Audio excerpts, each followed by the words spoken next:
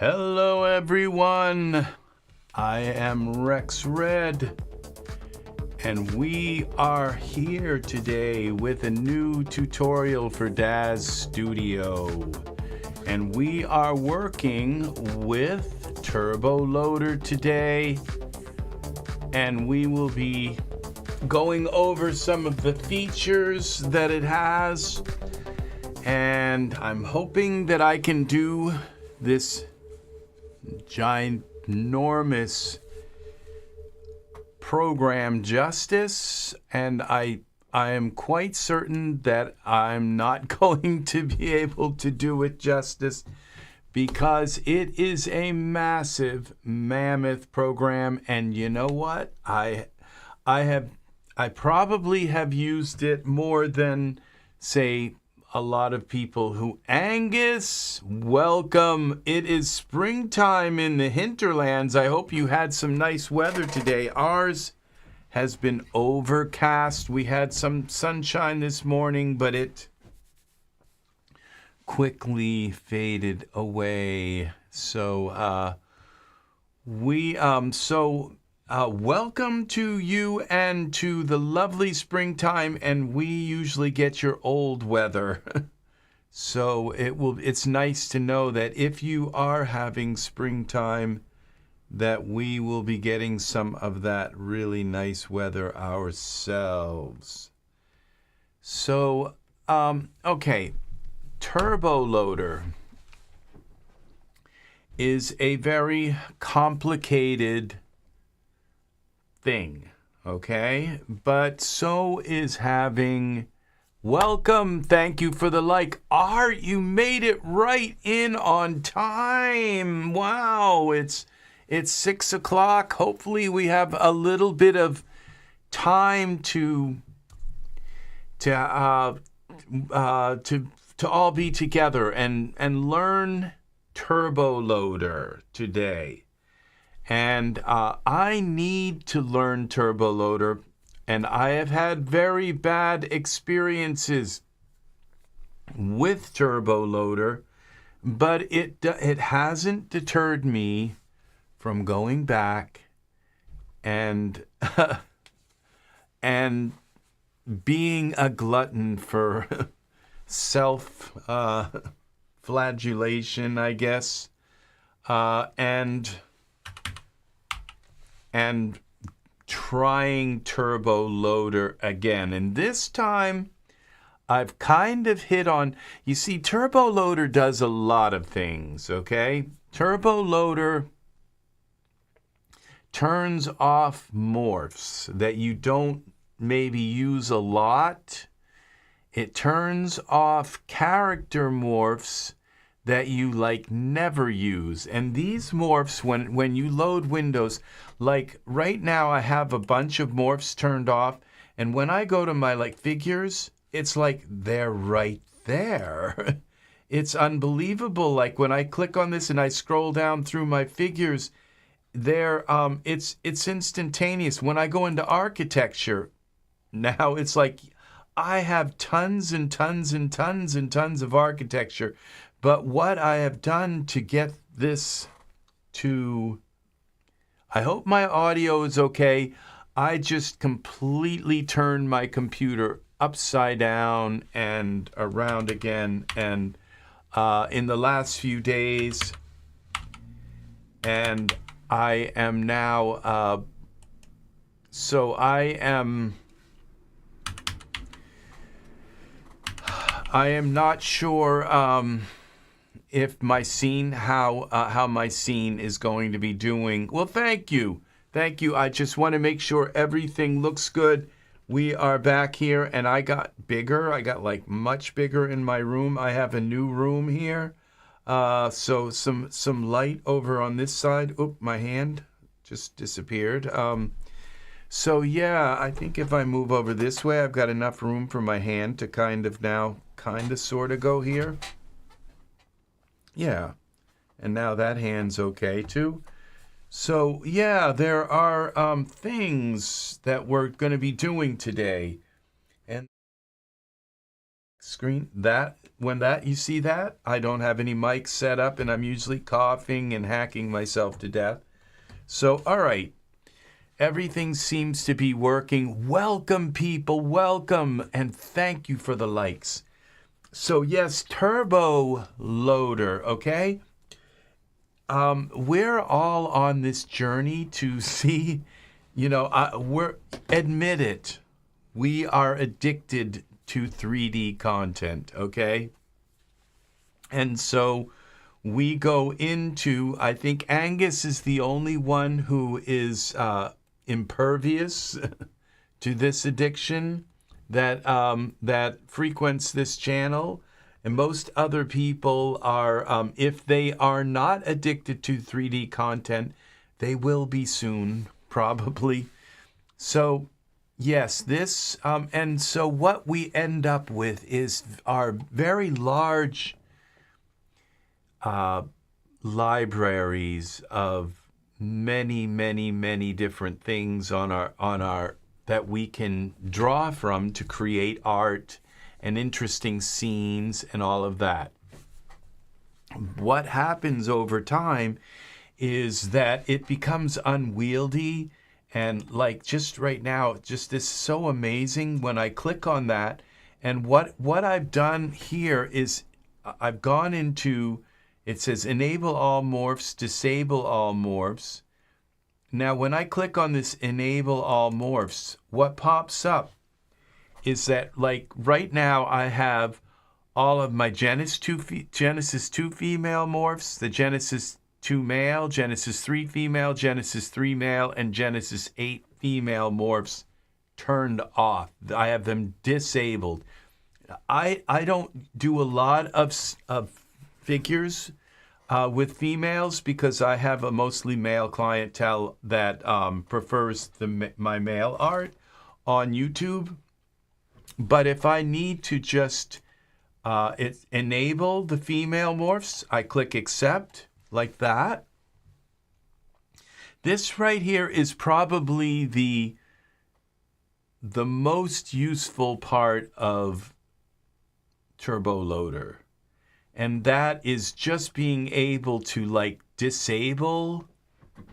Like, if you're not going to use your Genesis 9 figures in a scene, you can just disable. Now my female morphs, now if I were to take a Genesis 8 female and bring her into the scene, then she'll come in correctly. And let's try one. This is a Genesis 881 female. Let's just bring her into the scene and see what happens. Figure. Let's try Belina. Is it? That Belina? And this is 8-1. Let's try and just bring her in and see how. And so when you have, so I have all of the Genesis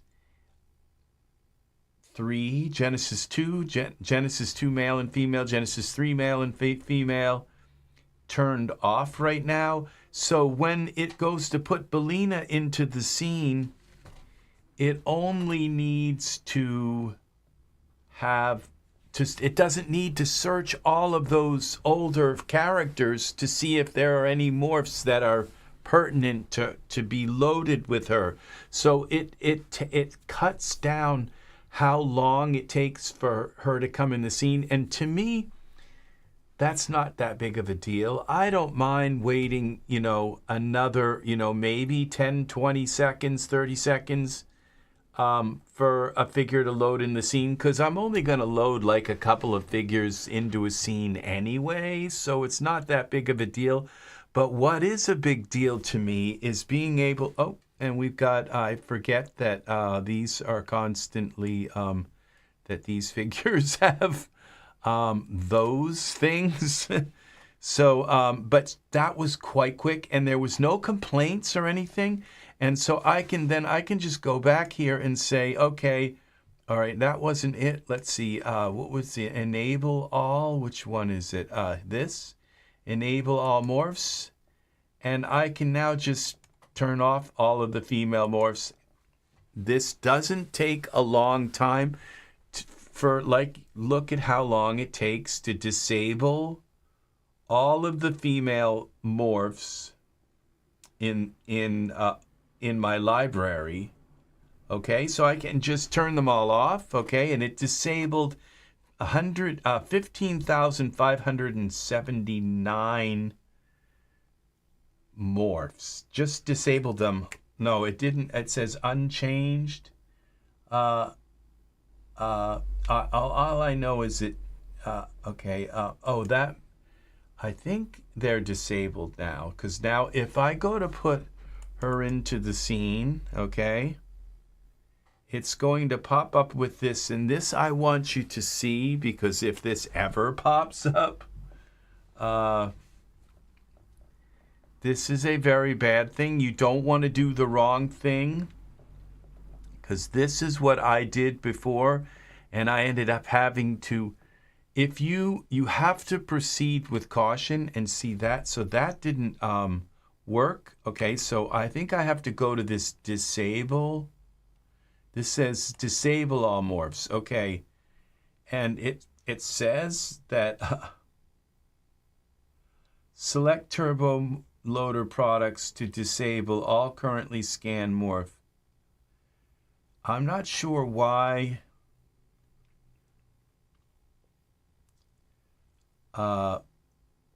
this worked, why she went into the scene like that when I have the morphs disabled.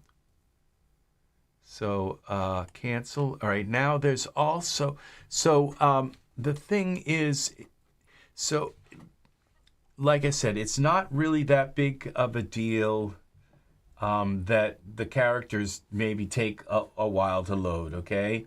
To me, that's not, because like I said, I'm only going to have a couple of characters in a scene anyway. So, you know, it's not that doesn't take that long. So now it may require, I don't know, restarting the DAS. I don't know, for these to for it to, okay, so if we clear the scene, okay, and restart DAS, because there's a lot of things here going on. Okay, we'll cover this. These are my 3D art things. As always, something I forget to do on the scene.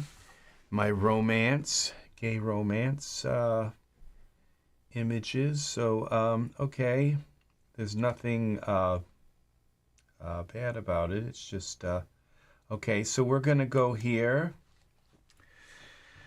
And we're going to see now if Genesis 8 females will load into a scene, okay? Once we open this back up. And now when I go to default, see, this is what's really kind of fast again. It's just, I am so unused to having my characters load that quickly, okay? So this is a Genesis 8.1 female. Let's see what happens when we try to load her into the scene. Dakota. And we're going to get flashed with another... So I believe what's going to pop up, what should pop up, is this little message down here that says that her morphs are not here. And see, so it's not doing what it's supposed to do. So I'm not sure why she just loaded in. Maybe because she's based upon a Genesis 8 male figure. And that's, so if we try another one, let's try a Genesis 8 figure female. Okay, this is a Genesis 8 female. Mariah. Okay.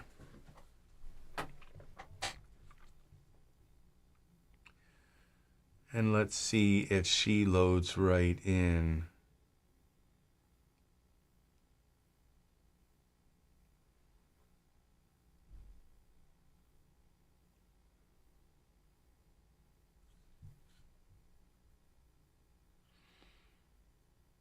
Yeah, see, something's odd here. Now it doesn't like appear to be working. So I believe what I have to do is go into the configuration files. Okay, cancel this.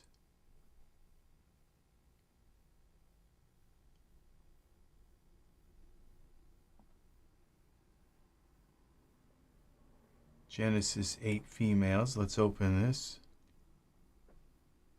Okay.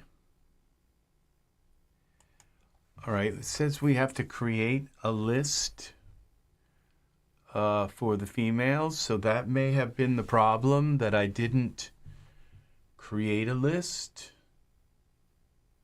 So, and this takes a little while, but it just creates this master list of all of the, and when I turned them on and off, it didn't really say that anything was being turned off. So, you know, the program is just not magically going to know what content I have. And if you buy any new content, you have to refresh. You should refresh the list, because that content then won't be turned on and off and included in this whole thing. So I'm quite certain this is why. And also now supposedly I've turned off the Genesis 2 and 3 content, but maybe not. Now these today I don't see any of these on sale today, and I've seen them on sale. This isn't but you see these, like, this is Turbo. You have to buy a whole bunch of them. This is Turbo Loader for Genesis 3, Turbo Loader for Genesis 8 and 8.1, which would be male and female. Then you have the Turbo Loader Booster, which you have to buy, and you have the Turbo Loader for Genesis and Genesis 2, and then the Turbo Loader for Genesis 9. And also there, I want you to also make note of this. This is $40. I got it today for about, like, I think $6 or $7. It's not on sale today, but I used it with one of the sales where it says if you buy one of these other artist things, we'll give you 50% off something in your wish list. And I happen to have this in my wish list. And this is really cool because, okay, so these are all of the Turbo Loader things now. It says manager, execute, and this would be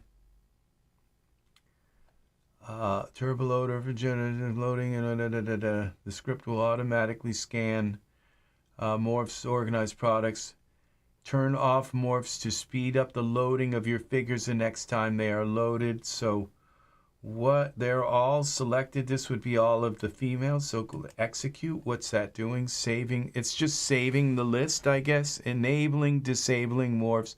Oh, when they're checked, they're enabled. Okay. But now, okay, and it says nothing was changed. There's 7,000 morphs. Okay, 7,250 morphs. Now, if I go into this product here,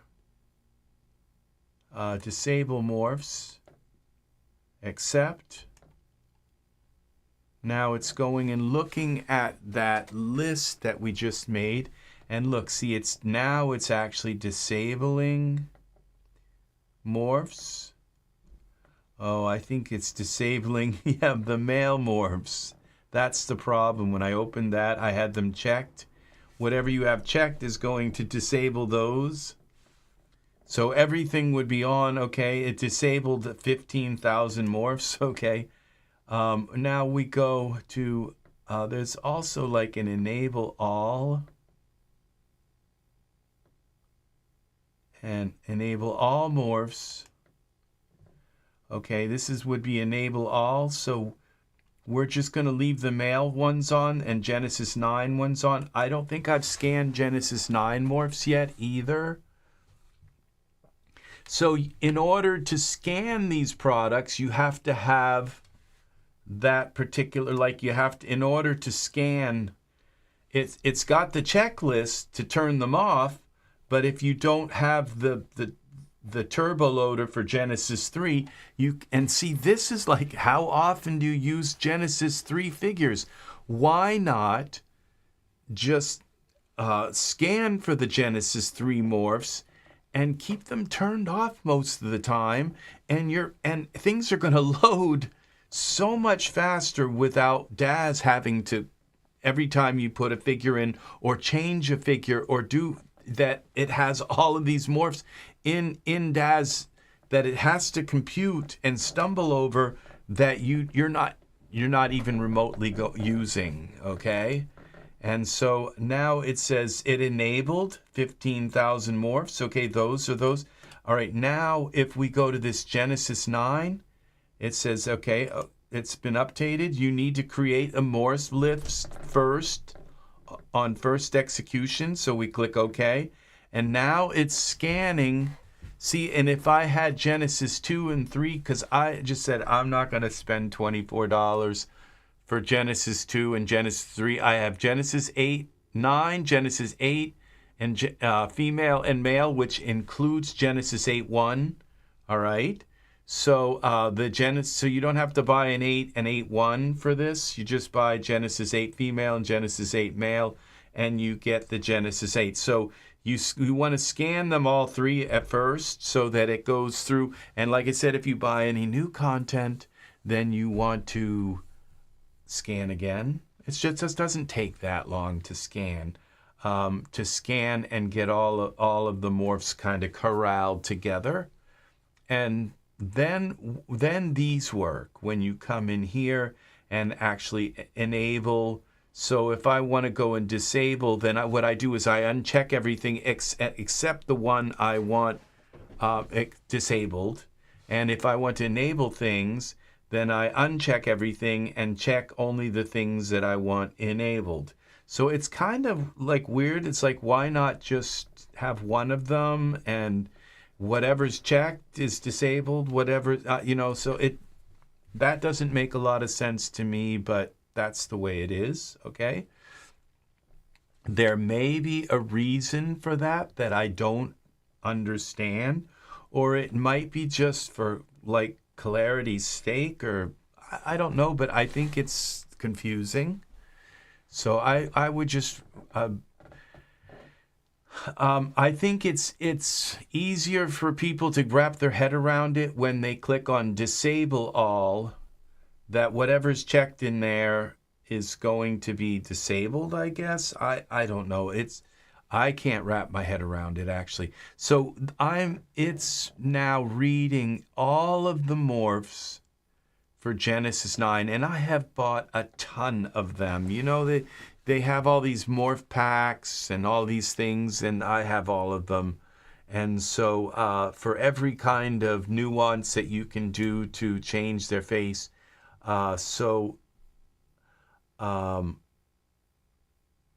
it's scanning for all of them right now. And so that's really kind of cool, because if you plan to make a scene where you're not going to use any Genesis 9 figures, you're just planning on using a couple of, why not just turn off all those morphs? Then when you're looking for stuff and going through your content. Now, I told you all while this is going on, I'm going to tell you this turbo content, okay? You want to look this up. This is massive, because I went onto the forums one time. So I said, is there a way to make the pictures bigger? When you're looking at your content, why are some of these pictures so tiny? It's like they're pointless, because I can't even, this just installs. You don't have to do anything. And then you have this, it breaks things down in your smart content. It gives you an entirely different, it scanned it. I guess that's okay. We execute, And what that means when it's execute, because I didn't uncheck anything in that master list, you can go through there and just select things and uncheck them. And the caveat about that is that some figures require other morphs from other figures, okay? So you can't just do that,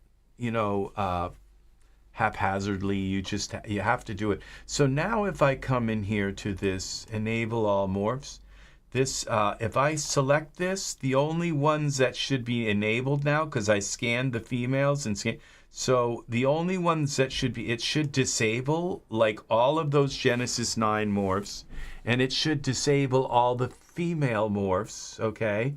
So it should disable probably close to 20,000 morphs. And the only morphs that should be enabled right now, okay, were searched for. It didn't change anything. I don't know why, okay? Multiple files may exist for a morph if you, okay. So now Mora, she's Genesis 8 female. She shouldn't load, like, without a bunch of complaints from the program. Saying that it can't find her morphs and all of this stuff. And she's going to load right probably. Like, so it just shows me I have no idea what we're doing.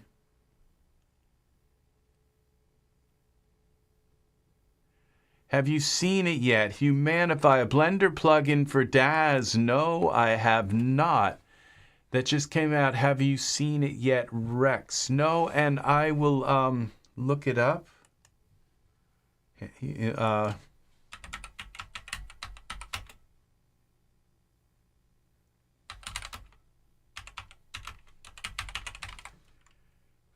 For DAZ Blender, DAZ 3D to Blender, how to install skin material. Is that it? Create photorealistic humans in one click. One click realism for Blender. Humanify delivers pro results instantly made for Blender. It's saying it's made for Blender. Focus on what matters. Okay, all right, Humanify. Oh, wow, that looks pretty realistic. Yeah, see, I don't work in Blender because there's just too many things that don't work when you import things in. Yes, what do you call it? I've even forgotten this. Diffeomorphic, brings most of what you make in DAZ into Blender, but a lot of it doesn't. It doesn't bring in glass very well. It doesn't bring in VDBs. It doesn't bring in, it doesn't bring in glass. So if you bring in this massive, just your glass, you have to go in and change every window texture in your church, into some sort of glass. And the glass texture, it takes like 5 hours to make a glass texture with nodes and all that stuff. Yeah, by that time, it doesn't bring in fire, okay? It doesn't bring in fire. Just let that think in. So candles, glass, all of the lights in your scene that might be, the torches, all of that, you have to then go in, and it takes like 5 hours working with nodes to create some kind of fire from absolute scratch. I'm not impressed with Blender. It doesn't have good marble texture. It doesn't have like textures that you can like look at and say, oh, throw that texture on there. Like it doesn't have like a texture library at all. It has it has the bare bones shell of textures. Then you have to go in and modify them with a million different nodes and all this adding and subtracting and multiplying and moving things and transparencies and all this crazy. It doesn't really matter how realistic it looks if when I bring the figure in, their eyes are all kind of screwed up.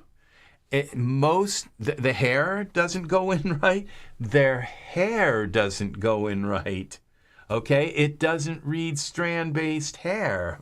So just, I am not ragging on Blender. I love Blender. Love it.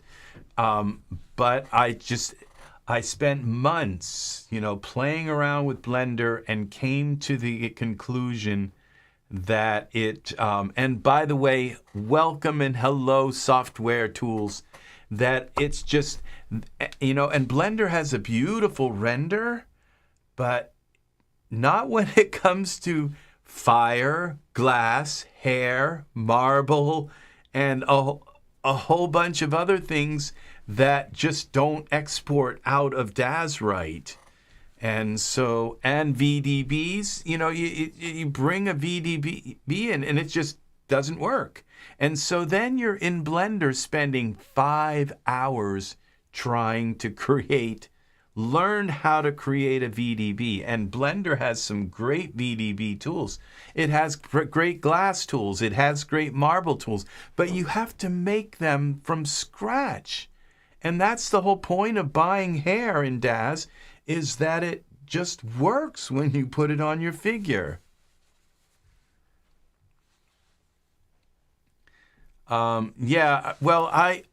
This looks really stunningly amazing, and I'm going to put my email in there. Okay, I hope I didn't just sign up for Shopify or something instead, some kind of ad. This looks really good.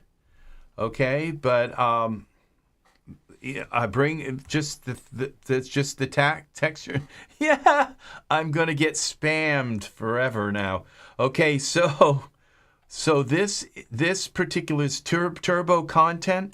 When I first installed it, it's like, okay, I bought it. I think I got it for $8. It's like $40 or something. What is it? $40?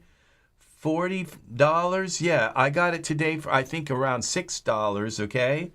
And so, which is a huge deal. And it wasn't even on sale, but I added all kinds of sales that were part of it. I bought, like, if you buy one of these today, and it's like I found the cheapest one to buy and all these things. And so I ended up only paying about $6, maybe $7 for this. But what it does is it gives you this. And I thought, what is this content thing? I said, what has Turbo Loader put it in here? But look at this. You got figures, male, female. You can actually break down your females by figures and poses and materials, okay? And you go into this like figures male, and look at what this is. You can actually go and you go into these male figures, and and what you have here. Look what happens when you put you get a large picture of you can see that was an old thing, because when it enlarged the picture, it's like grainy as can be. But it's not these little teeny tiny pictures that you see. And what's nice is that you get, first of all, a very large picture that you can open several windows at a time, okay? So you can have, like, if you have several monitors, you can be working on hair and go to face hair. Why isn't hair showing up? Okay. That's not good. Okay. Nothing, please select a node. Okay. Figures hair. Default. Okay, follow. This has got to be male. Okay, that's why. I guess I have to decide which kind. So allow Genesis 8 male, 3 male, Genesis 2 male. I would assume that would, and what it does here, and I don't think they've updated it, but look what's nice. They have it, they put this 8M. They actually tell you right there on the picture which figure it goes with. That's something that's not in the DAZ library. It's just if you want something a little bit that you're not fighting with constantly, it's there. And it's right here. And you can just go to your male figures and it says all, or you can go Genesis figures, male figures, female or male figures. You can differentiate between which ones. And you get larger pictures, and when you put your mouse over them, you get and you get all this little information here of where things are and where it's located in the categories, default, figures, people. You can kind of learn your content library a little better. This is a nice, and I don't believe it includes Genesis 9 figures. It would be nice. I don't see any Genesis 9 figures here at all. So that's too bad that it doesn't do the 9 figures. It's just not aware of that folder. And they might update it, but that's okay. It works with, and it probably, it may not even work. Now, I don't see anything about, I see a wardrobe, male wardrobe. Okay, and what it says all with no filter, and I believe that maybe if we do these people with no filter, let's see, content, figures male, and we go no filter, we should get, okay, this, yes, see, because this doesn't, it shows the figures. These are 8-1, but it just doesn't put these large numbers there because this was made before 8-1. But that also means that with no filter, it's going to show you also probably Genesis 9 figures. I don't see any Genesis 9 figures here. I do see 8-1 figures here.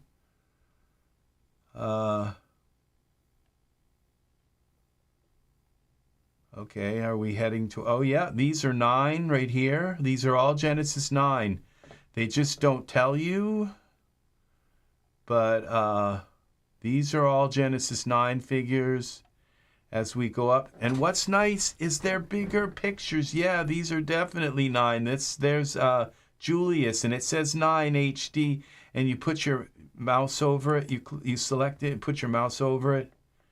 And it pops up with all this. These are usually done, which kind of means that I don't have to have this tools info down here open all the time. I can just put my mouse over it and it's going to tell me all this information here. So I find this really very helpful. This is just all figures in this male folder, I guess. Stylized, masculine.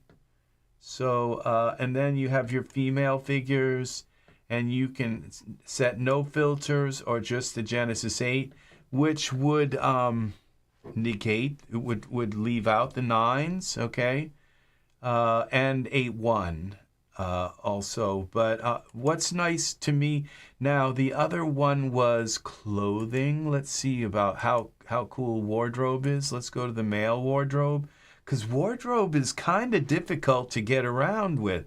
And now look at all this. All of this tells you which figure they go with right on the screen, except for a few of them, which would, and if they don't tell you what they are, and these are the Genesis 8-1, but if you go no filter, and I don't know what this follow scene selection, oh, filter by context. So if you have a figure selected in your scene, it will do your smart content by context. So that is pretty cool. So I wonder if that will work with Genesis 9. Let's put a Genesis 9 figure in here. I think I'm probably going to tell me I have them turned off. Let's see. Let's try to put this guy in here. Default. Look how fast this is going. Okay. Figures. Usually can get... I could have just gone through the figures, see, up in the context. See how little this picture is? If I go up into figures, male, see that just, it's so much nicer. The male figures. And let's find a Genesis 9 figure and put them in the scene. Let's see how this works. Okay, Hudson is a Genesis 9 figure. And let's see, yeah, it's Genesis 9 product, Hudson, compatible with Genesis 9 base. So figures male, real world, it tells you where it is. Library people, Genesis 9 characters, so it definitely looks in the Genesis 9 folder. And this is the current HD. Let's see what, yeah, it allows you to put them right in from here. So this is a nice, because I actually went into the forums and I asked, and I said, is there a way to make the pictures larger?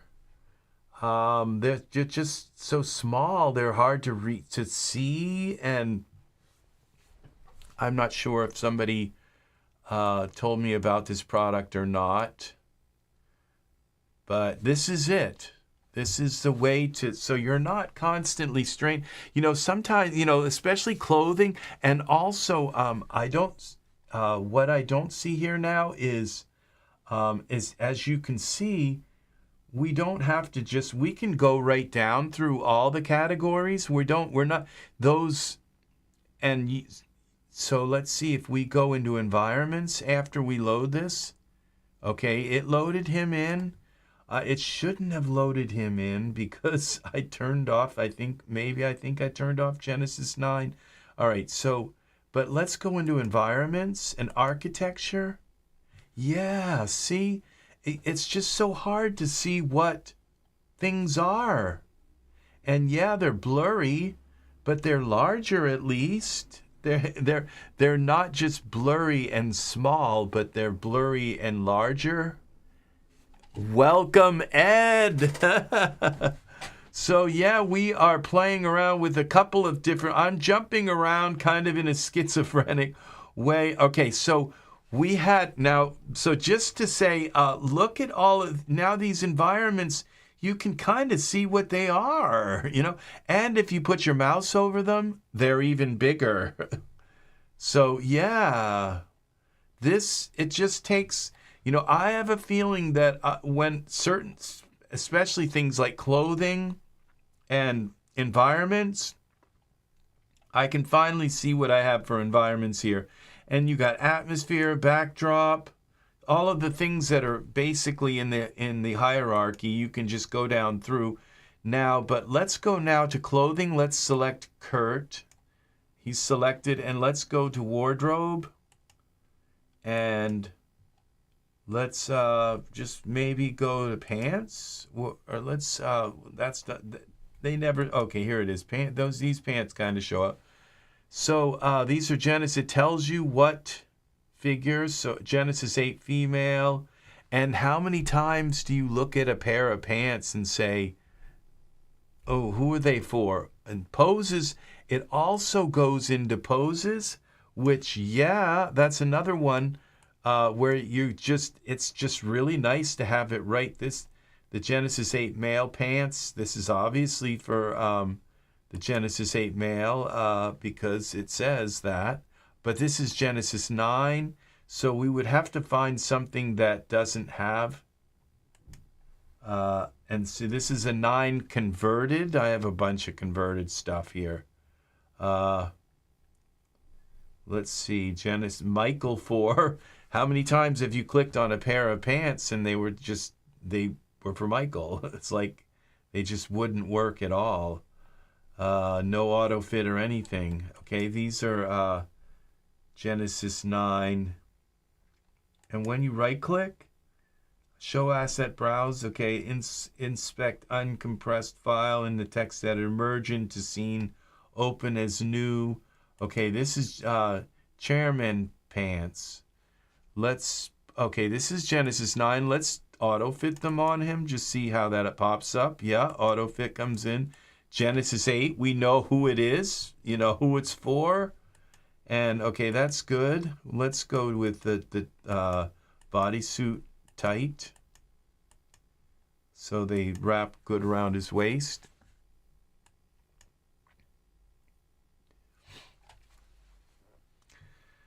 So yeah, this and it's not, you don't have to type it. The new and improved DAS Central was starting to go like this, but I think an ill-advised at the DAS told them that they could make more money making a program to do this. The DAS began announcing ending DAS, and then the DAS began negotiating that they'll make Install Manager, yeah, I get as the heart, do this instead. However, they went wayward. You know, the DAS Install Manager, the only reason nobody used it was because you had to install everything one by one. And what it would take for it to be able to just like have a bunch of things queued up that you just bought that day and install them all, I don't know, maybe that particular hurdle because of the way they structured the program or something. But, you know, when you own 10,000 items and something goes wrong with your library and you have to reinstall them all, you're certainly not going to use DAS Central. That's what killed DAS Central, was that just the minute I went in there and realized that they wanted me to install everything I bought one by one by one, I just left and never went back. And it was that simple. I just, many old-timers of stuff from the other stores and sites did not want the DAS to know what content they had. Yeah, I never used DAS Central. I maybe once or twice. Let's see what these pants look like. So yeah, they're pretty good for auto fit pants. They didn't fit really well on him because of the. I think I might have done something wrong with the auto fit, but yeah, they're okay. I could use mesh grabber and just kind of snug them into his waist. They're probably meant for a large sweater or something to go down into them, or maybe some kind of, I'm not sure, but okay. So what we're going to do now is try and figure out the part to negotiate that, and I was okay with that, but many will okay, a manual installer. Yeah, oh yeah, I install. I have to install because sometimes I'll in the course of a day, sometimes I'll buy like 50 items, and the last thing all I want to do is select them all and say go. And it's good that the manual installers know where the hell stuff gets put. And I would say, Ed, that's probably because you're, a penny pincher. And I don't mean that in a negative way. I mean that you want to make sure that when you buy something that you get it and that and I just bought some figures, these new artists that they have. Well, they haven't vetted their material that well because when you install it, it just doesn't, you go to click it and it's like it doesn't find half of the stuff. It doesn't load.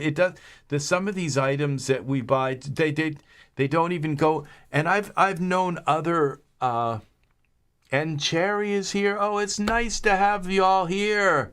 Welcome, Ed. We got software tools and art and Angus. Yes, they're very nice to have you all here. It's very, very good. So what I want to do, okay, now, see, the only thing that's supposed to be loading, enable all Turbo Loader. is cancel. It's okay. So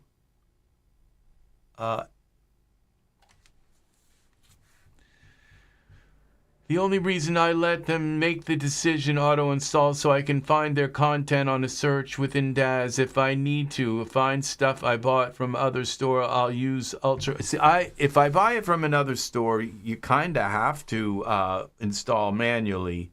I bought a bunch of stuff from Renderosity. That's pretty much the only place I buy stuff unless there's something I really need and the DAS store just doesn't have it, like a Statue of Liberty or something like that. Then I'll, or a dove or some particular bird or animal that they don't have. Then I will go looking, and I usually go to these other sites and they want $50 for a Statue of Liberty, and it's like, I don't think so. So I kind of stay within the ecosystem, but I don't. Another reason why I don't install manually is because,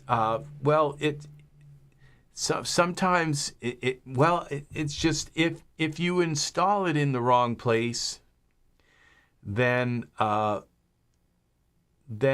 install manager is going to go there anyway and install another version of it, and I don't want duplicates of things in my library. I used to see all these duplicates in my library and think, oh gosh, I've got 2 of them. And I didn't know to read and find out that one of them, and it used to really, really, really bother me because it's like, how do I get, oh my gosh, I've got all this duplicate stuff and what's causing it and how do I fix it? And I found out, no, it's not, they're not duplicates. It's like one is for Genesis 8, one is for Genesis 9, or one of them is Iray, and one of them is 3 Delight. And it was just, all of a sudden, that problem just vanished once I realized that they were for different things. So now there is a configuration. Turn on and off morphs based on previous face save configuration files. Save morphs and properties using the current scene. Okay. Disable all morphs and properties currently configured for all. Okay, I think there's a configuration manager here. Inspect assets. Okay, so if we go here to, where's the configuration? Manage morphs for 8 and 8.1 males. Okay, we're going to manage them for the 8 and 8.1 females. So we come here and Turbo Loader Manager, and it asks, okay, we go here. Now, okay, see, it didn't ask me to do all this. So if I uncheck all and execute, now it should turn off all of the female morphs. Okay, I know how to do it that way. So this is all the Genesis 8 and 8.1 female morphs. They should get turned off. Okay, it says that 7,222 morphs were disabled. Now it will not let me load. When I go to load a Genesis 8 female, and this should be like very fast now, okay? Figures, and if I go to people and female, and we find a Genesis 8 or 8.1 female, those we went too far, okay?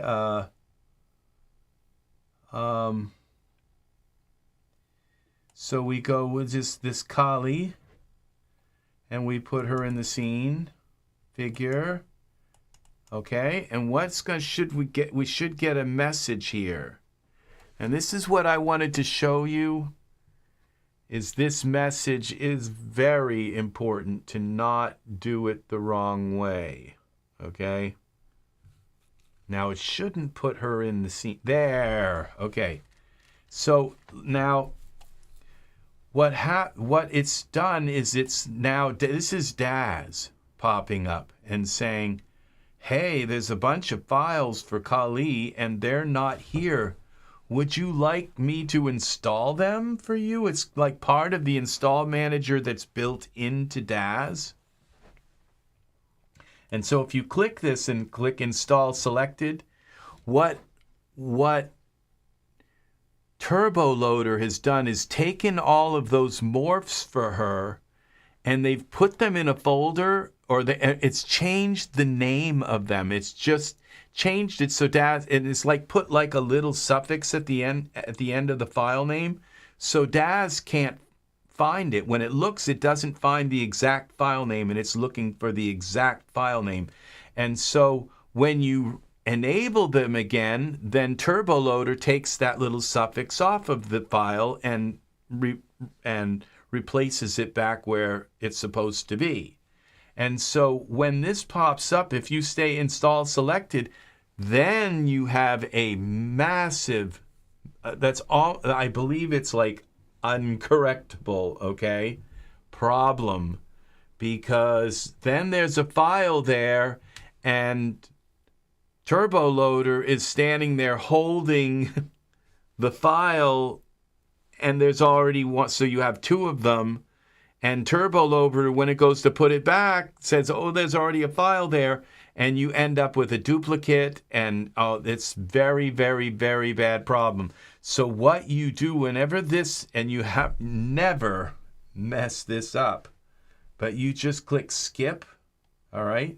So that, because you know the file is missing, you just turned off all the morphs, okay? So you just say skip, okay?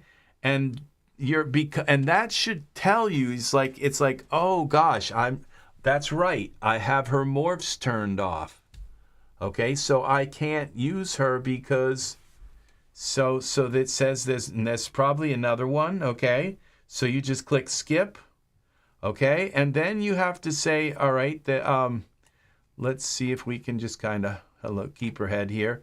So we know that Kali, so what you do instead is you take and delete her, and you select this, and then you have these right here, and it says inspect this asset, okay? And if you click this inspector and you say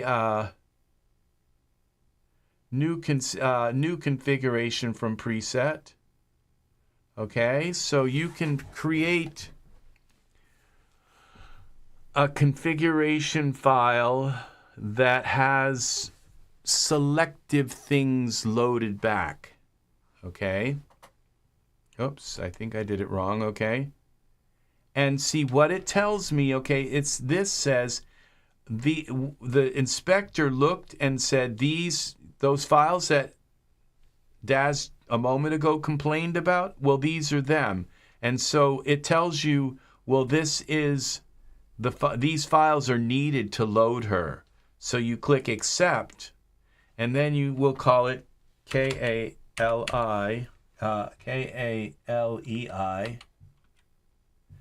and we'll click accept, and it'll create a configuration file. All right, now that the configuration, it's amended the directory that this Turbo Loader has amended it. Now when you click on her, well, it wasn't supposed to do that.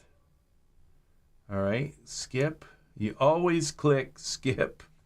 So something went wrong there, because it should have found her. All of the files should have been found. It says is missing file. Oh, it could be other certain morphs. They're called injection files, or they're called something like that. There are other files that Turbo Loader can't. Okay, skip. Always skip that. So now then when we go into, what is it called?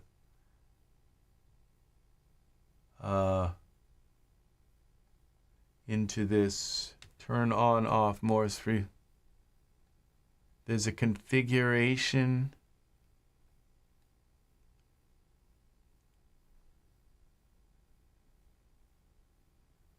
Where's the configuration? Configuration.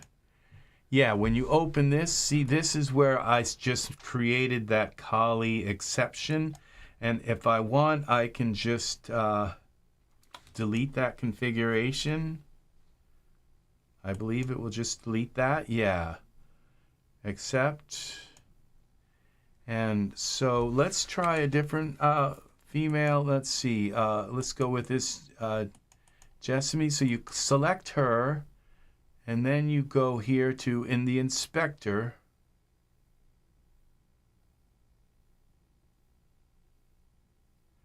May be merged or okay, so this does it all in one. It enables the morphs and opens a recent file, may be merged or new scene depending on context type. So this does it kind of all in once. Enable required morphs and open file may be merged. Okay, I think I have 2 of these. Let's go, because I put too many of them up in here. We go to scripts. And where is that going? Would be window, workspace, and then we go to customize. And this was here, I think, advanced, toolbars. Was it here? Main tools? No, menus.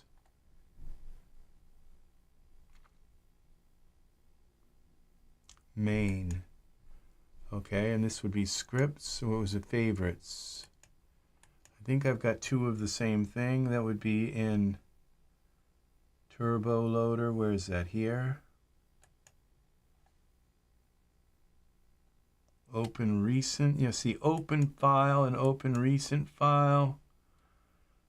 I'm kind of an open file, merge file.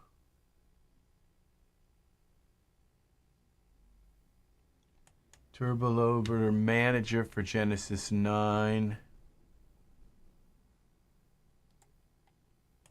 Can you just move that up?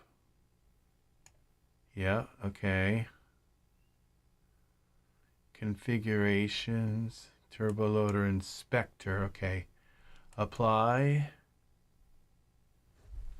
Accept. Now what we do is we just select her and go here. And we'll go create a new configuration file for her. See now, you see it says that in order to load her in the scene, she has to have these morphs. And there's a list of things here. The body, head, lashes. So it finds all the morphs that have been disabled. And so we click accept and it's going to ask for a name. So we can just create like an exception.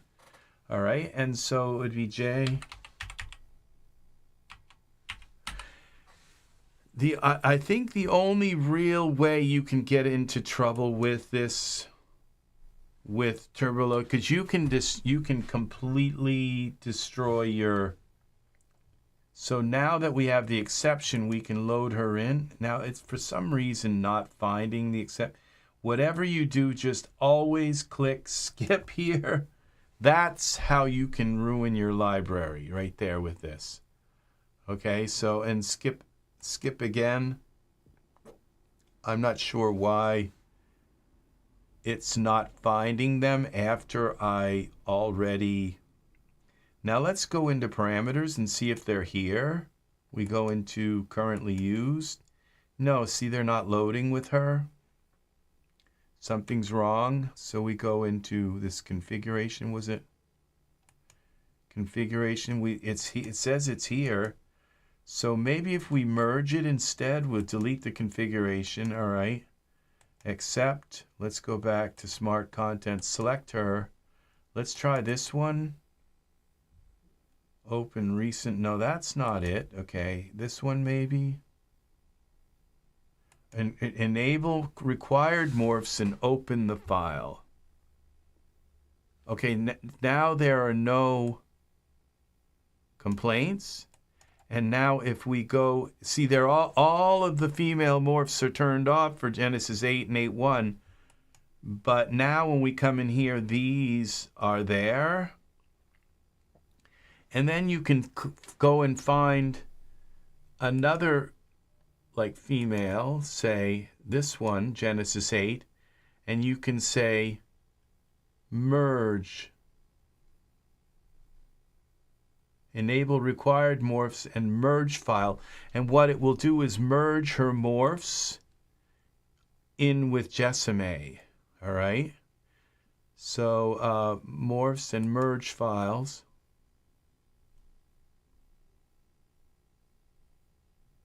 Oh, we have to select her.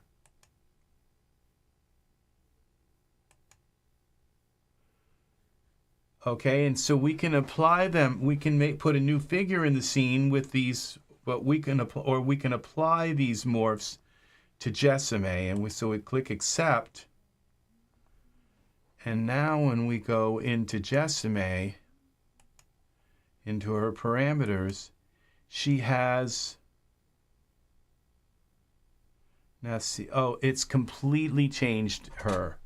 It's taken the same figure, and you know how when you try to merge things, it takes forever? That just took like a blink of an eye for it to just take your figure. Because like if you get your figure all dressed and they've got their makeup on and you've got all these overlays and all these other things and glasses and hair and all this stuff, and you say, I wish I had picked this other figure. Well, it takes like a half an hour to 40 minutes, sometimes an hour, for Daz to just change them. Not when you turn off all the morphs. When you turn off all the morphs, you can, like, say Topsy right here. We go into her, and we just say merge. We want to merge the files. Morphs and merge file. Okay, so we click on that. It pops up and says apply this to the character, and look how quickly that happens. I think she's shorter, maybe. Yeah. So that's how quickly you can just change your character and leave all of their makeup and all their stuff already on them, just like that. Because, and now when we go to Jessime, we'll go to surfaces. Now there's also like an add one. Enable, okay, I think one of these. Enable required morphs in open file. Okay, so this one would be to enable required morphs. So I think we can select this Jessime, and we can now like take another female like this. This one would be to enable. Okay, apply. All right, now there should be like several morphs here. Parameters. No, see, it did the same thing. I'm not sure why. Oh, okay, see, it changed her, but now see all these other heads and morphs are available. Notice there's not all the morphs that are normally here, just the ones that come with this figure, and these particular morphs happen to be somehow tied. Oh, these morphs may be part of the. These are part of the Genesis base figure. So you can't turn these off because they're part of, if you turn them off, like Daz would kind of crash or something, I don't know, because they are part of the what's that word? What's the word for it? Essentials. They're part of the essentials. So you have to keep that. Those are going to be there regardless. But now you see we have part of the Topsy head. We don't have all these other kind of things all just cluttering everything up. We have just this. Now, what happens now when we got Midori, so we just have, and you can then merge more. You could just come in and to add another female to the mix, like this one, and Genesis 8. I think I forgot what we're working with. Genesis 8, I think.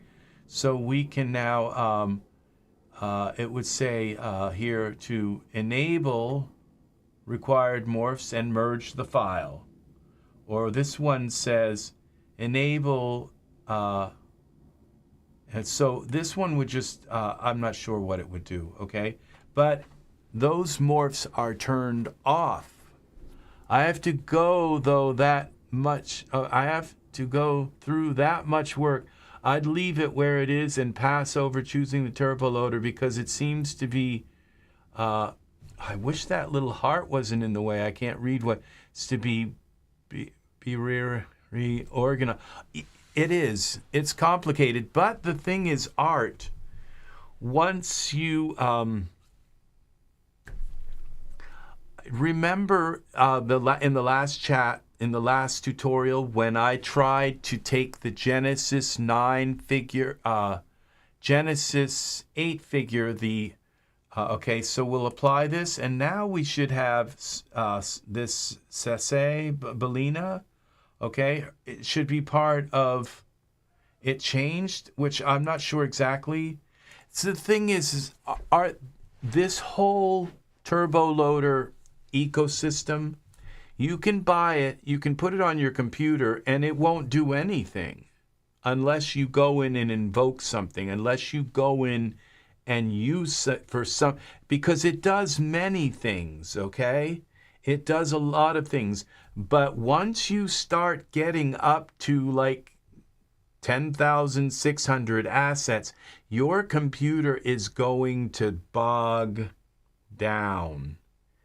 And this is the way to just completely clear it up and say, wow, it's starting to work like butter. And that when I move around, when I do things, and that's why, you see, I've put off it because I tried using it at one point, and remember that window I said always skip? Well, I didn't skip.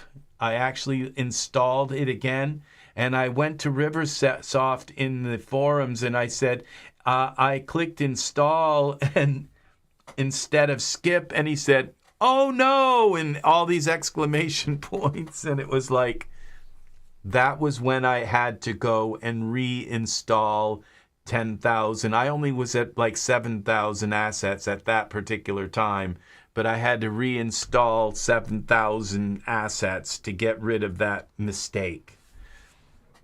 So as long as you don't do that, you are okay with this. You can't really kind of hurt things. You can come in and say, where the heck are my, every time I click on my female, then you have to go back and re-enable, but there's a way to just go in and re-enable all morphs, enable all morphs. So that's why they're here, or disable all morphs. So, okay, what we're going to do is we're going to close down DAS and see what happens when we close it down and we come back, okay? Are all the morphs still off? Or with a new session, are they re-enabled? I don't think they are re-enabled, okay? Because that's the whole point, is that when you load DAS, it doesn't take so long to load, and it doesn't take so long to get into your content, and your content's already been kind of done, and it doesn't take so long to close down also.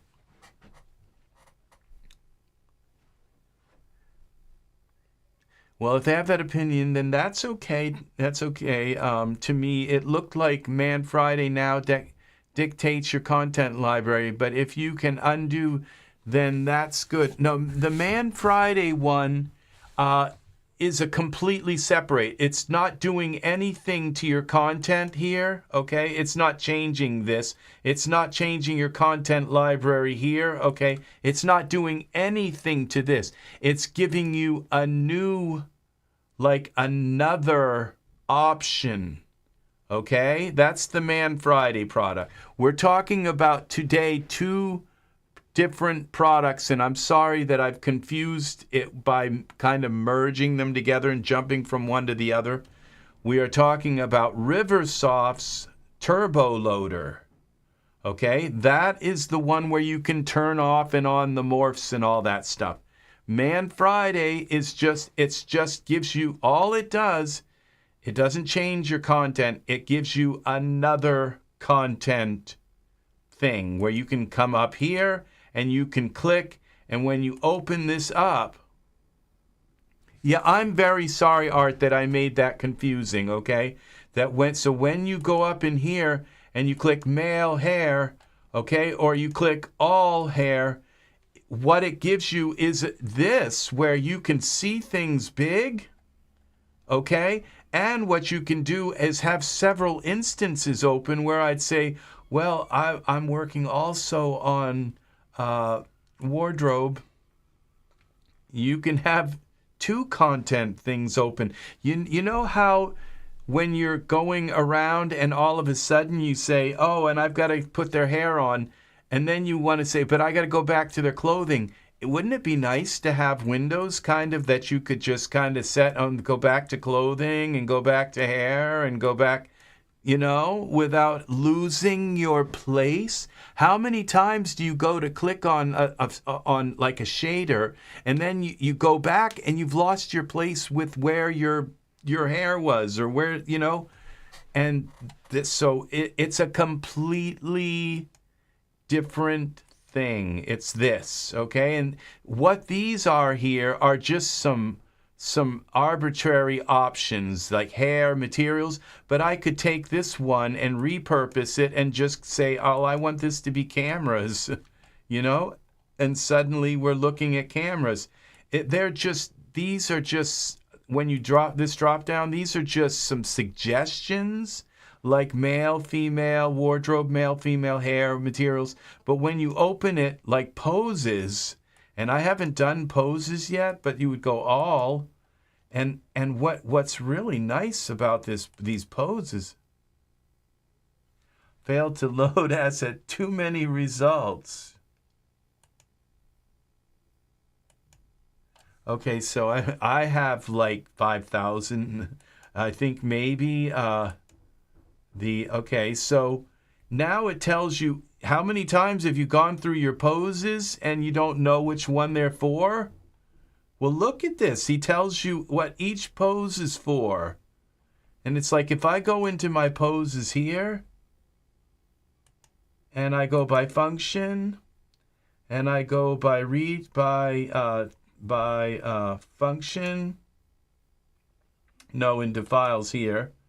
Go by function, standing. It's like, which pose is for what? For who? Why isn't it showing all my poses? Oh, poses by function, by region. Okay.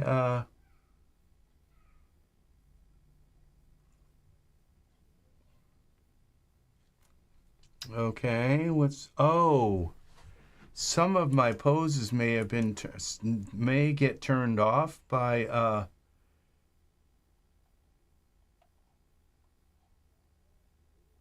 filter by context. Okay, that's on.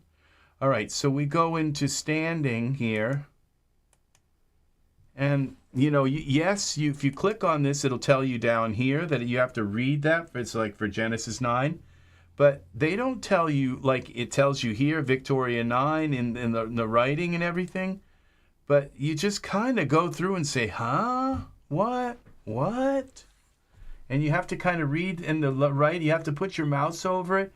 And when you put your mouse over the pose, sometimes you get this really little teeny, like when you're down here into the old stuff, you get these little pictures. They're not very big. Well, you get down even into here. Some of the real old stuff. Well, I don't think it's doing it. Product ID highest first. So yeah, see, that's a little teeny picture. I can barely see what their hands are doing right there. But when you go into here, into poses, see even the little pictures way down at the bottom. You can see what they're doing, and it tells you this is for Genesis 3 male, Genesis 8. So this is nice, and so I can have the poses open, and I can open a hair one and say, well, actually, instead of hair, I'd rather that be for people and real world, you know, or whatever, and I can have it populate, ready to render. Also, it says failed to load too many results. I think this is way back before they even conceived that people might actually have more than, 1,000 HDRIs or something. So we go to render settings, and this would be nice to be able to see render settings, to see your HDRIs a little bigger. Yeah, see, these are fairly nice sized icons. You don't get to see them that big. You get to see kind of what things are here. It's not so maddening. And if I can just put that over here and say, okay, that's my HDRIs, and you say these are my figures, and you have your figures here, and you say, and this is my materials, and this would be shaders. And again, when you go into your shaders, materials, but how about shaders here? Where are shaders? And we go to just Iray here, Iray shaders. Is this going to show? Oh, we have to actually select on something, asphalt. I don't know that it's going to actually show the shaders. Oh, we got to go up here to all, no filters. There we go. And look how large these are. And if you put your mouse over, they're even bigger. Yeah. So it just completely opens up the whole thing. It's just, wow. It's like these things, I have been like straining, and I have a 4K monitor, but look, and when I put my mouse over, it's like I can really actually see. So many times I put a shader on something and say, oh, that's terry cloth, and I really wanted like denim fabric or something, You can't see what the texture really is. And in this case, it's very helpful. This is very helpful here. And also when you put your mouse over top of it, and it's even though they're big, they're kind of small, that kind of tells you that's a really old texture, and these ones are blurry. So, it just tells you that they're probably not going to be the best textures because the image was from way back, like this one right here. It's so blurry. It's probably from way back in like 1972 or something. I don't know. I know Daz wasn't around that long, but, it's just when you look at this one and it's a nice big, sort of big texture, and then you look at this and it's even when it's made large, it's blurry, then it may have a look very nice. It might be a repeating pattern that looks really good, but just you can tell if they're a little bit blurry that they're probably older shaders, and they may not have the 4K resolution that makes a really nice shader. Because I'm way down at the bottom here, and this is just concrete, okay, for concrete shaders. And the higher up we go, I think it might it doesn't give you all the filters, but you can also come in here and type slate and see what happens. Iray. Okay, it doesn't look like it's. Failed to load too many results. Okay, there's just too many in my Iray car paint.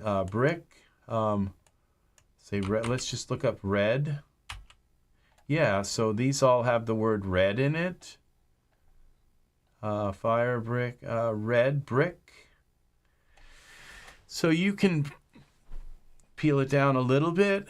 Yeah, I have been waiting a very long time to find this program. I just installed it today. Sorry to distract you, but a few shows you mentioned you have some video cards and stuff you are downsizing. Would you mind posting a link to your website with that info so I may share on Discord? Yeah, I have stuff too. I'm selling stuff. I'm selling graphics cards. I think it was, I don't know, it may have been me that was selling stuff, and but I don't know, maybe if Ed had said he had a website where I didn't notice him say that, but I don't have a website. I just have like I'm selling a 1080 Ti, and I'd like to get maybe $100 for it. I have two of them. I don't know if I dare sell them both. And I have a bunch of stuff. I have an i9 processor, and I would like to get $100 for that also. Let's see. Let's go to eBay.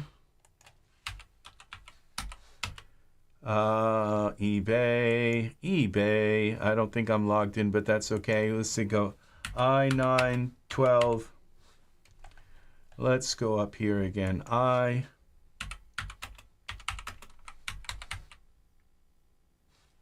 not sure which 12 core. I think it's 12th gen.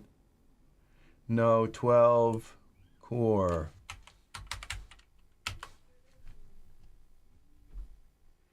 Yeah, so this is 16 core. 16 core. So yeah, let's see.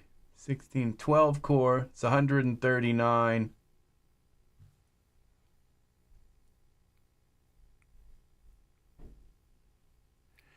Yeah, I don't have a website that I have them for sale on. I'm just like selling them outright, and it would be the kind of thing like you give me your address, you put money in my PayPal for it, and I'll send it to you.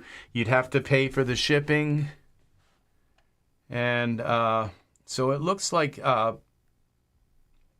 yeah, this one's 239 for, this is i7 for 12 cores, okay?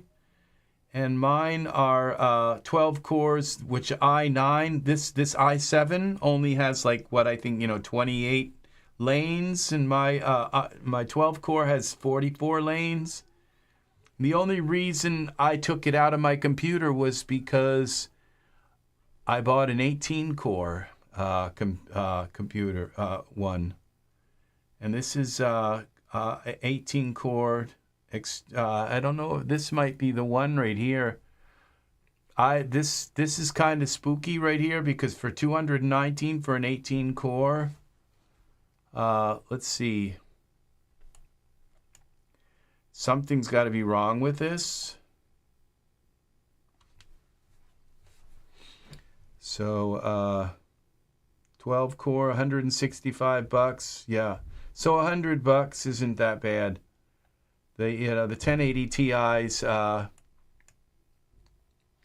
I'd like to get 100 for each for those too, and I might just sell one of them because, and at some point this year, I'm probably going to buy.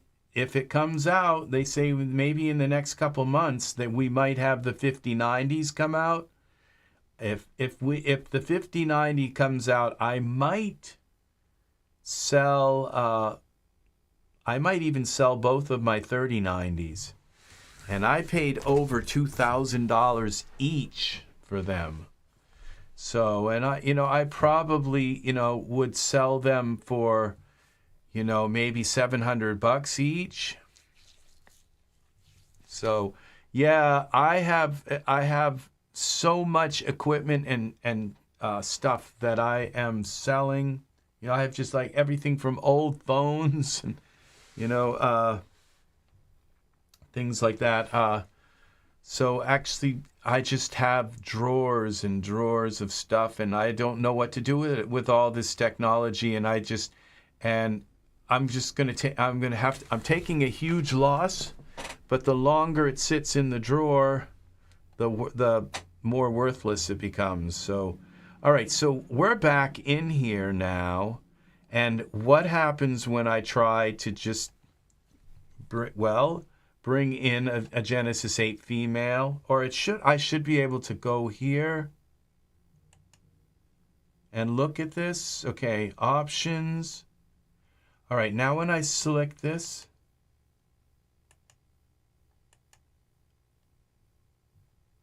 expand all. Okay, that didn't work.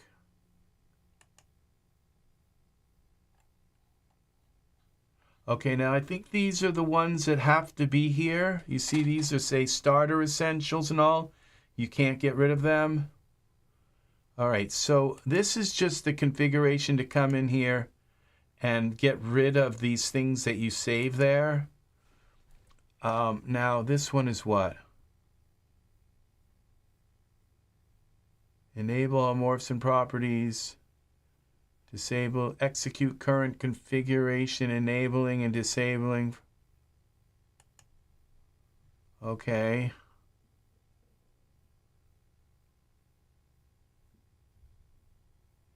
Okay, I see a lot of this I don't understand yet, but I'm getting better at this. Oh, okay, so this is where these ones here. So if I go here with the Genesis 8 female and I open this up, and it always shows that. You can turn that off if you want, but you'll notice that everything, all the female morphs, and each one of these have like a ton of them built within them, okay? And they're all turned off for the female. So what I could come here and do is just say, well, I want to keep Victoria 8 on, and that will turn on all of her morphs, okay? And I want to keep on, Zaja,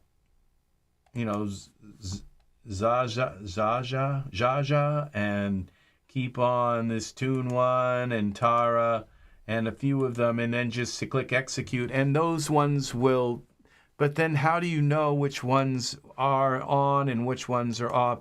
So it's probably better instead that you just click, like if we go to Victoria 8.1, so we cancel this, we go to Victoria 8.1,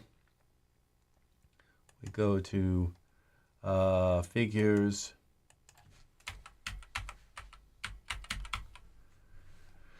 so Victoria 8.1 is turned off because she's part of Victoria 8. Let's see, where's Victoria? We're just going to go to figures. Okay, I think I'm in poses. Okay, Victoria 8.1. And we go here. And figures. And people. And female. All right, so we select her. And then I just click this right here. It's the inspect asset. And what it does is it looks at what I have selected. And it says, what are the morphs that need to be turned on in order for her to work? And so you click this right here, and I think I'm going to go add presets. And now these are the morphs that need, so she's based on the Jessime HD for Genesis 8 female. She needs to have Jessime.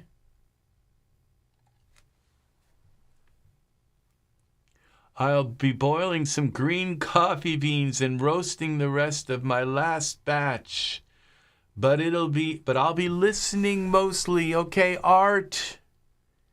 Awesome. Have a wonderful, I bought some awesome coffee. You just made me think that that I would love to enable morphs. Now, see, I think you have to enable all checked morphs. You have to enable them first. And it says 4 were enabled, okay? Now we click accept, and we call this Victoria. RI 8.1, okay? We'll call it Victoria 8.1, accept. Now I can load her in the scene. And it shouldn't complain that she has morphs that are turned off. So it's a way to go on the fly and not have to go through that master list, because you may not know that Victoria is based on that Jessame figure, that she has to have Jessame turned on in order to work. Okay? And that's why this inspector is, you use that. And that's part of the turbo boost. So when you go into DAS here, we go back. I think roasting coffee is very good, but the thing is I buy decaf, and I have to depend on the masters to roast and get that decaf out of that coffee, as much decaf out of the coffee as possible.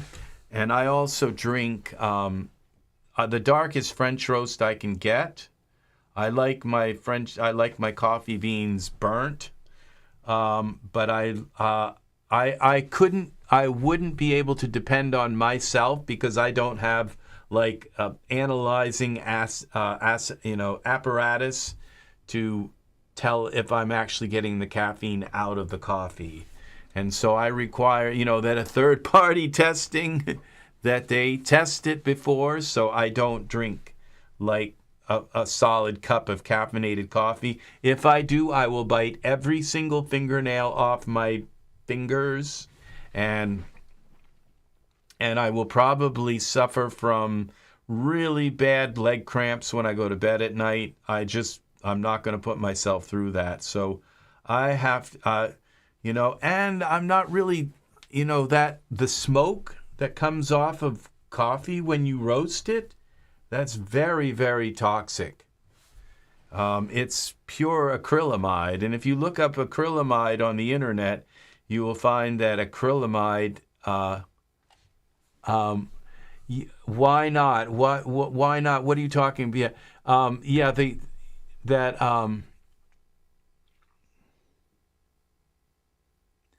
The acrylamide, acrylamide, it's like when they give acrylamide to mice, it's like guaranteed cancer. Okay, it's like it's so carcinogenic, and it's in like potato chips, and it's in any kind of carbohydrate that's baked. Okay, like if you bake meat, the fat on the meat protects it, and it doesn't create acrylamide. acrylamide. Acrylamide is a chemical that forms when carbohydrates, and coffee is a carbohydrate, okay, are cooked at high temperatures, such as through frying, baking, or roasting. It also found in cigarette smoke and some pre-cooked foods such as potato chips and French fries. Acrylamide is an organic compound with a chemical formula boiling point. It's white, odorless solid that's soluble in water, and it's like what they don't tell you here is it's like a guaranteed cancer. It's so cancerous that anybody they give it to, any kind of lab specimen they give it to, develops cancer. But the thing is that they give a lot of it to, that poor little mouse has got to eat like their body weight in acrylamide every day. So, but it's guaranteed they get these tumors and all that stuff. It's acrylamide. These was, I believe, a Swedish scientist about maybe 10 years ago realized that all of our potato chips, and when you put bread in the toaster, the more you toast that bread, the more acrylamide is in the bread. French fries, the darker your French fries are, the more acrylamide. When you put corn in oil and you deep fry it, the darker that batter is, the more acrylamide. So you have to give yourself a break from acrylamide. And so roasting your own coffee there's no problem with it, as long as you don't get there breathing those fumes from the roasting coffee. That is like pure acrylamide. Okay, so just thought I'd pass that on to you. That's why, you know, that coffee. That's why, and the darker the roast, and but I roast very low and very slow, and I'm seeing it as a byproduct. If you have dirty and old beans, wow, though I cook and roast everything, so I'll be more cautious. Yes, please do, Art, okay? You have to mix your food, like boiled potatoes have no acrylamide, okay? If you boil things, so you have to go like black olives are very high in acrylamide because they roast the olives at some. That's why they're black.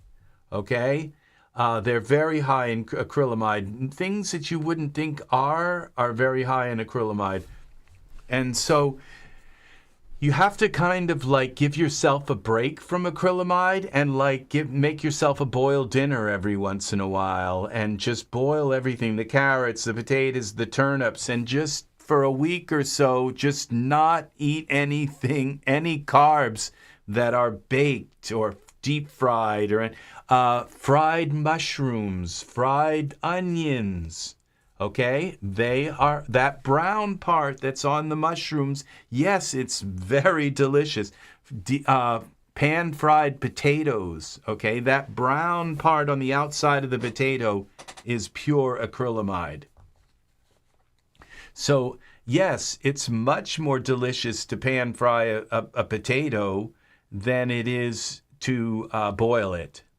But when you boil it, all you're getting from that potato is pure nourishment. When you fry the potato, you are getting a huge dose of acrylamide. And in butter, well, the butter is not the problem. Okay, what's really the problem, okay, is because the salt in the butter is going to make that, it's going to brown that even more. It's going to intensify the heat and the browning process. So, yeah, it's okay to eat acrylamide, but it's better to like give yourself a break and let your body kind of rebound from like, from baked things. Toast in the morning. If you, because your bread is already baked. Yeah. Detox from acrylamide. And like your bread is already baked. So if you're going to toast it, then you're baking it again and you're really dosing that bread with acrylamide. And so it's just better to eat your bread untoasted. And that's how I, like in the morning, the only time I toast my bread is because I'll take and buy a couple of loaves and I'll put one in the freezer. And if I want to have an egg in the morning, I will, and that loaf is still frozen, I'll take the bread out and toast it a little bit. But I usually take the bread out like the night before and put it in the fridge and let it defrost so that I can just put the egg right on top of the toast and not have to toast it on top of the bread and not have to toast it. And it's just as delicious that way, and it gives my body a break from the acrylamide. So, all right. So I just thought, and coffee has acrylamide, and when you roast that coffee, that's that aroma that's coming off of the beans. You want to stay away from that, okay? You're breathing that in, and that is pure cancer, okay? There are levels that scientists use to say how carcinogenic something is. And acrylamide is like at the top of the list. It's not up there with like plutonium or something like that, but it's way up there, okay? And when the Swiss discovered acrylamide and they just like said, oh my God, And because they found out it was like in potato chips, and probably the potato chip companies, they all knew this. They probably knew it. They just didn't say anything. And it was like overnight, the Swiss scientists were saying, we need to ban potato chips. We need to ban pretzels. We need to ban all of this, all of these baked carbs. And the whole world just said, what? And they basically just ignored them and just kept going on the way things were. And your McDonald's, French fries, there's a huge dose of acrylamide. That's the way it is. So, yeah. So this is working, okay? So Victoria just came in here now. I turned on her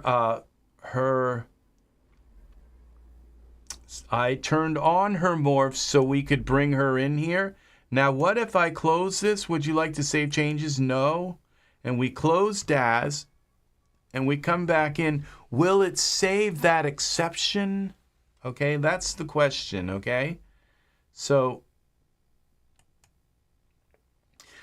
the thing is that I want to get like these things, this right now, these turbo loaders. I especially want to get the turbo loaders for Genesis 3 and for Genesis 2 and just turn all those off. This is it's $25 for that. And so what, and $23 for Genesis 3 turbo loader. All right. And I've got them in my cart. And is it like a hint to Daz to say, like, how about tomorrow if you you give us even with my 6 tokens applied, it's only brought it down to $17. So that's like a hint. Like, how about if you put these 2 turbo loader things on sale tomorrow? All right. So but if I have them on here, then when I go into here, we're going to open this back up. I can then select the Genesis 3 and Genesis 2 and just turn off all. I have Genesis 8 female, Genesis 8 male. I'll have Genesis 3 male and female. Genesis 2, and I don't know, I think maybe Genesis 2 was actually already male and they were like unisex. I'm not sure, but I will have those. And so like with this Genesis 8 male, when I open this up, because I already did the scan, okay?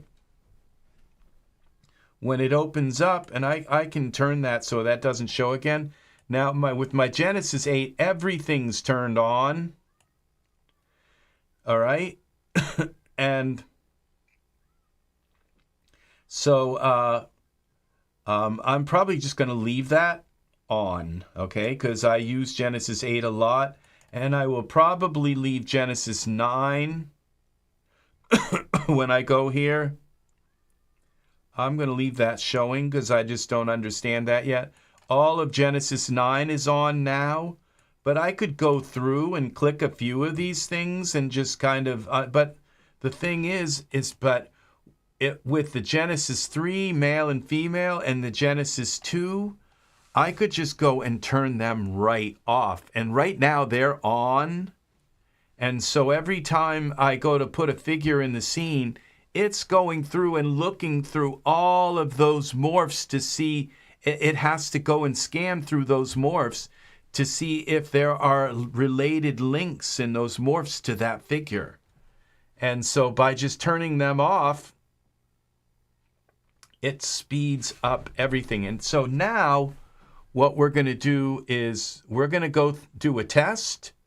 Okay, we're going to go to the Genesis 8 male. Excuse me.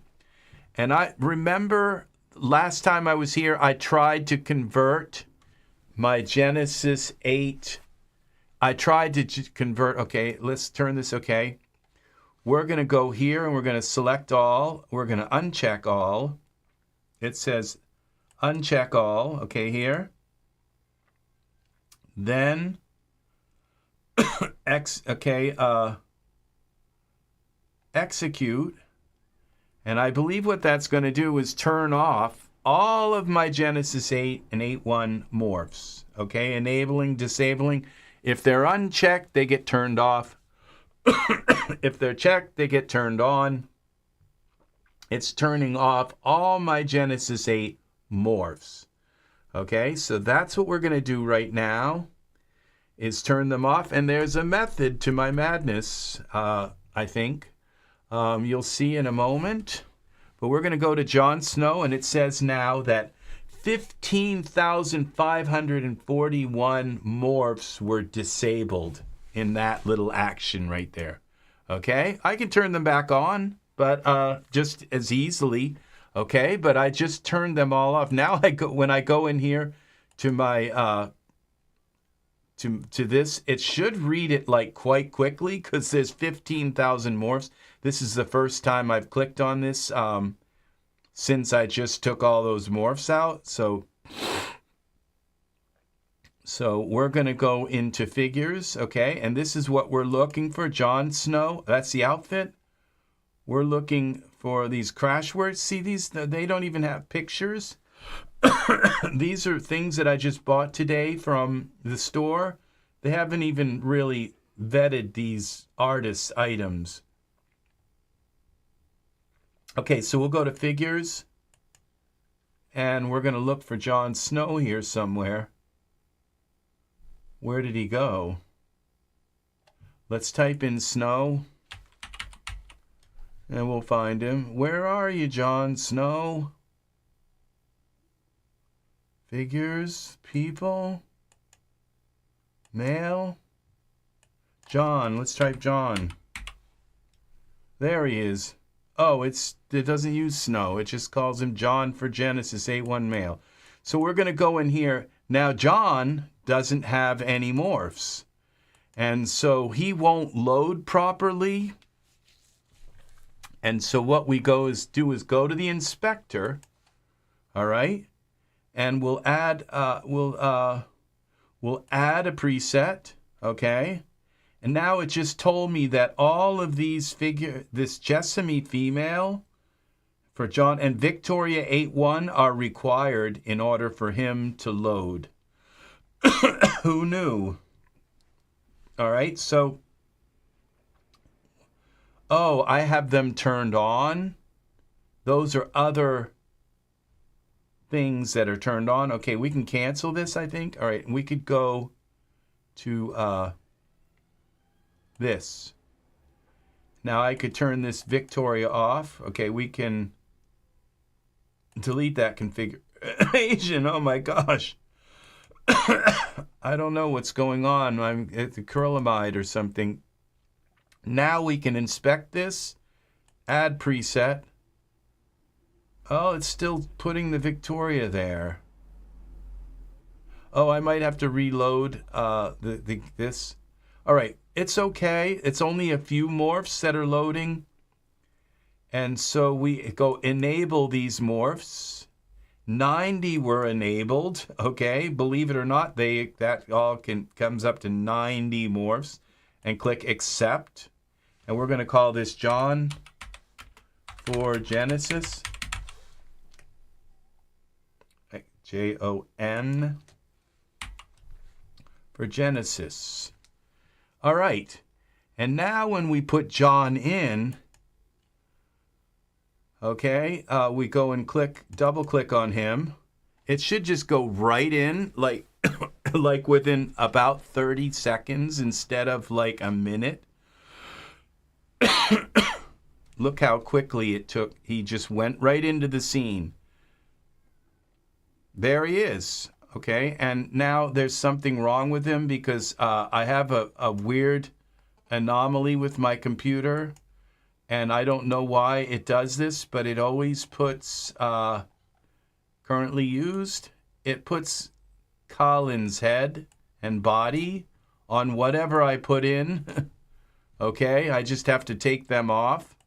Now, if you look at John, all right, yeah, this is a bunch of Still, there's a bunch of morphs with him that came because they all are part of the whole. They're either part of the Genesis Essentials. The smoke from my coffee beans bothering you there, Rex. I thought I heard coughing. Yeah, I don't know what it is. It could be psychosomatic here. So these are all the Genesis Essential morphs. But if you're aware that usually there's like a lot more. So now what I'm able to do is go into my favorites and go to this character converter. And now I can do a custom convert. I can convert custom character from Genesis 8 male to Genesis 9. Oh, and I have to put the Genesis 9 figure in here. No, actually what I can do now is just delete John. And I can come here and select that and go to content and go to favorites, character converter, 8 male to Genesis 9. Click on that. And it should be selected here.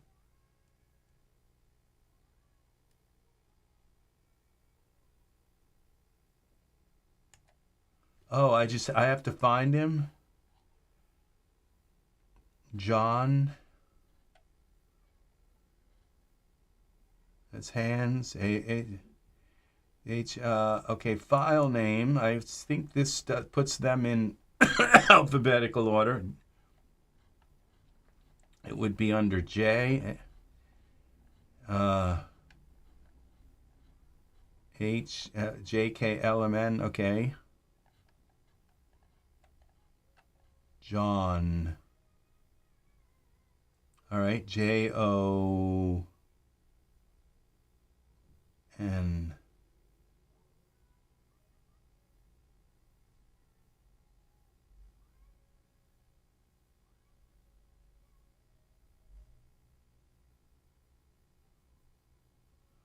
Okay, it's something else. They've got something else in front of his name.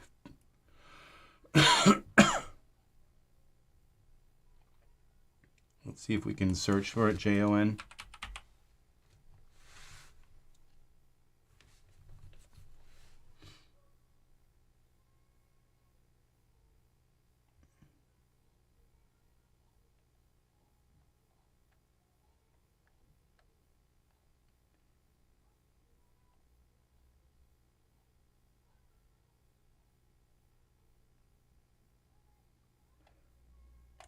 Won't let me do anything. Okay.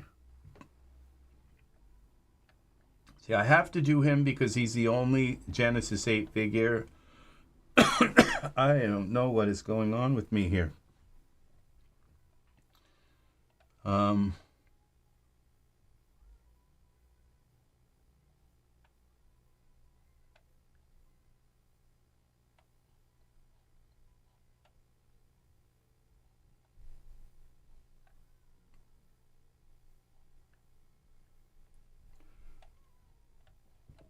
Tree Giant.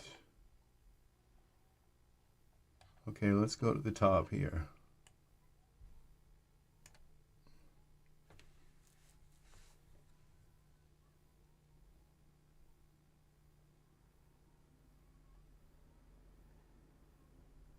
All right, alternative shapes.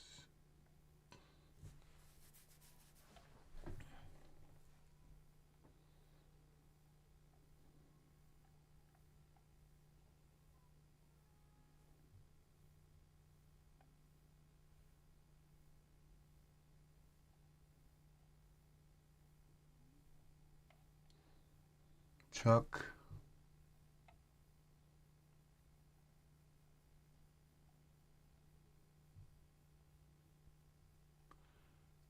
Demos.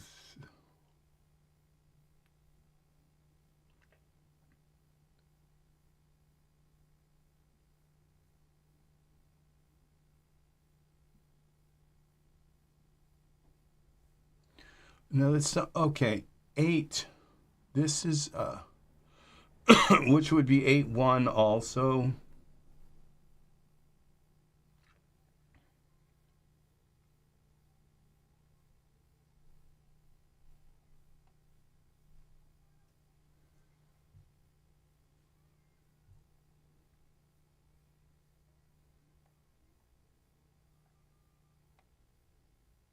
male, Genesis 8 male, basic.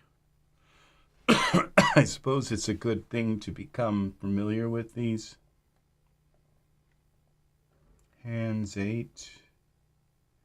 I don't know why those got selected.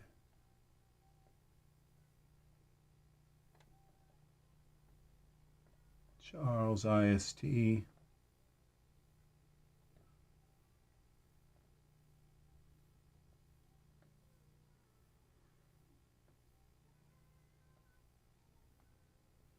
I wonder what this Jolness, J-O-L, Jolness, it's not John though, Jonathan, Jones, George,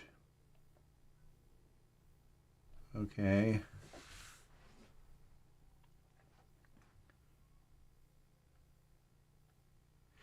See, what I'm trying to do here is show you the path to how you convert your characters successfully and easily from Genesis 8 to Genesis 9, because if you leave all of these morphs on, it can take up to 2 hours, 3 hours, and you may not even still get a conversion. But if you turn all the morphs on and you only have the morphs on for that character, you can easily, within like 5-10 minutes, convert that character to Genesis 9. And that's what we're going to do here, is we're going to find this. If I have to switch to a different character, then we'll do that. Cyber, HD, okay. Kyle.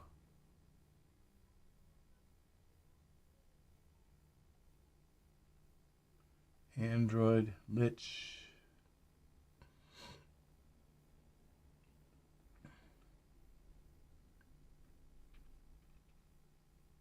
Marcus.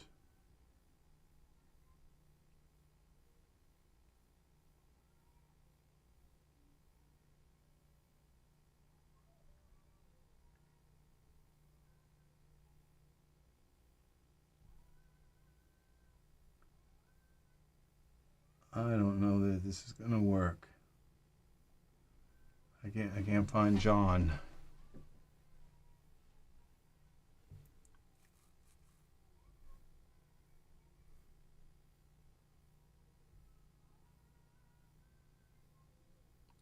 Oh, I know where I can do it. What I can do, he is right here. We can add him. Okay, because, all right, I know what happened. Is that I have to rescan this. Okay, so, but I can go to add files. And I can go to Genesis 8 people, Genesis 8 male. And this would be characters John.duff.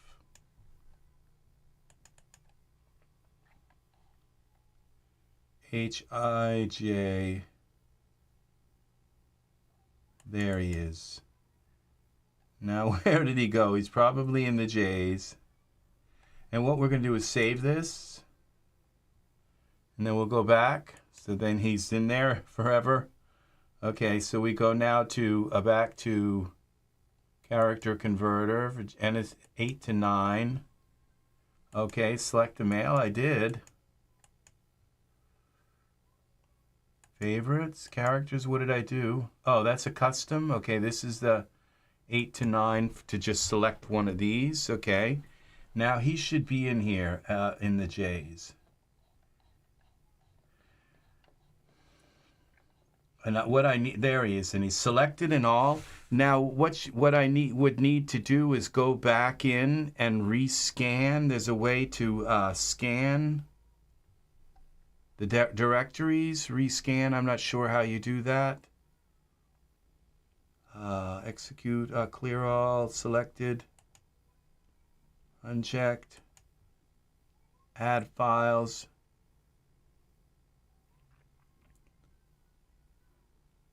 Or I could go here to add files and just select all of these, I think, maybe come down through here.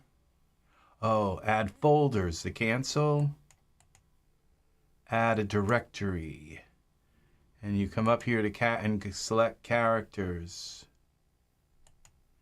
And you select that, and look at that. It's re-scanning and adding all the new characters that I've purchased.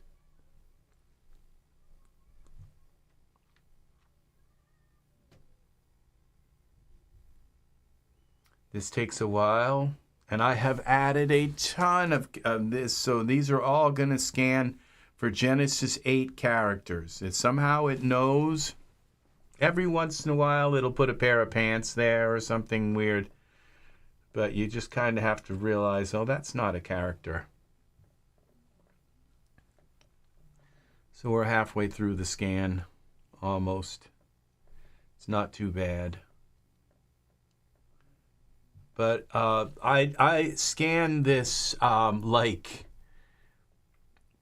5 months ago, so there's like a lot of new characters in here that I haven't converted to Genesis 9. And that's the thing, is I don't want to spend an hour converting these characters to Genesis 9 just so their morphs will show up. So that's the thing. So we might as well just get them all in here, and then what I can do is like check none and then find John in the list again. Okay, check none. Now let's go down to John and find him. John, there he is. Okay, check that. And Cherry, welcome. We are working. You want to watch this video, okay, because it's a little in depth, but it's very, very, very insightful and very important to what we're working with is Turbo Loader, okay? That's a product from the Daz store. We go back here. And what you want to do is buy all of the Turbo Loader products. And then you also want this turbo content, but that's unrelated. We're talking about two things today. One is turbo content, and the other is Turbo Loader. And Turbo Loader has one for Genesis. It has one for Genesis and Genesis 2. It has one for Genesis 3 and Genesis 8 and 8.1. And that would be male and female for all of these. And then Turbo Loader. And you need all of them. And right now they're like 20, they're not on sale. But then they're like $23. But you can get them at times down to like $6 each, depending on. There's only 2 that I don't own right now, and I've got them in my cart, but I won't buy them at $25. They have to go down. They're worth it, but they have to go down. I need the Genesis 3.1 and the Genesis and Genesis 2.1. What it does is it allows you to turn off all, like in just one click, you can turn off all of your Genesis 2, your Genesis 3, and your Genesis morphs. You could turn off, if you're only working with Genesis 9, you can turn off all your Genesis 8 and 8.1 morphs. And then when you go to put a figure in the scene, it goes in just instantly. But that's not the only caveat of this, or the only advantage of doing this is that they go in quick. But it's also that, like, when you go to look at your content, it doesn't take forever to navigate through your content. It takes, and every time you and right now, and another advantage of it, there's a lot of different subtle advantages, and they all kind of go around a wide gamut of usages. And so right now what we're going to do is, now I have John selected, and it says convert selected and checked item, okay? So I have John selected and checked. And so now we're going to convert him, and we're going to put the output directory into Genesis 8 and 9 characters. Now I'm going to say convert the item. Now, the last time I tried to convert him was a couple of days ago. And remember, it took 3 hours. And at the end, I just closed down DAS. I did a Control Alternate Delete and closed down DAS and just said, forget it. 3 hours. Now, when you turn off all of those morphs, I turned off all of the 8.1 morphs. So there are no 8.1. The only morphs that are on are the ones necessary for his character. And so it doesn't have to deal with all these other morphs and stuff. It pops up with this restore thing here. I don't know what that's all about, but I just always say restore because it seems to. But the only morphs that are now involved with him are the ones. And I'll go back. I'm going to go back over and show all of this stuff.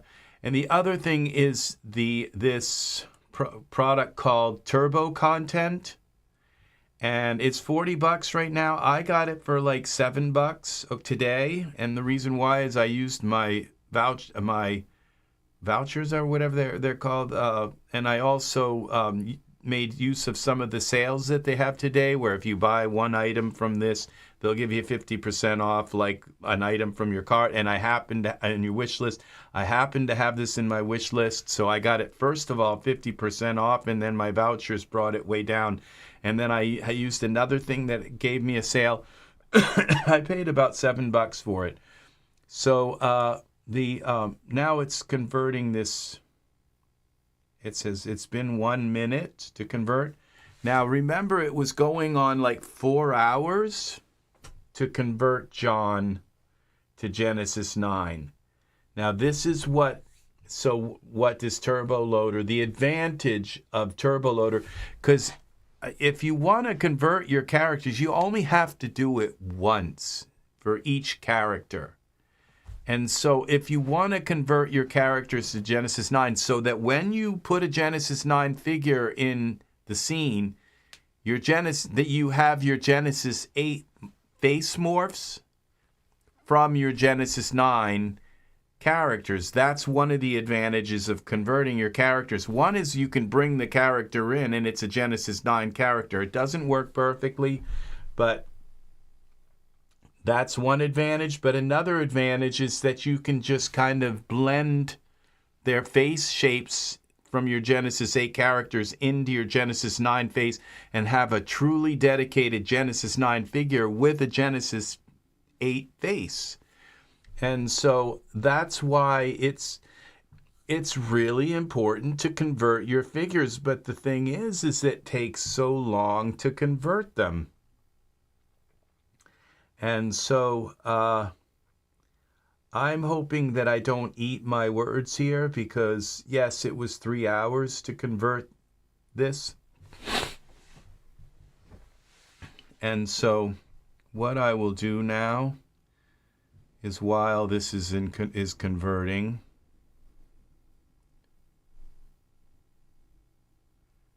now John, I know a little bit about how this does this. It has to convert his eyelashes. It has to convert his eyes. It has to convert his eyebrows. It has to, and I believe this also comes with the beard. So I think when you bring him in, the beard comes with him. So I believe it's got to convert that as well.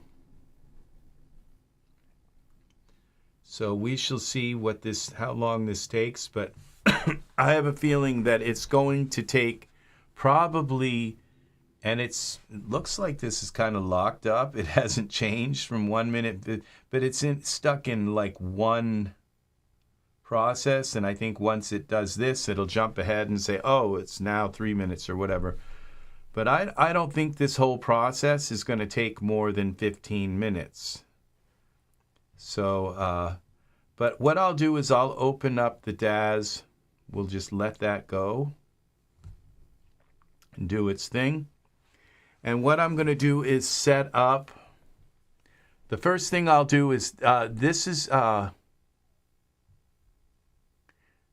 update my CPU if I want to try that. Well, here, now I'm going to show you, this is the you wouldn't have to update your CPU for this. Now, this is called Turbo Content. This is $40, and like I said, I got it today for about $7. And all it does to DAS, what was that all about? I hope that looked like a crash. Yeah, DAS crashed. Okay, so we're going to close that. It seems as though maybe it's because I already converted John to some degree. For some reason, John does not want to convert properly, even when we take and turn off all of the morphs and all. So what I'm going to do is come in here. Now we'll go back to this. Oh, and okay. Oh, that we're looking at the, okay. Now, if I go to the Genesis 9 here and load all this, I can turn off all. Now, this is what's really cool. See, these are all the Genesis 9. I can say check all, uncheck all, and then go execute. And it's now, this is how long it takes to turn off all of my Genesis 9 morphs. So I'm going to turn them all off just in case they're kind of messing with John. And that just turned off 8,289. See, the thing is, and Cherry, is this could actually make your CPU work better, because you don't have if you're working in a scene and you've got like 6,000 Genesis and Genesis 3 morphs all resident in your RAM, trying to fighting while you're trying to work on your scene. But if you can go right in here and just temporarily turn off. Now, I just turned off all the morphs. Now, when I go back in here, okay, you'll see that they're all off, and it just turned off all these morphs. Now, I could go and say check all and say execute and just turn them all back on. Okay, but when you turn them off, then when you go searching and you go putting figures in the scene, it doesn't have to look through 6,000 morphs before it can put now it just enabled 8,000 morphs.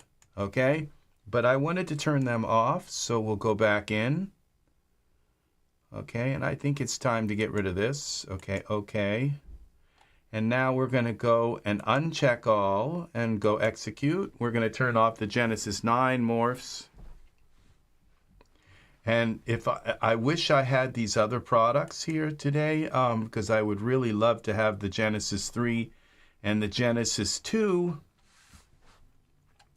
because I would keep them off like almost like all the time. I never use Genesis 2 and 3 figures, okay? I just don't.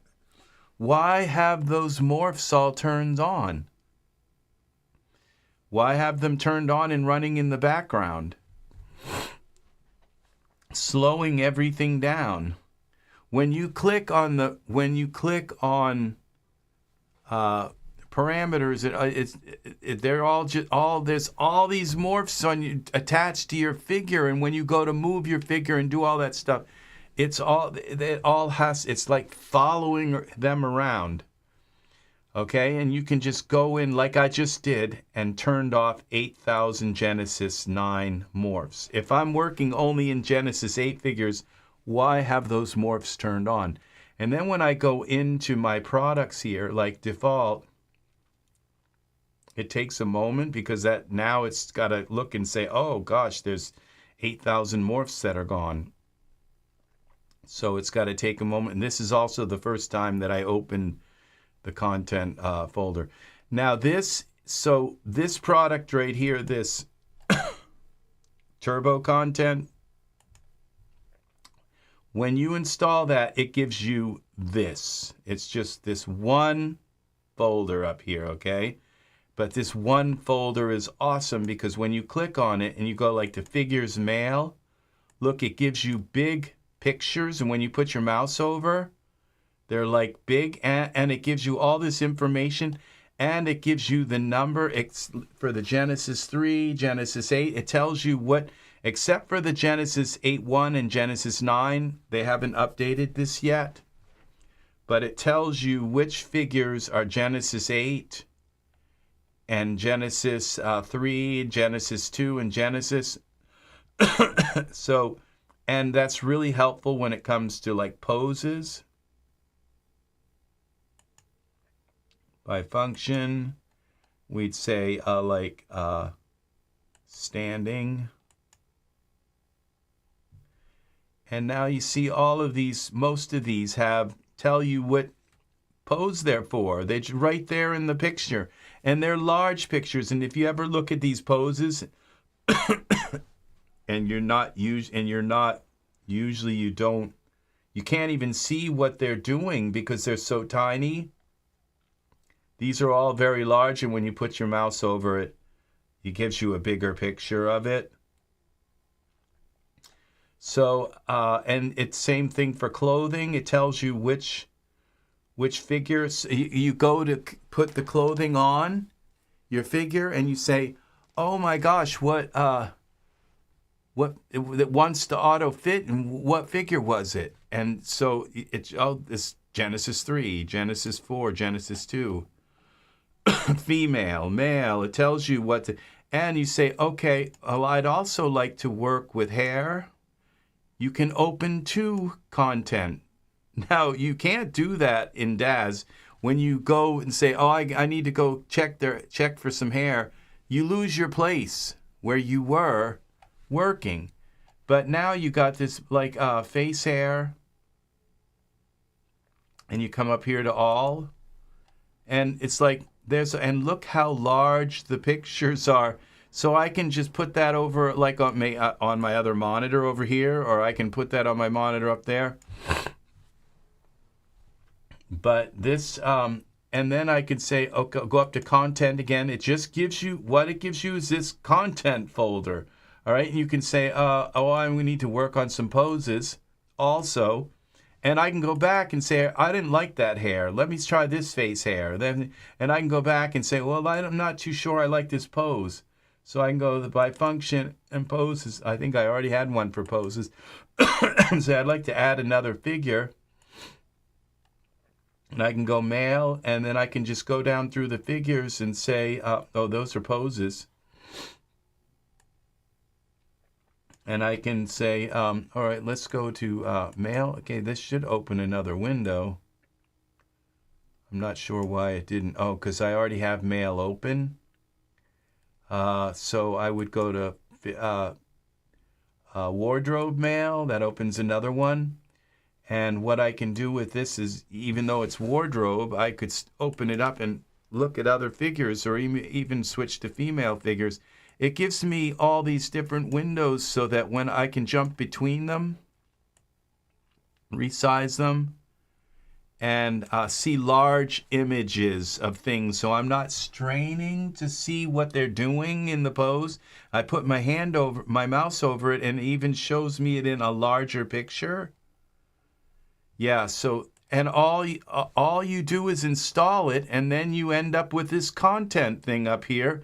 And it's that simple. It's just really easy to just go in and say, if I need hair, I'd rather look for it through here than, and also it's smart content. So it's smart, where you go here to Genesis, follow since filter by context, okay?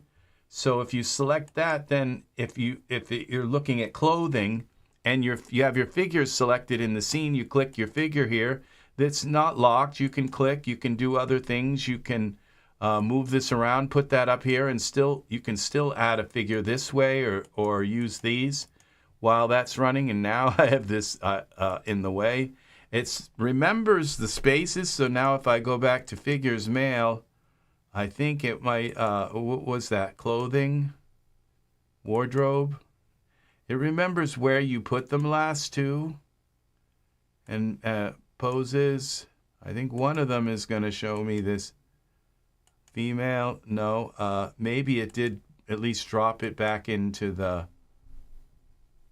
hair. Yeah, no, see, it remembered that, and I have to try to guess where the top of that is unless I go and look on my monitor. I have to turn on the HDMI 2. Okay. And now I can grab that and bring it back down. But it remembers the place, you use them in, so you can have them in little areas, maybe divide them up on a monitor, like up on a second monitor, like I put them up on, I could have hair, clothing, pose, and then just basically jump between them on the other monitor and click on things. And I don't have them constantly changing places and positions, like,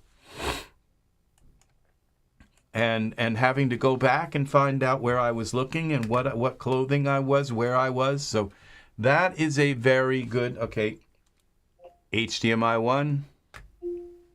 Okay. So that is indeed a very good thing. And so this is called, it's made by Man Friday. It's a turbo content. It's old, but it works like a charm. And you want to wait until you get it on sale. And, I think it's so valuable that if it was, if it was $14, I'd pay it. Okay? Because it's just always going to sit up there in this content folder, and and it's just all of a sudden you might find yourself using this a lot more because you can see what the heck you're doing. We just go here to all, and you just can see. You can see these things. You can make it large, and you can see the products that you own for once. It's just so much better for browsing your content, and it doesn't change your library or this. But look at what we're looking at, these little teeny pictures, and I can go here to this content, open this figures, and I can go down into let's see, that would be scripts. Scripts, utilities, and no, that would be, no, it would be utilities, all, no filters, and down in here we just have all kinds of utilities that, and they're large enough to actually see what they are and see all these utilities. This would be in the all no filter. It's just a way of looking at stuff so that you don't have to look at it tiny like this. And see a lot of stuff in your utilities. There's just a ton of utility. Look at all these. Base your character, just a ton of things. Foot poses, just things I didn't even know I had. Look at these head show. Look at this.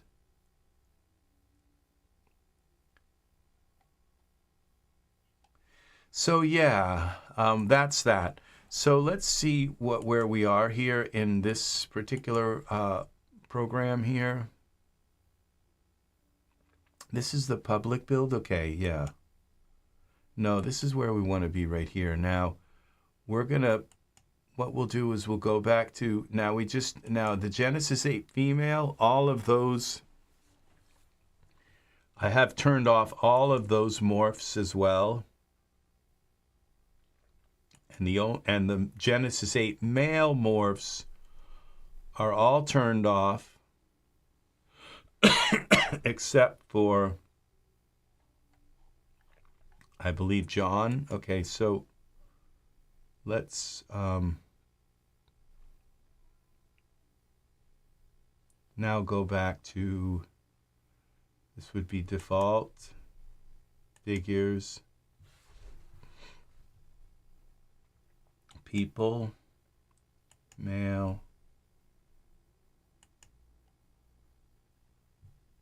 and now this Caesar 9, he's new today. I just got him today, so let's put him in the scene.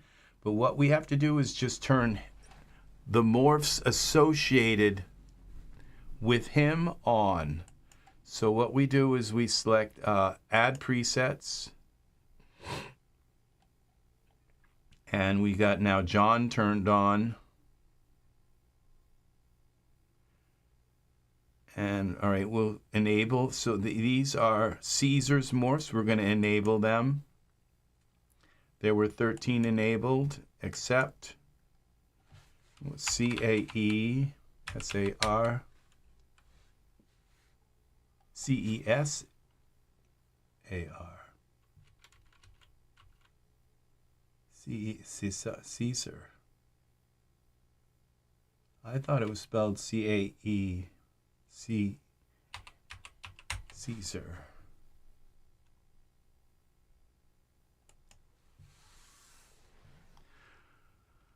All right. Now we can add him because his morphs are on. If his morphs weren't turned on, then it would complain and said we can't find his morphs. But because I just did that inspection thing, it put his morphs there. Oh, we don't even need to add him to the scene, because we're just going to convert him right there in his, from there to Genesis 9. So we'll delete him once he comes. See how quickly he came in? Just because there aren't all those other morphs and everything. They come right into the scene like in about 20 to 30 seconds. So we delete Caesar and we come up here now to favorites and character converter. Convert Genesis 8 to 9. 8 male to Genesis 9. So he is FN DEF N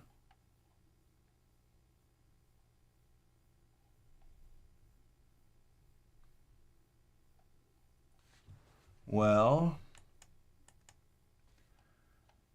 see the L FN, where's FN? He's probably under C instead of F, but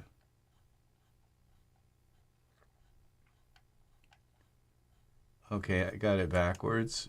All right.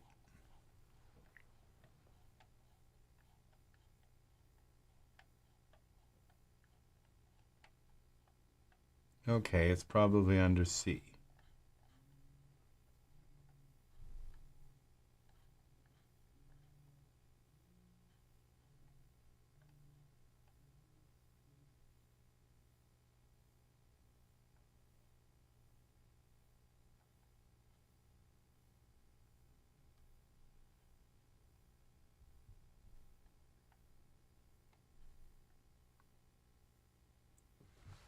Okay, well, we're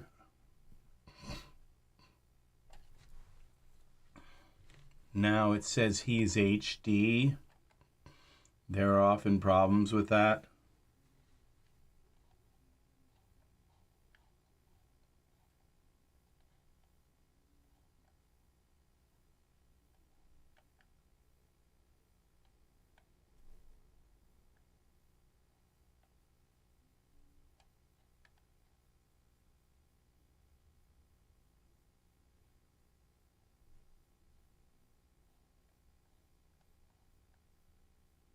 Okay, we're going to uncheck John.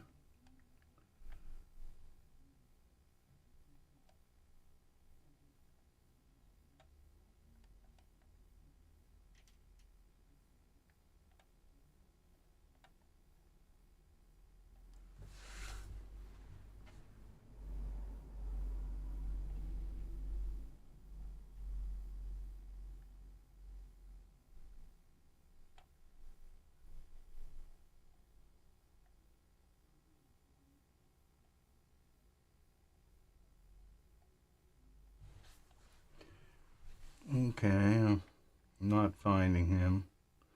Strange, so...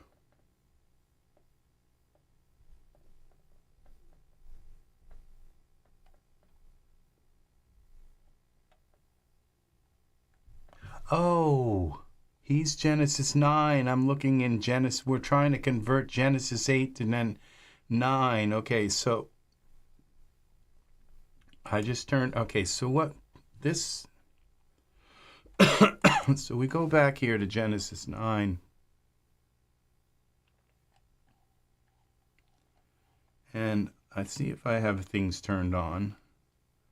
Now it's saying no, cancel. Got to open this up. We have John. All right, so we're going to delete that configuration for him.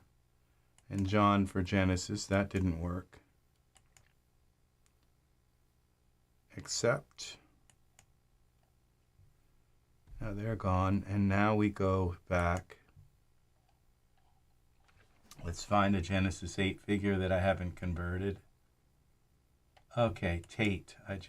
He's new. So we'll bring him. Tate for Fred.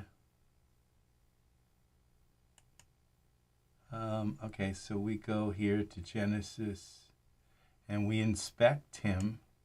All right. Add preset. Oh, in order to get rid of these, I have to restart this. Cancel. Remember Tate. Okay.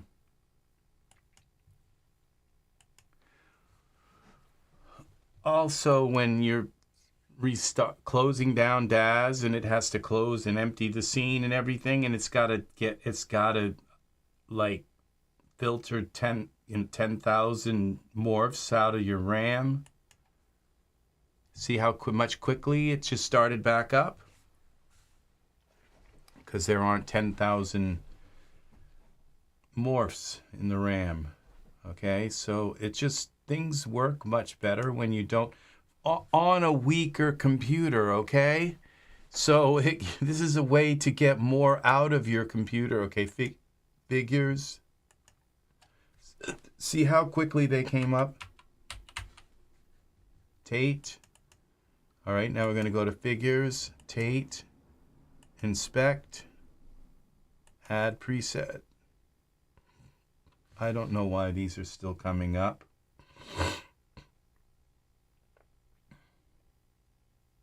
All right, what I'm going to do is turn these off.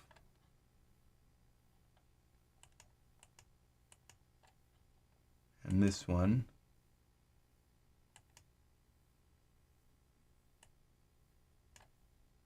Accept. We'll call this Tate. Accept. Maybe it has to have, okay, now we open this up again. We have this Tate.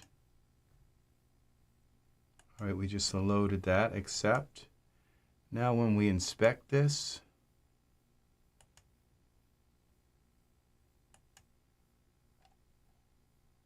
okay.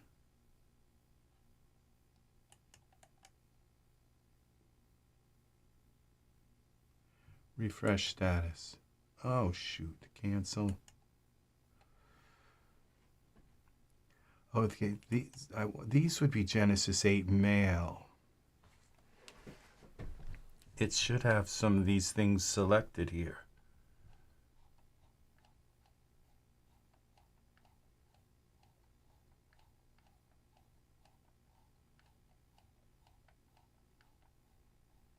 No.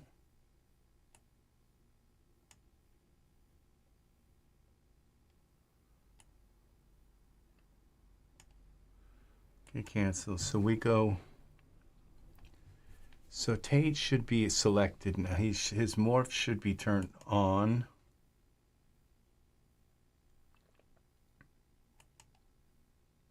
Let's try. Oh, okay. That's how we get everything. Because the other one was just adding them in. This is just a new one. Okay, accept. Accept. Tate. overwrite it. Now let's go up to favorites, character converter, 8 to 9.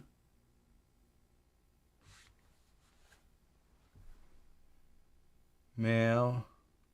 Oh, I collected the wrong one. Select character converter, this one. All right. And we should find Tate in here.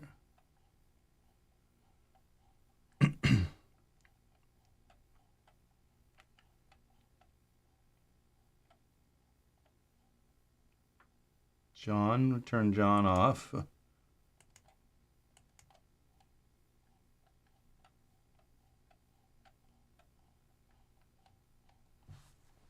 QRST.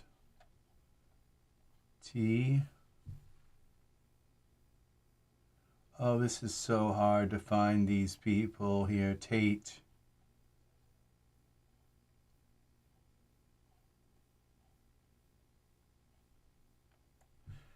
Add files. Let's go to character Tate.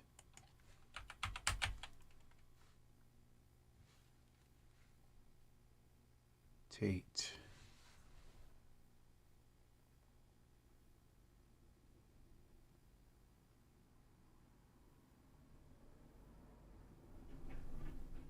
Materials Tate.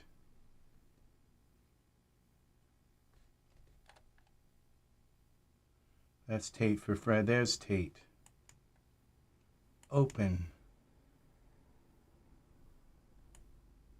There. Now we can go, we'll select Tate. It says convert checked and selected items.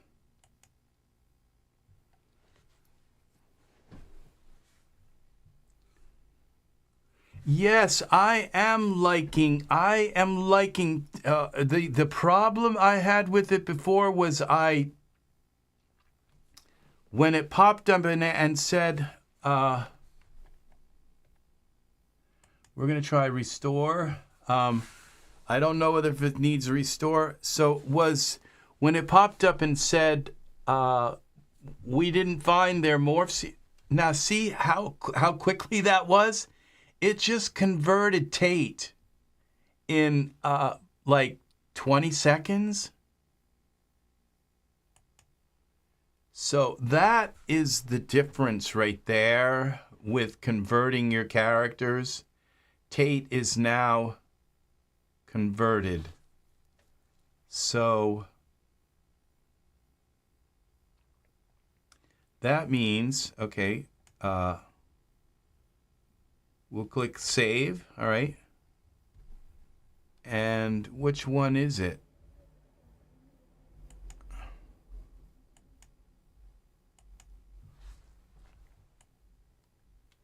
Well, the Genesis 9 character. Okay, there's a problem with Tate. I have a problem with Turbo Loader because what it does is okay, that's Tate. Oh my gosh, this doesn't look right. Okay, X translate. Okay, that's just the dev load. Now it always mixes one of my characters with this Kalen.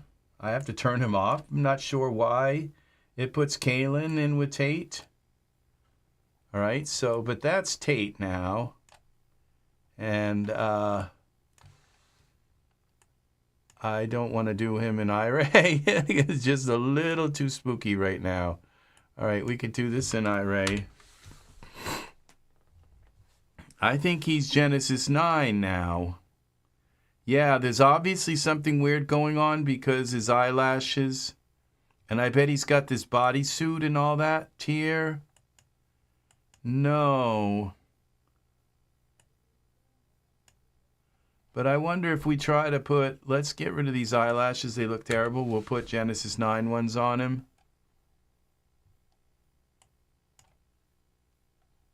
Let's see if we can. Now, we'll put Tate. Let's go to, was it scripts? Genesis 9. I've got some eyelashes here.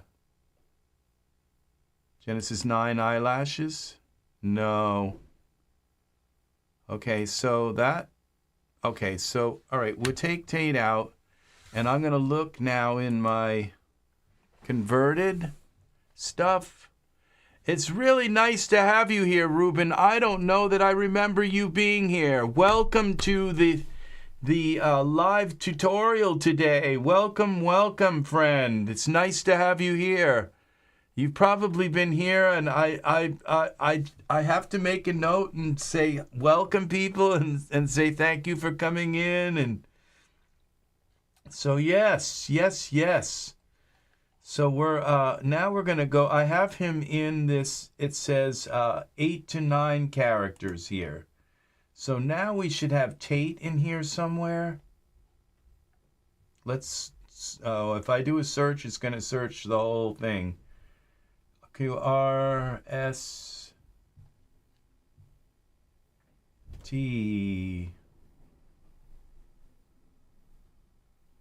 It's not going to be that easy to find him.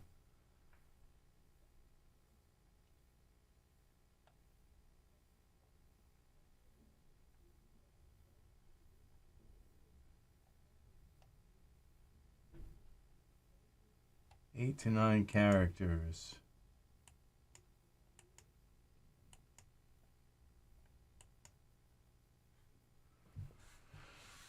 Okay, well, we have...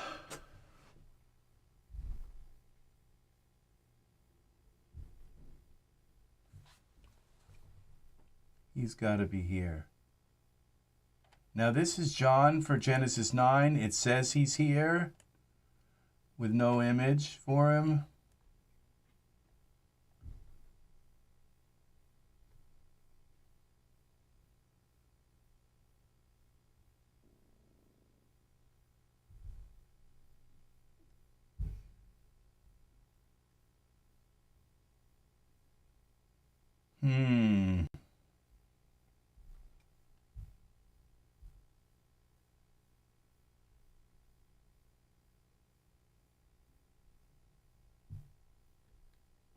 Let's do a search in the folder.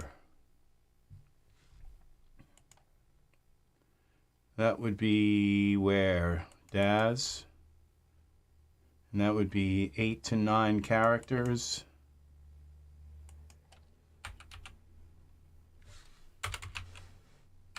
Tate.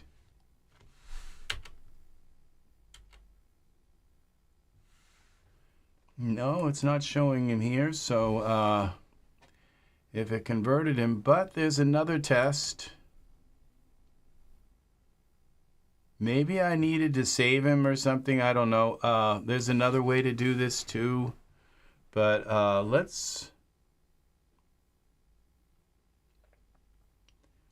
what we can do is put a Genesis 9 dev figure in script.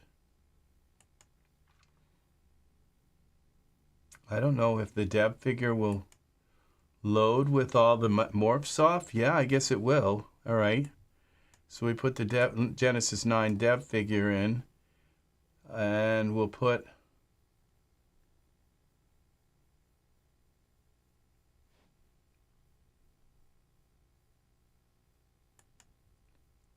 we have this we can put the Genesis 8 1 material suit on Genesis 9. Then we can put Tate's and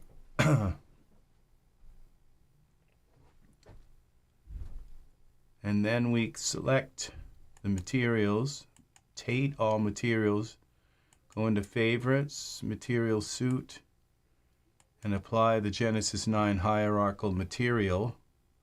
There's Tate's skin. And now if we go here to parameters, Genesis 9, there should only be like Tate here because all the other things are turned off. There's Tate, yeah. It'd be in here. Tie. No, I don't know that converted. Let's see, Tate.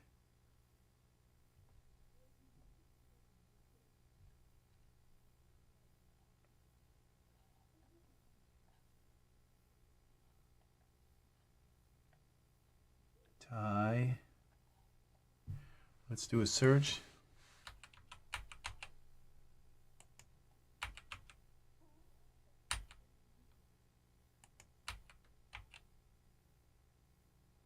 No, so it didn't convert. I did something wrong maybe at the last minute. Let's go back to Tate.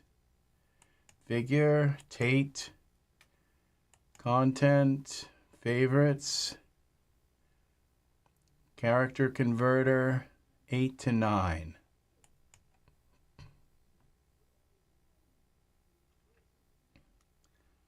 The script clears the scene and all changes will be lost.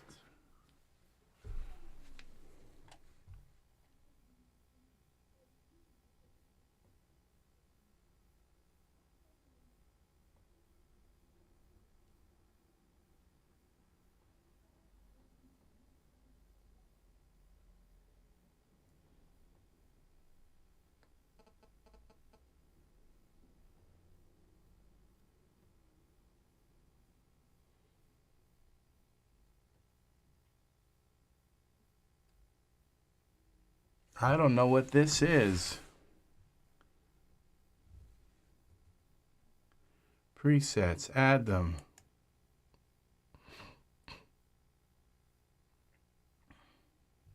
Cancel. All right, let's try this again. Content. I don't know what to do there. Character converter.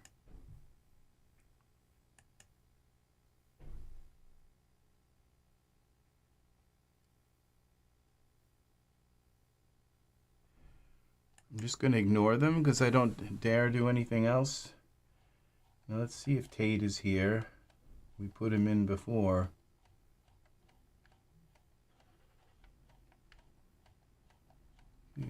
OPQRS.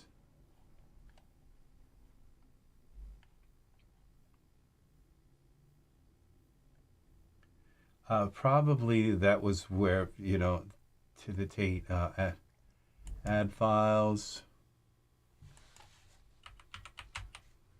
Tate,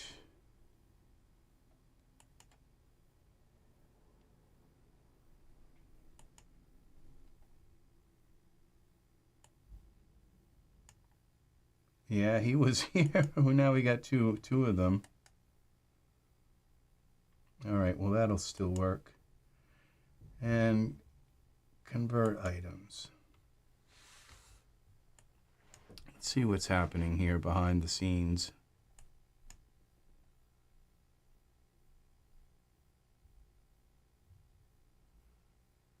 All right.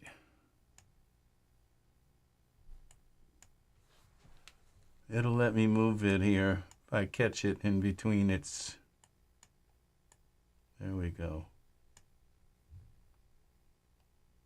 I shouldn't have this in. Well, that's a mess. Well, we're going to restore. I guess that's what they want me to do. Okay, now what we have is... I'd like to figure out why I always have this figure execution complete in 50 seconds. Not even a minute.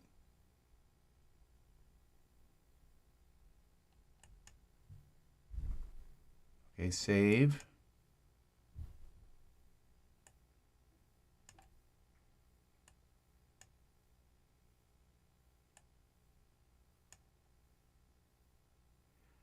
See, this is weird because this is not a Genesis 9. It looks like it put Genesis, it converted the skin.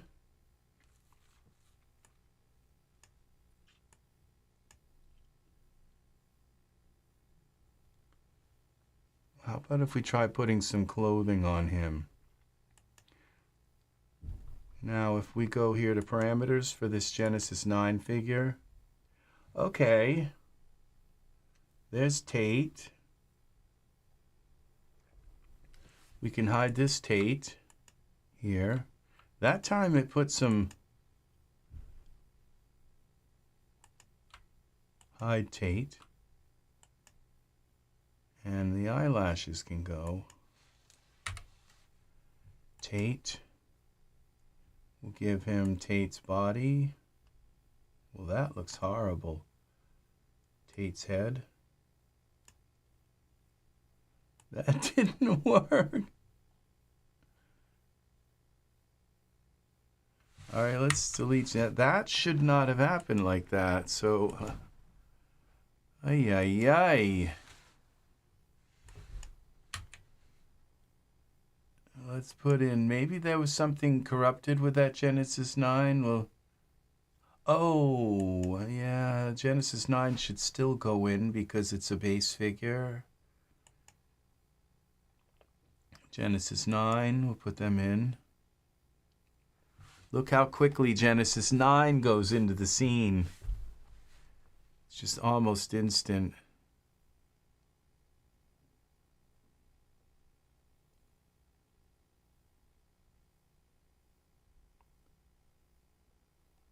Yep, done. Now we can go and see if we have some of these Tate morphs.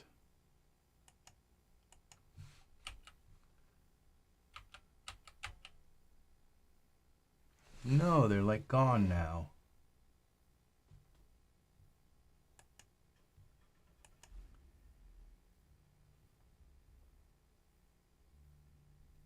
Oh, this, maybe they're under a different.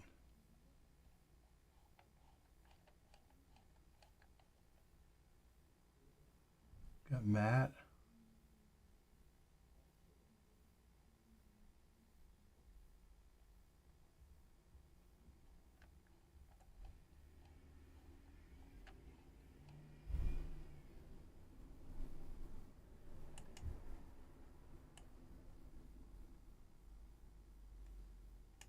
Why don't these work on the head? They're working, oh, that worked a little bit.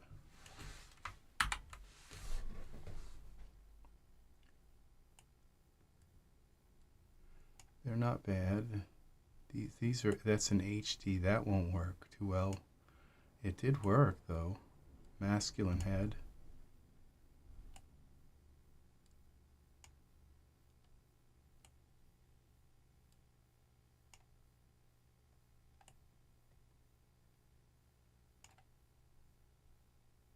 Feminine head.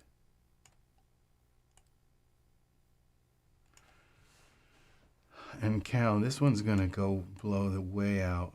Yeah, see that one, I don't know why.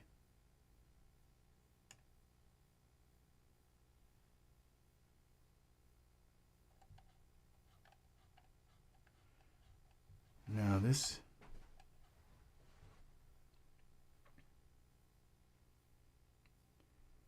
I think what I can do is edit this. Right click, edit mode. I'm going to try and delete this.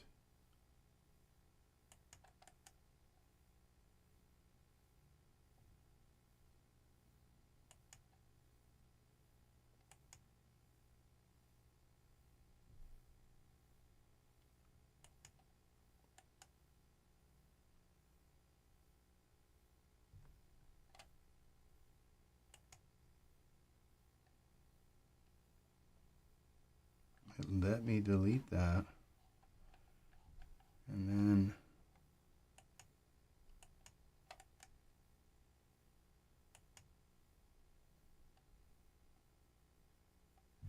it's like that just doesn't really kind of belong in this. You see how it was red and all? And this one, this Caesar head. Oh, remember I tried to, yeah, there's Caesar's head. Oh, that was weird. I tried to convert Caesar and Caesar was already. Well, I don't want to delete that. Okay.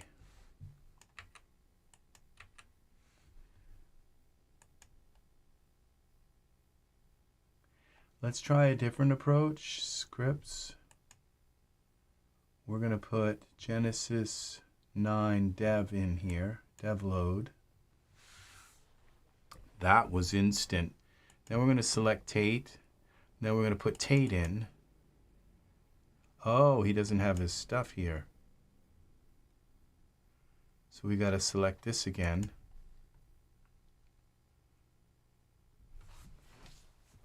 We're going to have to delete Tate. He's going to pop up with something more.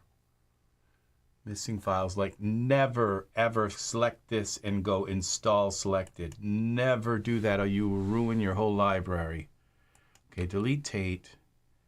Now we go here and we do this first. Inspect and new from presets.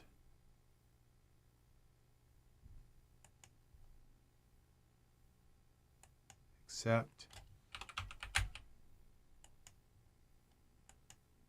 Copy over that. Now let's put Tate in the scene. Oh, it shouldn't need anything. Skip.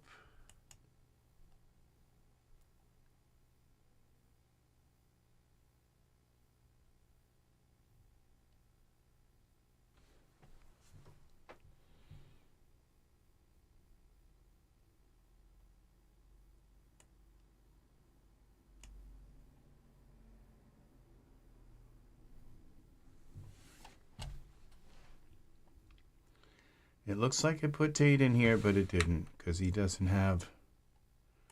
What did I do wrong now? He's an 8-1 figure.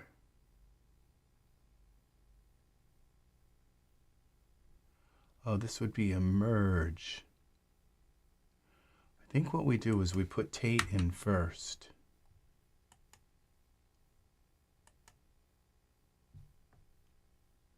What we do is we ignore... Cancel. We go here to this. We delete Tate.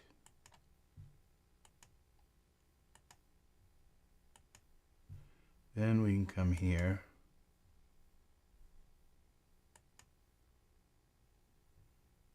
Enable morphs. That was 3 enabled. Then accept. Then call it Tate.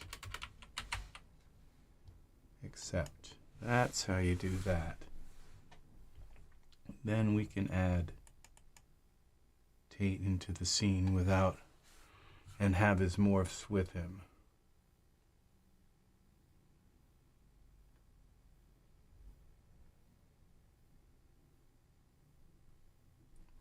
So literally every morph is turned on. Now see, we still have this. Now we go to parameters. I wonder if I can delete this, go to currently used. We're going to try to delete these.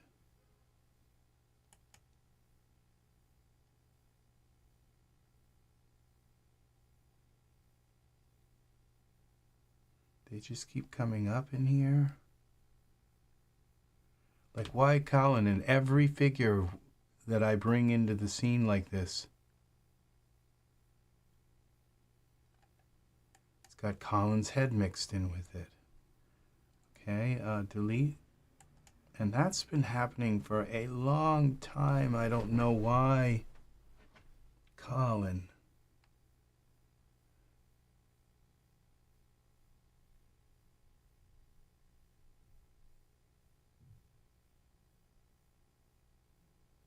Come on.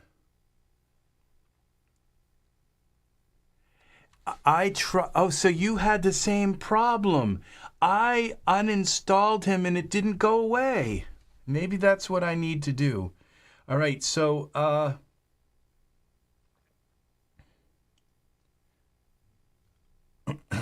and there's a weird thing with his beard. I think it will snap in place eventually, but there's some kind of, or eyelashes. The eyelashes. Where are the eyelashes? We'll get rid. Okay, the eyelashes are gone. It's complicated. Yeah. And you know, I don't think Riversoft has addressed this. I think that's like everybody has that problem, and it's like, and it can't. There's no fix. And why? Because it's been that way for a long time, and they've updated these, they've done updates for them. It's still not been fixed. Okay, so we've got now Tate in here. And now let's go and insert our Genesis 9 dev load.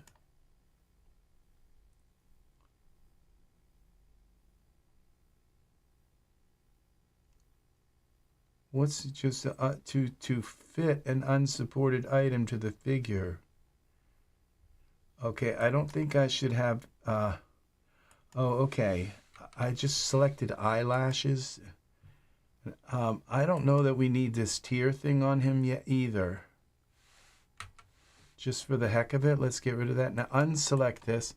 Now we go to scripts, Genesis 9, Devload. I must have selected the eyelashes, Devload. There we go. That was fast.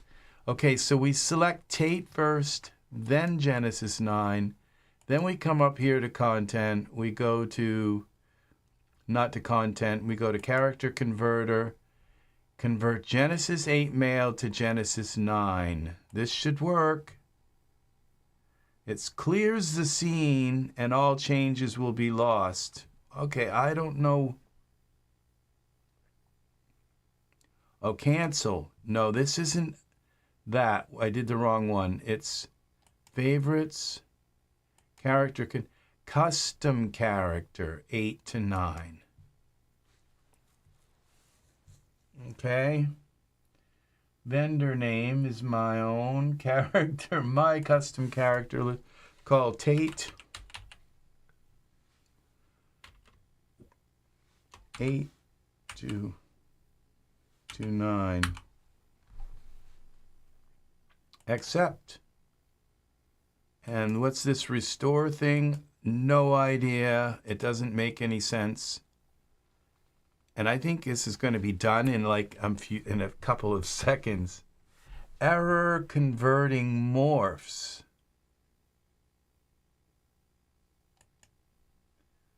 So, yeah. But now it says we, okay, all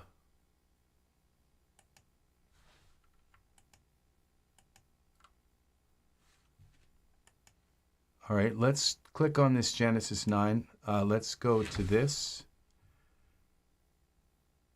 Let's take the Genesis 9 dev out. And let's go, okay, because I have all of my, all right, let's go to scripts.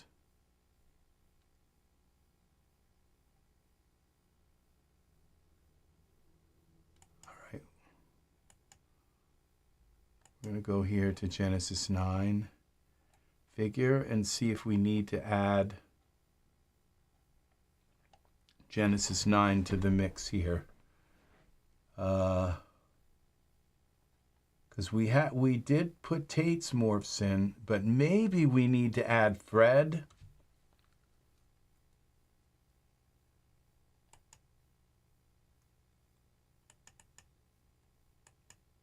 I think I put this Tate in, not that one.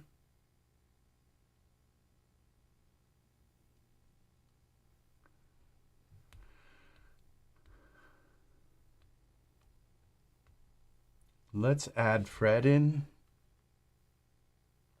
Oh, it's maybe because I deleted those other, the other morphs that just, yeah, that had to be included in this whole thing.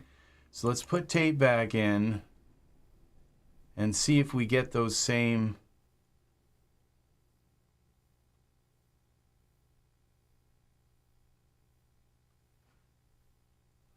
Now, I wonder if there's...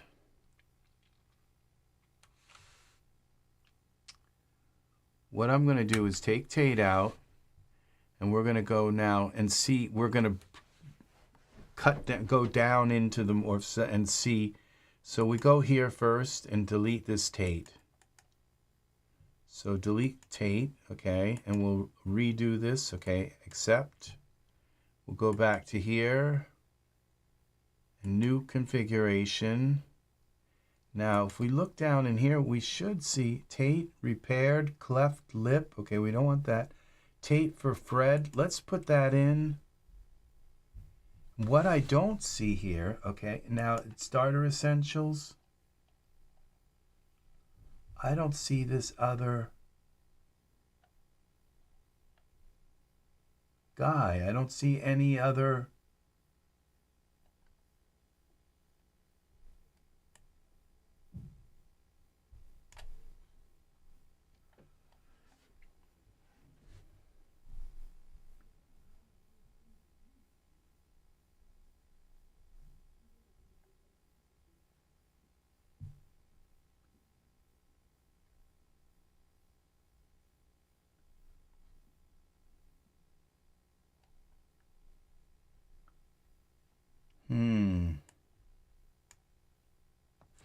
You know, I bet Riversoft, I believe, has like mostly females on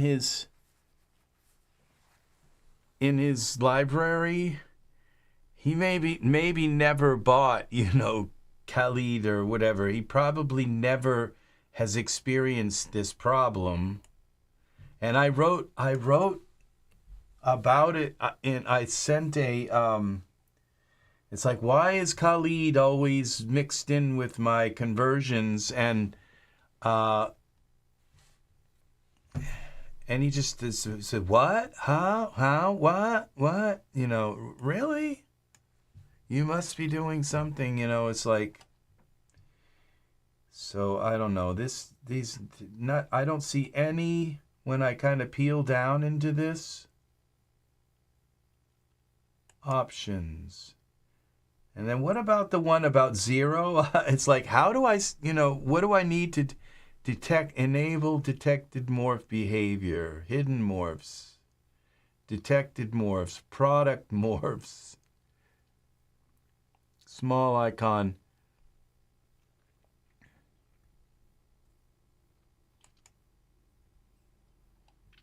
Okay, so we're going to just enable the morphs. We'll enable Fred also.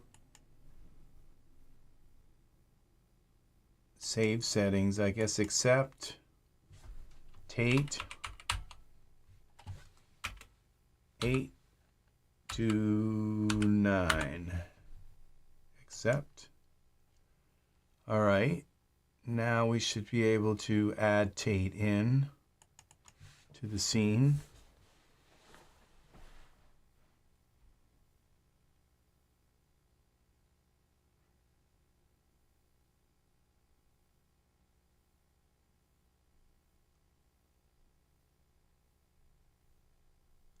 Yeah, and guess who's back? I'm just going to leave that because maybe I can dial it out. Just going to leave it. Okay, we're going to go scripts. And now we're going to go back here and we're going to add Genesis 9 dev into this category. Just to make sure that there aren't any dev things missing. So that would be figures 9. Uncheck this. Where's the blue dev? 9 starter essentials. I think that's it. Figures. Yeah, the dev. So we select the dev load. And we go here, add presets, no morphs were detected, say okay, enable morphs, 0 enabled, okay, accept, Tate, accept, it's going to say the same, all right. Now we add this dev. We select Tate, select Genesis 9, favorites, character converter, custom character 8 to 9, new character name, it remembered the name, iDialog, overwrite existing morphs,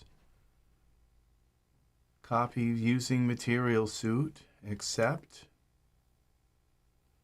Restore.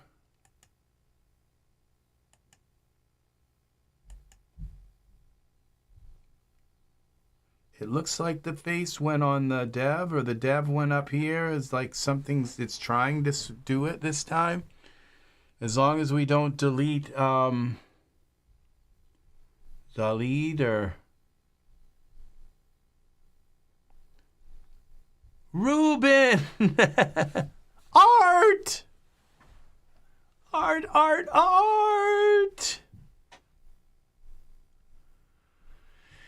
Yeah, we are. It's an awesome day. Awesome day to have smart Daz people in here. All of you smart people. Very nice. 9 likes. Thank you for the likes, people. It's still converting. This time it didn't complain about morphs. So maybe I can't delete Khalid.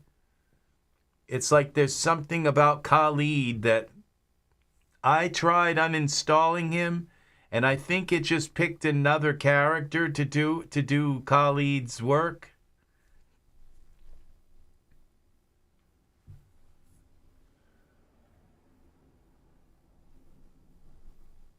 Yeah, I went into the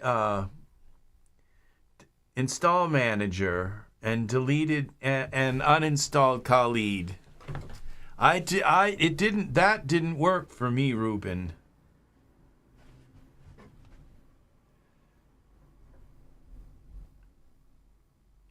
It seems like it's doing it this time because it's not supposed to take like 30 seconds to do this. Even with all of the morphs turned off, it's still not supposed to take 30 seconds. It's usually more like 10 minutes. And where's the little thing? There should be a thing popping up saying it's converting this and converting that. I had to make some caprice skewers. Wow, that sounds involved. Caprice is a kind of coffee, isn't it? Like Veranda and all these Sumatra.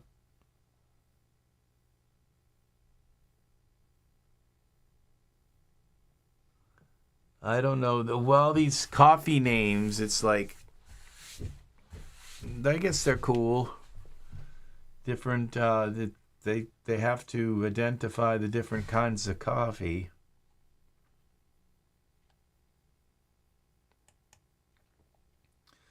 So what's happening here? I'm kind of getting to the, coming to the conclusion. I haven't been able to really get, much to convert.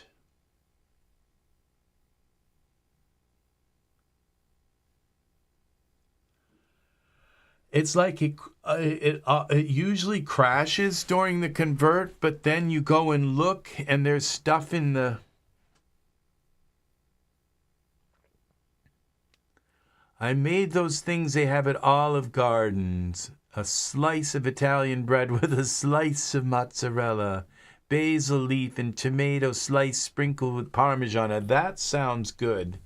Other than the fact that I'm kind of a horrible carnivore, and I would have to have a piece of ham or something on that.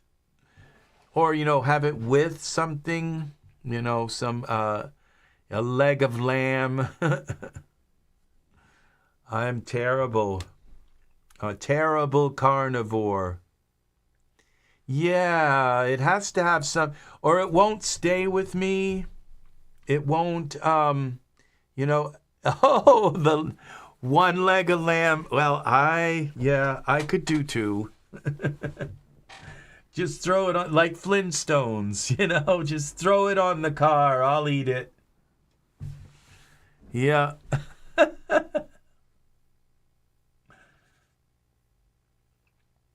Yeah. Are we going to have a successful... Come on, Riversoft, come through for us.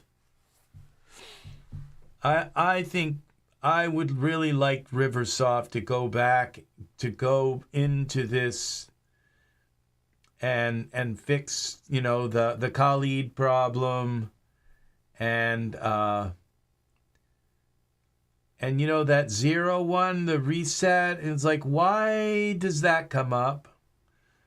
It maybe, just maybe, I should actually read the manual.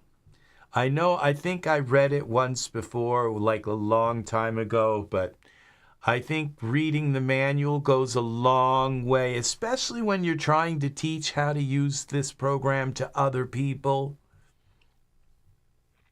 But that's why it says learn Turbo Loader for DAZ Studio together. I was hoping other people would come in and say, no, you have to do this first.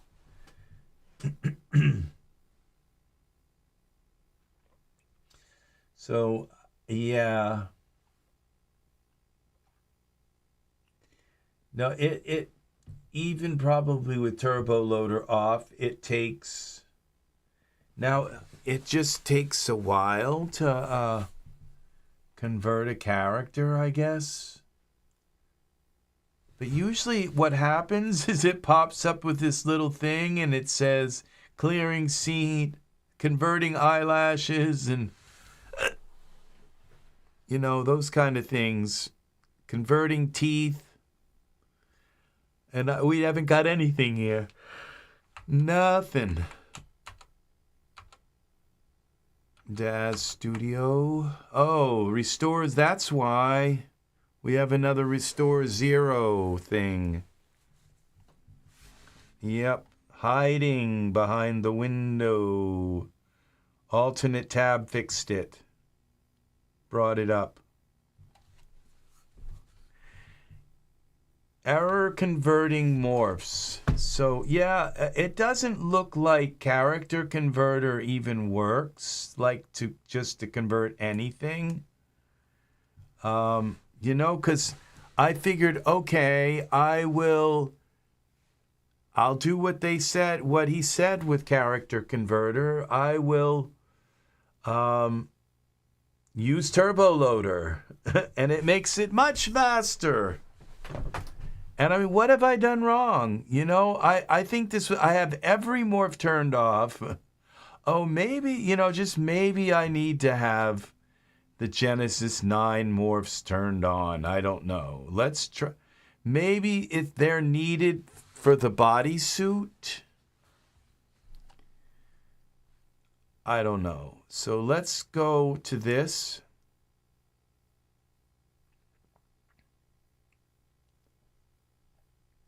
And I shouldn't have to do anything, just turn them all on. Let's see. Check all. Execute. Electrocute.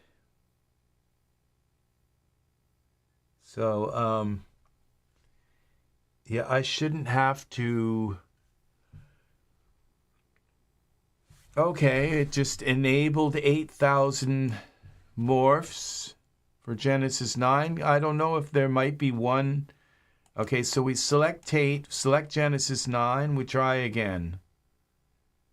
Because I don't think this worked. Okay, so we're going to go to favorites. Now, Ruben, you might want to watch the beginning. I don't know if you're familiar with the turbo. Let's get this character converting first. Custom character from Danur. Dialogue. I'm not going to mess with that except... Okay, 0 is literal. Okay?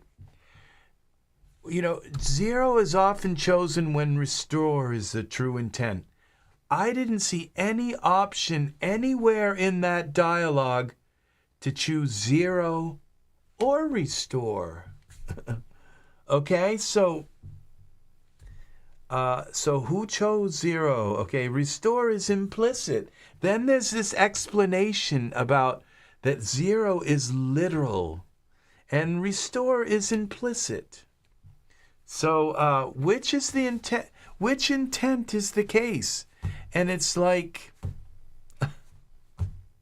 you know, it's just, what would have been better, you know, is to say, this setting is set somewhere in the character when you go to the settings, blah, blah, blah, blah, blah, settings slash, you know, settings into the parameters tab and select settings.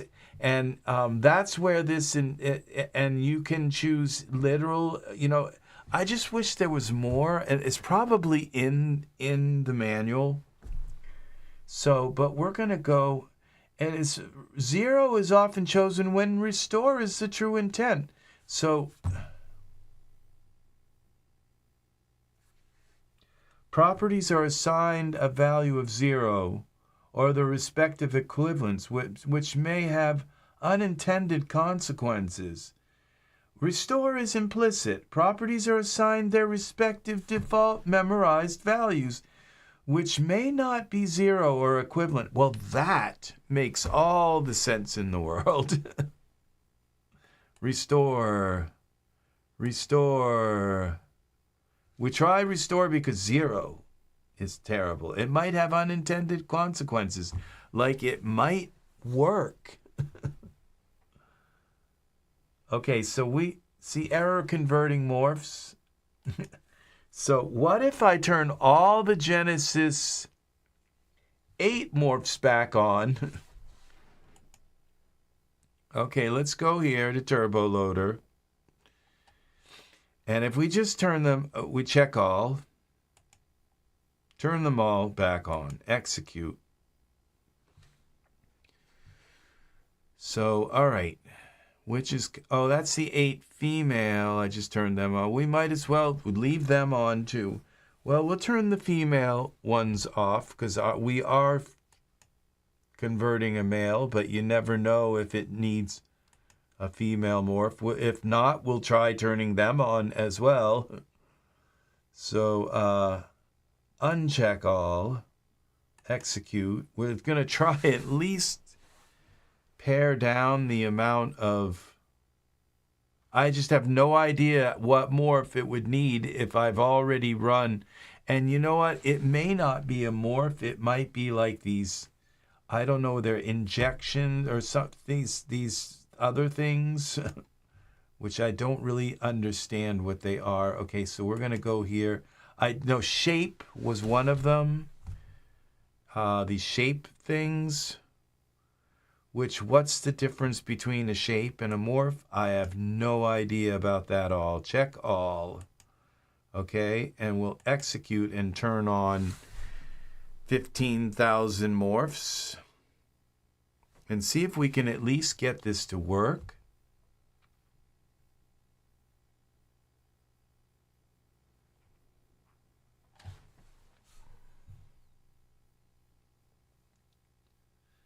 Okay. We're going to try deleting his eyelashes. I don't think he needs those eyelashes. And I think I remember something in the manual about, oh, delete their eyelashes and teeth or something. Maybe the teeth, but I don't know. All right, 15,000 morphs were turned back on. This just kind of makes me say, why did I buy morph loader? You know, I'm just wondering because I'm not really finding. Well, it does actually work in some ways. Okay, so it does seem to speed up my library when I turn Genesis 8. When I turn some of these morphs off, okay? So it definitely does. All right, so we're going to select Tate first, then Genesis 9, and then we're going to go back to here, character converter, custom character. Okay, wait a minute, cancel. We're going to delete his tier and his eyelashes. Then we'll select Tate and select 9. Go here. Character converter 8 to 9. Please select the Genesis 8 male and Genesis 9 figure. Are you telling me that Tate somehow got converted? No, he didn't, because he would have a bodysuit. Genesis 9. All right, well, let's at least just delete the Genesis. You know what? I might have to restart this when you turn these morphs back on and off like that, but this is terrible. Okay.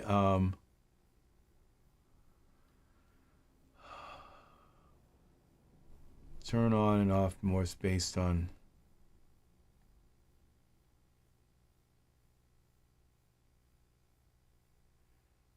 I'm just like despondent. I don't know what to do here. So we go back and we'll put Genesis 9 back in the dev load.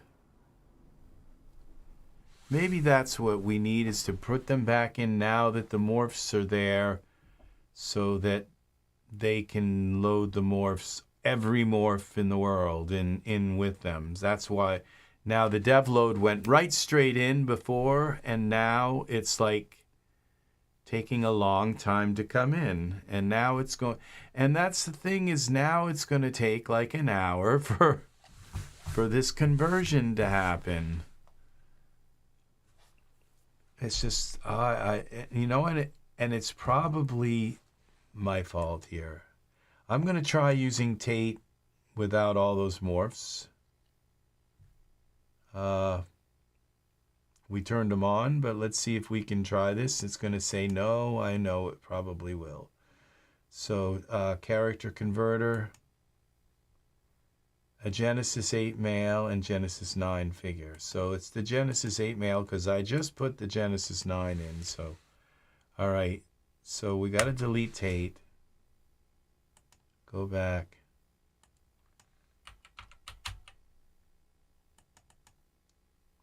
Figures. I'm using Tate because now we don't need to. Okay, but I do have some kind of thing set now in there for Tate. We'll see if he loads in really quick, then it's using that.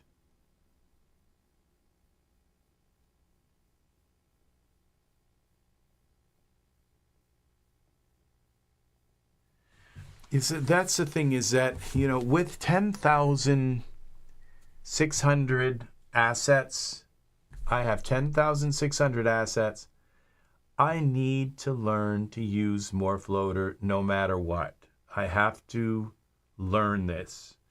And so, you know, there's going to come a time when I just become really, really proficient at it. And I'm going to say, look back and say, ha, ha, ha, I can't believe how, you know, how terrible I was at this program at first. But I learned it, you know, I figured it out. I learned all the ins and outs, and that's what I'm going to do, so that I can be proficient, and I can use that in my workflow.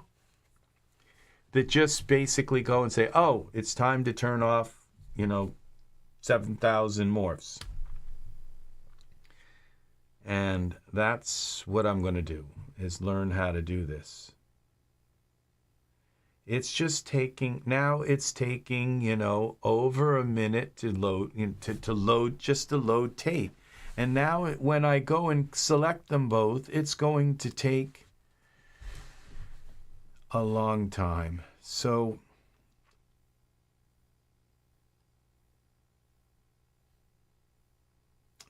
what I'll do is, okay, duplicate formulas. Okay, I know what that is now, okay? All right, so what that is we still have that Tate.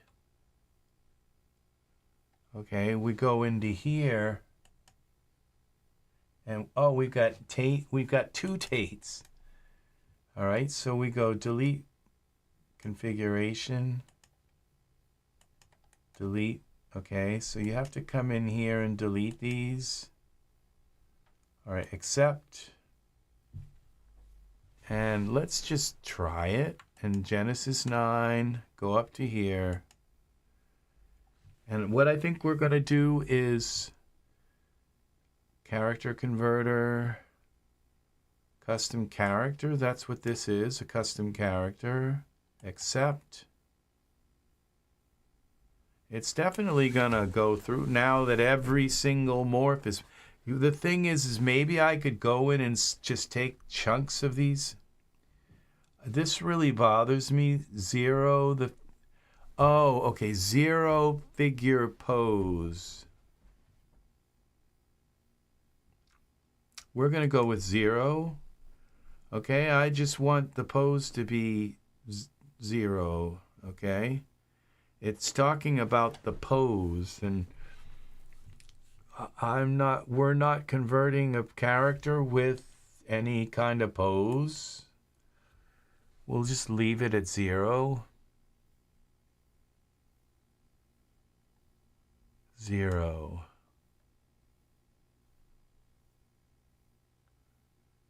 Now it's doing something. It just took the Genesis 9 figure and superimposed it over. It's doing it.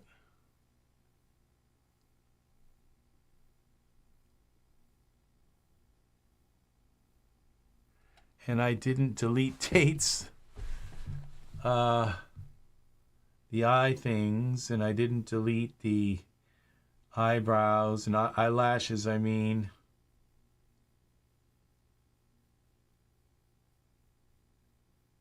Well, this is getting further than...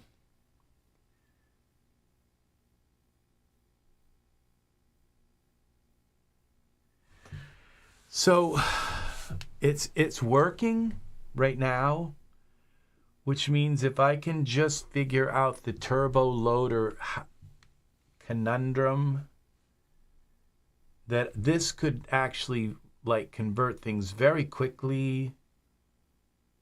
And I mean, I'd like to get more precise with my conversions and like maybe even delete my conversions and go in and reconvert them and do, so I'm just not sure that I'm happy with these conversions. And they've also had updates to this converter. What did it do? Did it fix things? Did it help fix some of the HD problems? And it's like, and I bought the Genesis 8 to 9 converter like the day it came out. And that was when I converted all my stuff, most of my figures. It like spent a week converting them. So what was the update about? Is that something, am I going to get a better product if I go and convert them now with the update, with the updates on this converter program? That's all. These are all considerations. Sort of punishing the inner hoarder in all of us. I'm glad you went there. It's an alt to get used to. Sort of punishing the inner hoarder in all of us. I'm not sure what you mean by that, but it sounds funny because I don't think of myself as a hoarder because I'm very neat. So yes, I have way, way, way too many things, but they're organized. They're I keep the dust off of them. And so I don't consider myself a hoarder. Because I don't live in a mess. But if I really kind of thought about it, like how I have like 20 different bureaus just loaded with all kinds of things organized and set very nicely in them. And the fact that I have in those drawers, I have two 3090 two 1080 Ti graphics cards just sitting there, that kind of thing, just kind of getting old and not being used, and I'd like to sell them. So,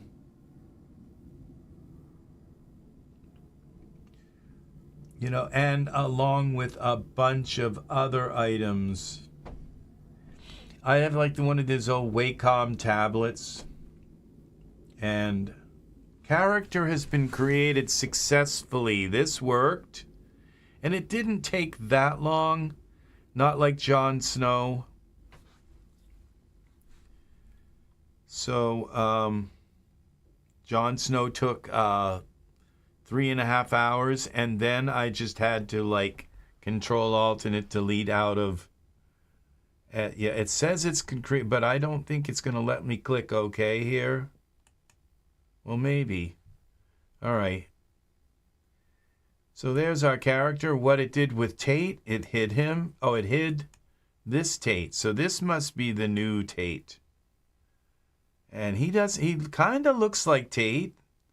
Sorta, kind of, maybe.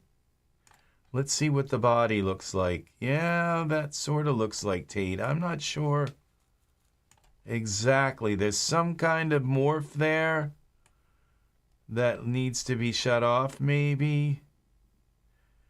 Let's see. This, we can delete the this Tate.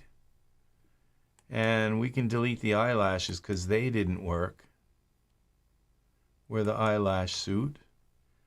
And the eyes are too small. They're just kind of like hanging around in the socket. Let's see, there's probably, now this isn't Tate, this is Tate HD, so he's got some HD morphs. And it's weird, because I think they got rid of the, like when you don't turn off all your morphs, then you don't get like that Zahid or whatever. It's only when you turn off all your morphs that Zahid comes in and says, yo, wait a minute. I'll step in. So, all right.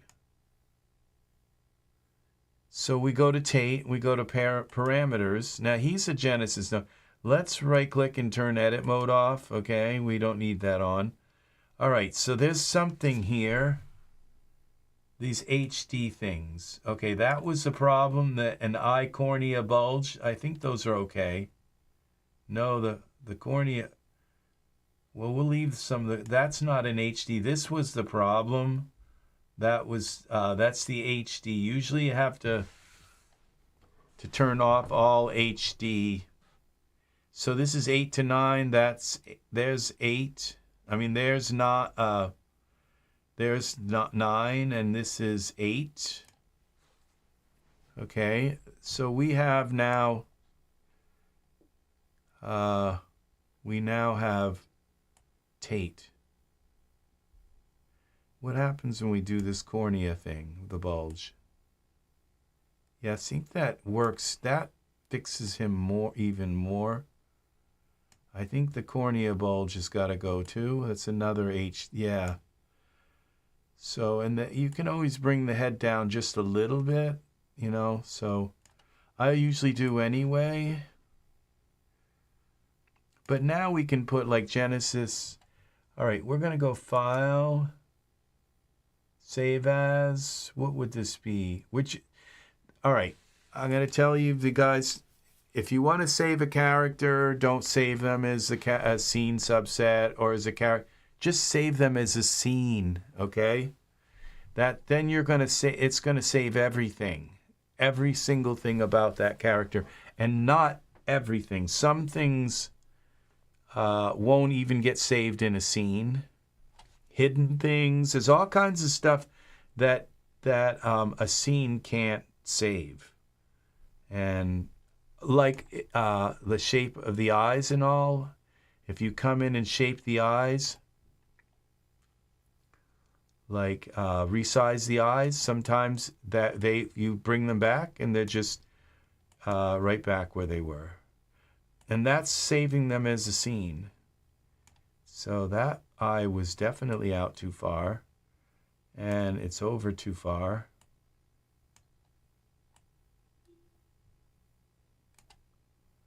Okay, something's gonna crash, I think. Okay, I guess we're back.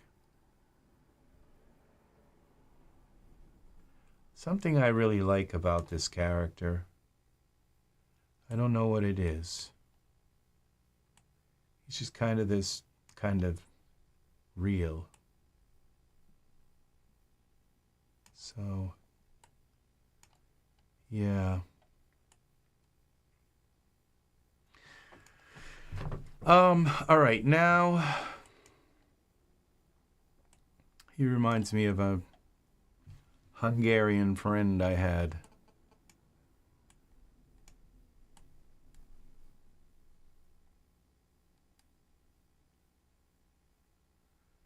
So, all right, now we're going to save this file, save as scene, and we're going to It's just it just saves everything. And this is we're gonna save this in, where was it? This would be in 12, in my what is it? DAS. And somewhere, okay, 3 to 8, okay.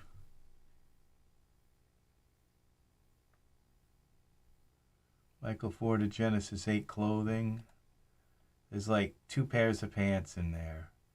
That's all they made for Michael.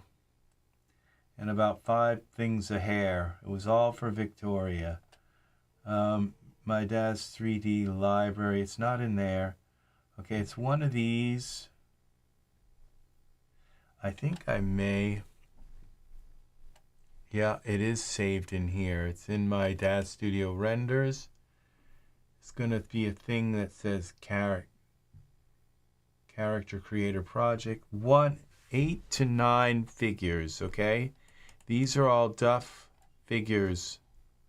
Okay, this would be, now this is Tate. Tate. I think that's just how it's spelled. Tate. Yeah, Tate. And there it is. Just save it all, everything.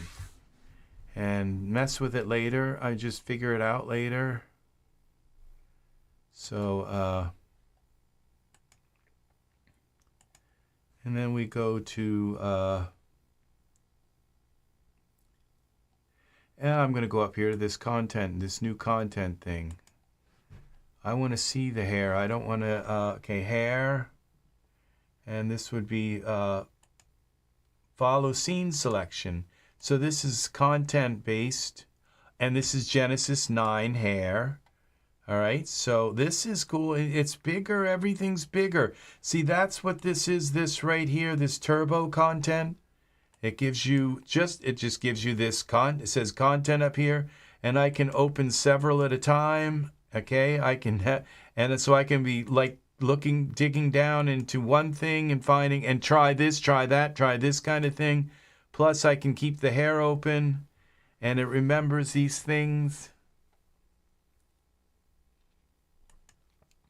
Let's give him this beard.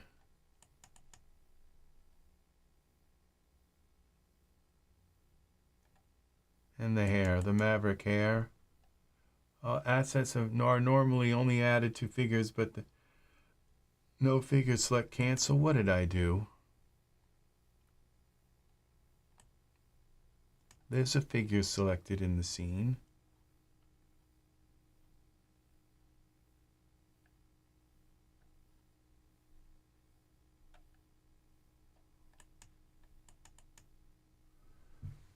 All right. Assets of the hair of the type hair are norm.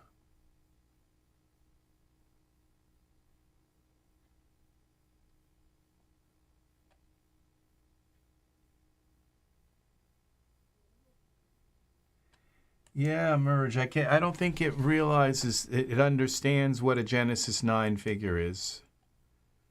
Okay. Wild and groovy guy. And all right, now we can take the hair. He kind of looked better in materials.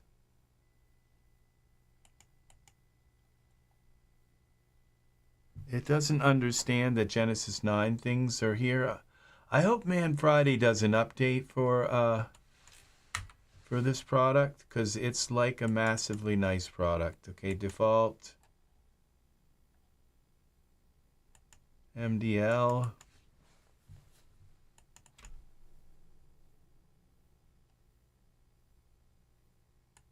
Okay, I kind of wanted to look a little more like on the brownish side, but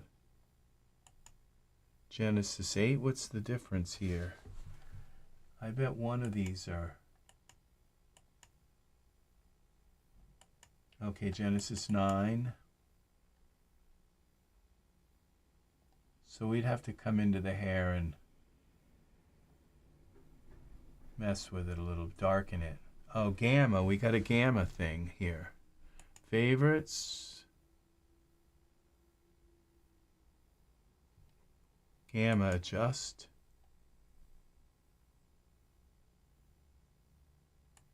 Okay, we have to go here into the surfaces. Surfaces, this, hair. Now we can use the gamma. Favorites.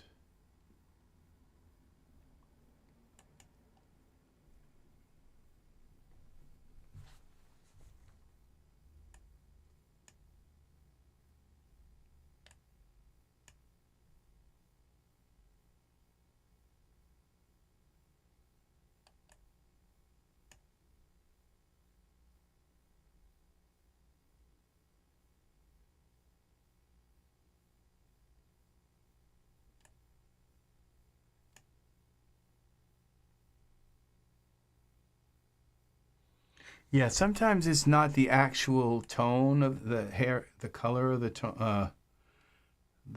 Sometimes it's just the darkness. Okay.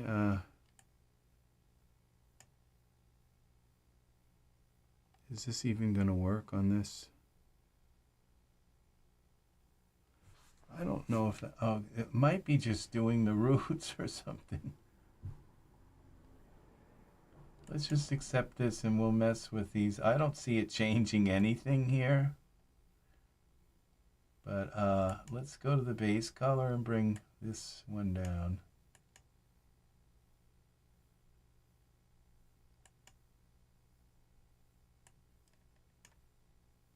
So what we're looking at is a Genesis 8 skin on a Genesis 9 figure. Translucency color.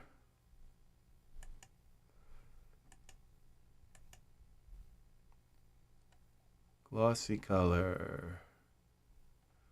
It looks like only the roots are going.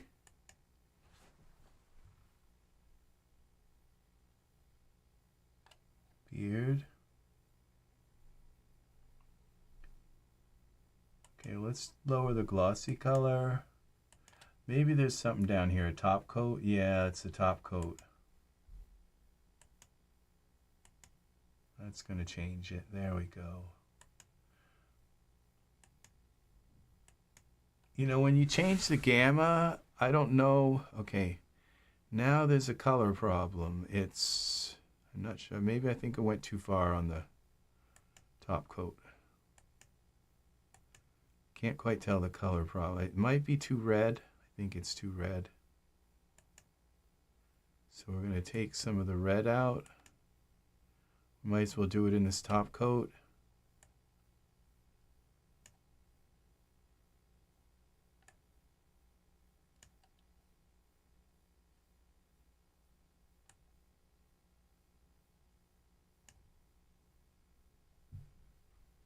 And maybe some of the green.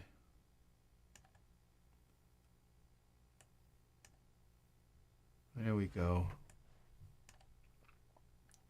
Now what's wrong with his eyes? He's kind of got those Rasputin eyes. There's something about the transparency there.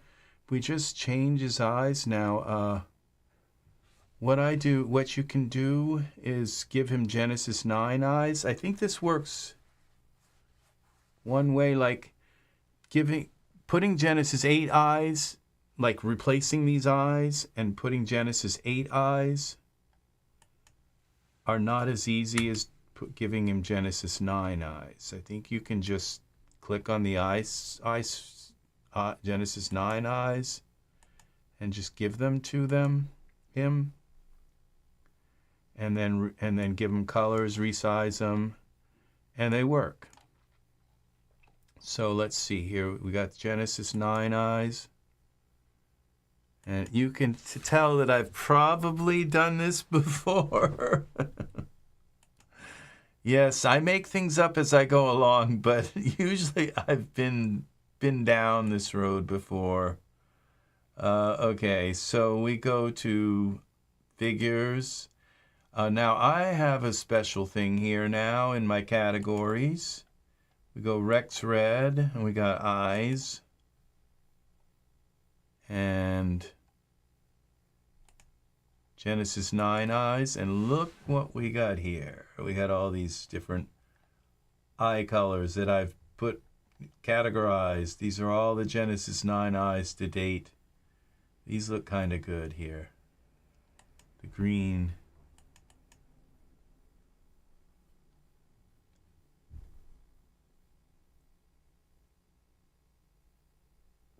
All right, so now we got to resize the eyes to fit the sockets. Just select them, and they usually, or just pull them out maybe. But I think they're too small also. Yeah, they got to go up to maybe 120.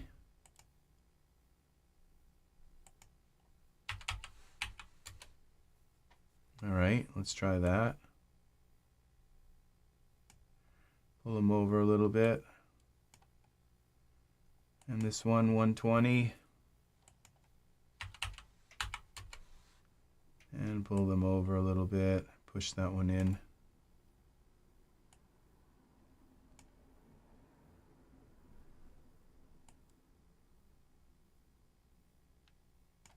Pull that over a little more.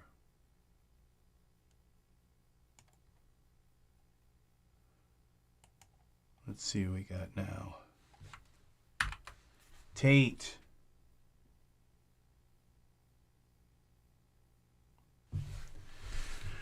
All right, let's see what we got for other eye colors. Where's our eye suit?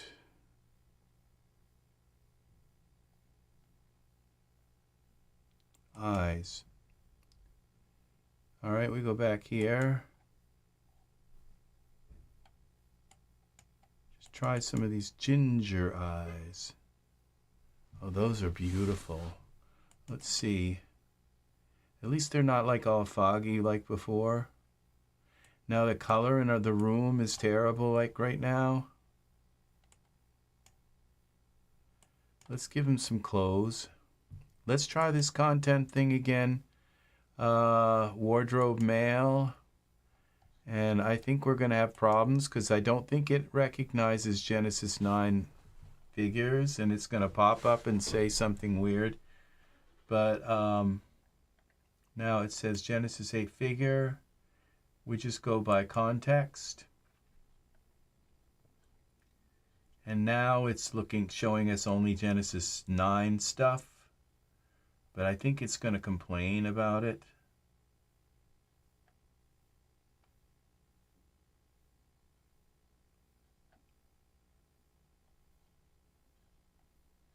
That might be cool, giving him a robe.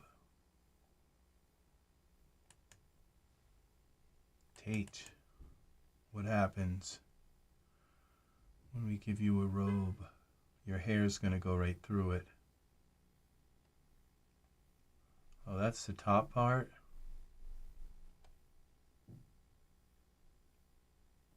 And then this must be the late, okay. Yes, merge.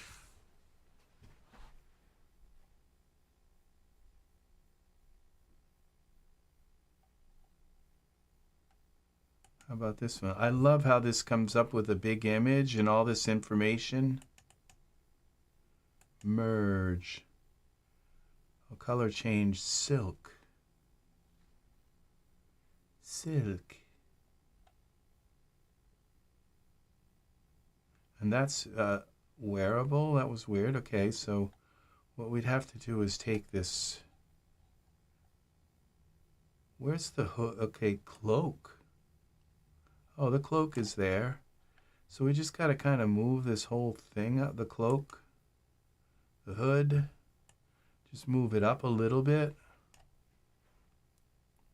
We'll move this out. I'll move this up out of the way for now. Up. I need another monitor. I got one in the other room. I just don't want to. I don't really have a place to put another monitor. Okay. Okay. We got to pull this in a little bit. Let's take this hood. All right, let's close that for now. Parameters. Y translate. Just bring it up a little bit maybe. Y translate. It won't let me move it. So it might be a morph. Z. Undo that. Where would this be? Morphs. Back scale. Hood forward, hood back. Neck widen. Pins up, down. Scale back. Scale sides. Down. Wind back. Wind forward. Wind right. How about up? All up. Oh, this is weird. I've got like 3 hoods here. Cloak hood. Cloak hood. Which hood do we need here? Cloak hood. Z, I think I like the one underneath. Cloak hood, and I've got Z.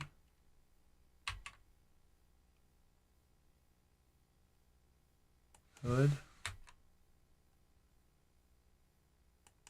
Cloak. How many cloaks have we got? Cloak.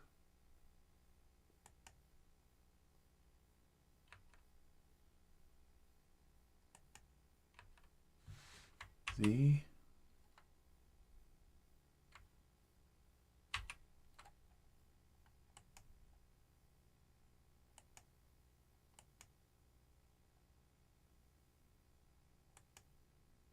Okay, let's get rid of that. I think we've only got 1 cloak and 1 hood now, so.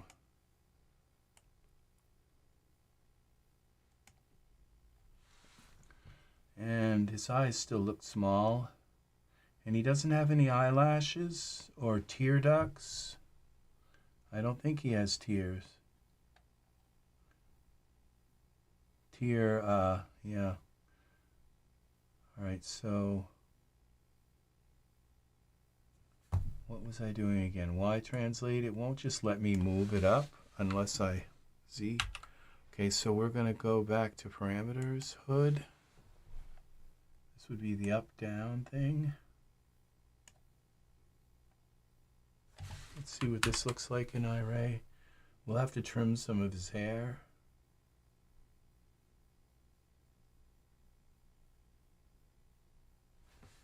Kind of like the Mother Teresa look, and I'm not sure that works with him. I was thinking more kind of like a wizard kind of Cloak, but this isn't working. So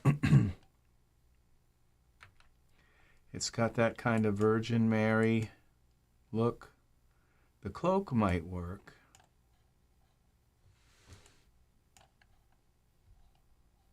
But I'm not sure where I'm going with that yet. We'd have to make it black. Let's leave the Cloak just for a while here. Content. I love how these clothes are like large. These images, I can see them.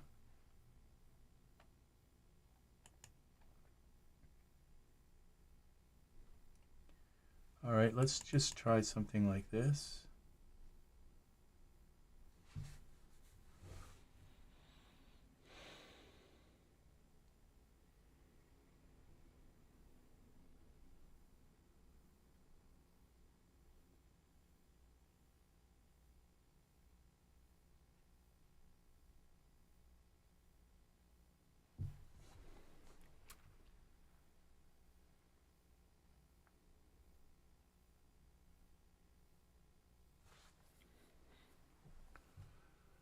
Okay, I'll turn on this little thing here. It gives me the yellow dot, but it also lets you guys know when I hit hotkeys and stuff. All right, that worked. Now let's take the Cloak and close this for now. Go back. Go here and just lift the Cloak up a little bit. Up, pins up.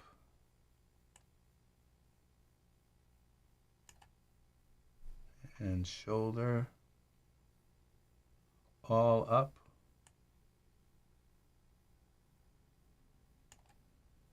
Now I probably got to pull the pins back down. And back, all back. That works.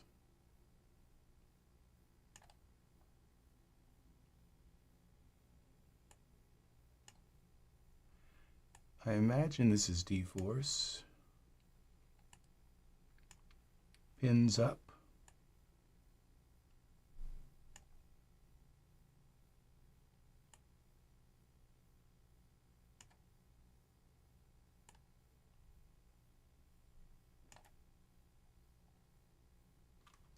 Okay. The night cloak. Let's see what happens when we just do a simulation. I think what we could do is turn off his tunic so it doesn't interfere with that, and then we can lift it all up. Hopefully it won't just slide off his knight's cloak. Go back to parameters. Let's adjust it down a little bit.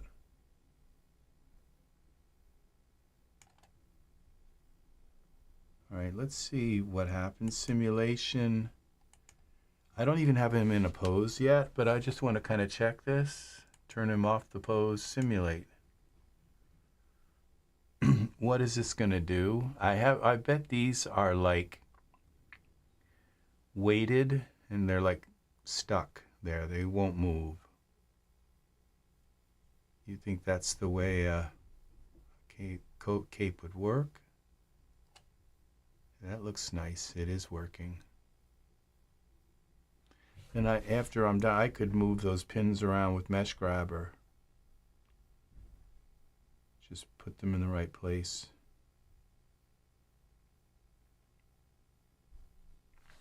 Okay, cancel this because I'm going to put him in a pose. He needs like a pike or something.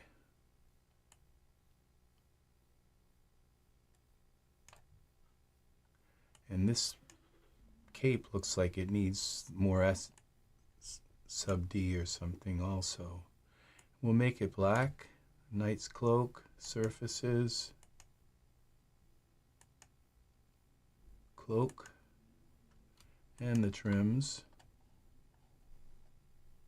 Metal flakes colors, we just make them black, see what happens. That didn't do it. Z.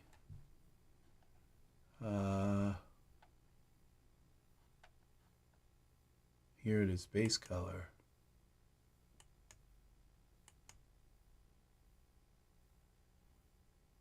And it looks transparent.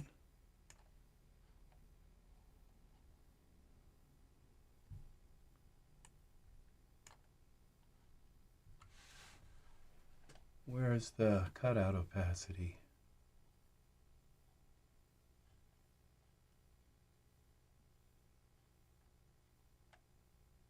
Well, that's kind of weird.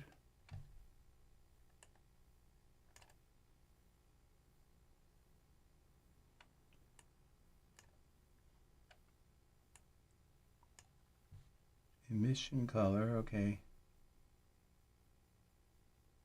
What if we just take this? There we go. Just take the cutout image out.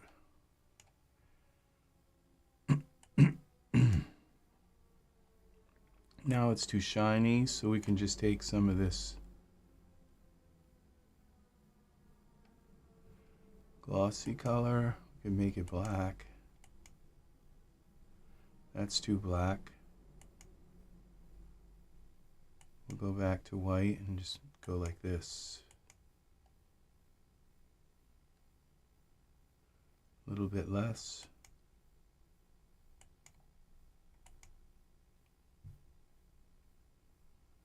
And let's see, glossy, weight, which what would be roughness?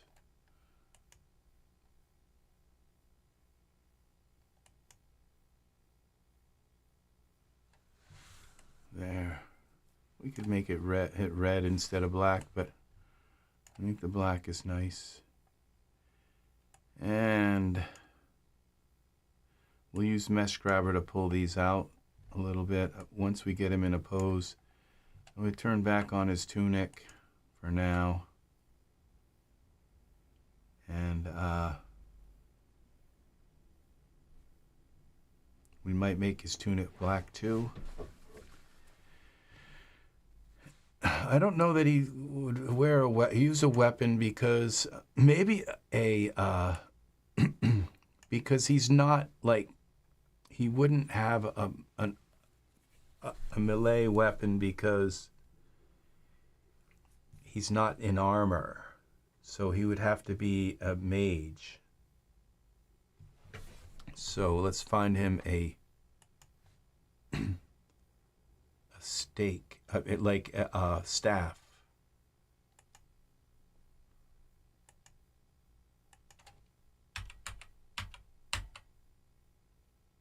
I think it's 2 F's in the looks right. Tate. I got some Genesis 9 staffs.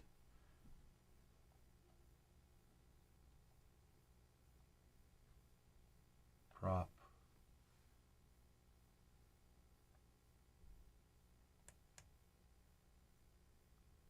This would be the left hand.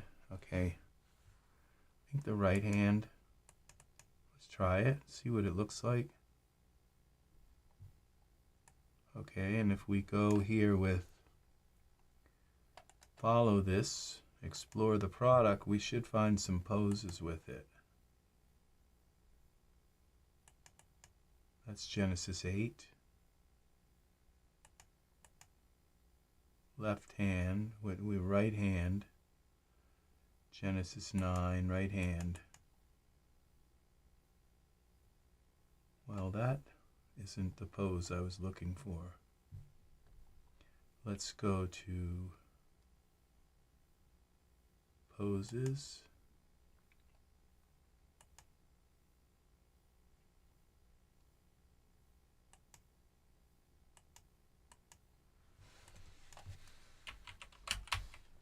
Magic.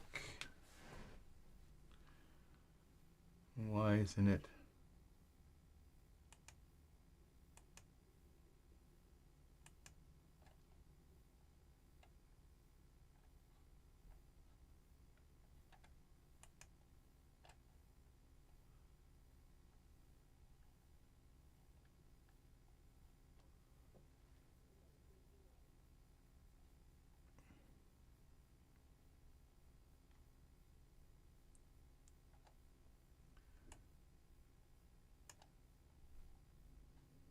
Oh, he's got shoes. Where did they come from? I don't remember putting them on there. Where's the AI? I know it's hiding here somewhere. But okay, those were nicely supplied. They're a little bit more combat than I expected them to be, but what we need is a big fan to blow the, wind node to blow his and I am just terrible with those wind node things. They never work right for me. Why am I not getting any poses here? Tate. All right, we're gonna go to pose. Default poses. There should be all kinds of them here.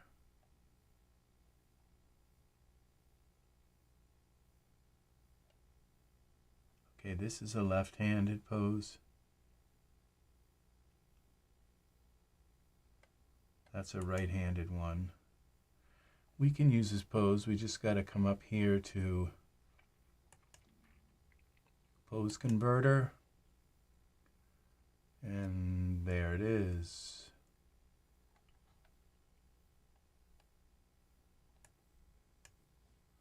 Close.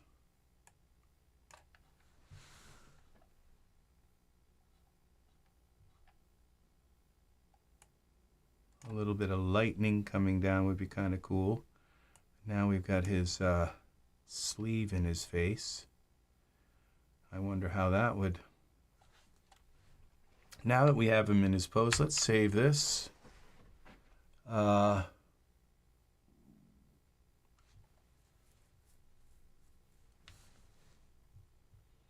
Maybe we could lose the sleeves. Let's see, where's the tunic? Surfaces, are the sleeves separate? Sleeves, yeah, they are.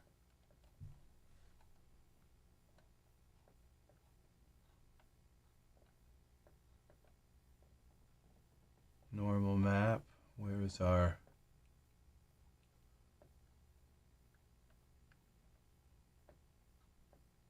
surfaces?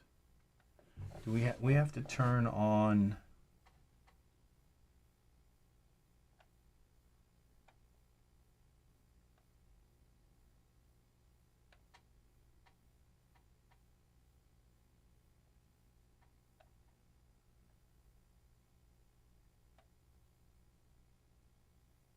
diffuse.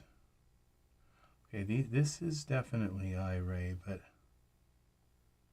sometimes you have to turn on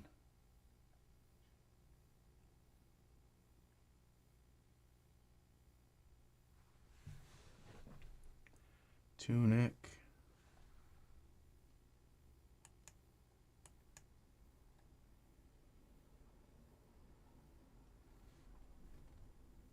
Damping.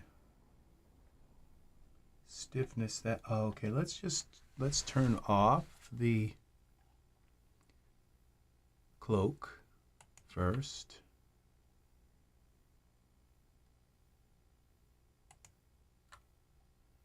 Let's see what happens when we run the simulation. If the sleeve kind of just goes down and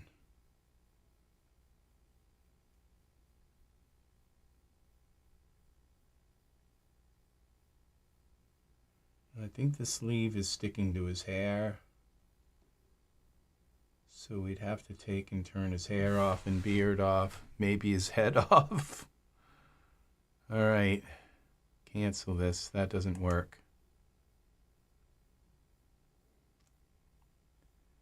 All right, clear that as soon as we get, all right, the hair, turn off the hair, the beard, the hair, and I think me. All right, let's try this. Shouldn't be doing this. Sakar! VN, maybe in Discord you have videos how to attach 18 plus moments, LOL, to G8 and G9, male and female. I don't do that. This is YouTube. I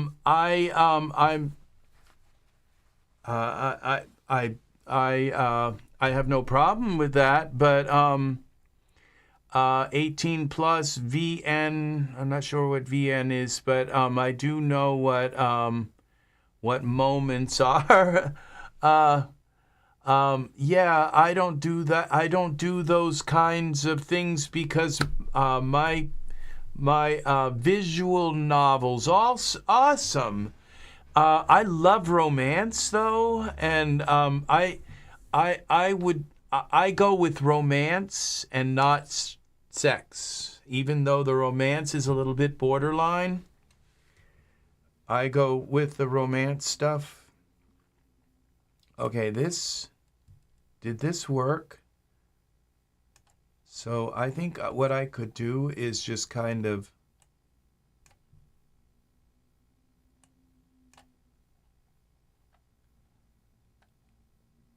I bet Z control unclear this. What if I took and grab, I'm not sure if this will work, but I'm going to try something. We're going to give this a little bit of help. So we go to tool settings, mesh grabber. And then we take this like that.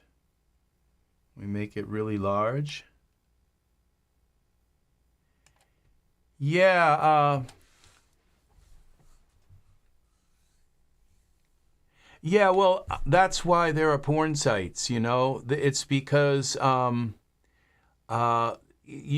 you know, that's why that's why you don't see family stuff on porn stuff, you know, that on porn sites. That's why you don't see woodworking and stuff on porn sites, because people don't go there to watch some, you know, that stuff. They go there for a different reason, and it's just to protect the community, and it's good that I like kind of being part of that whole idea. But that doesn't mean that the other sites don't have their purpose.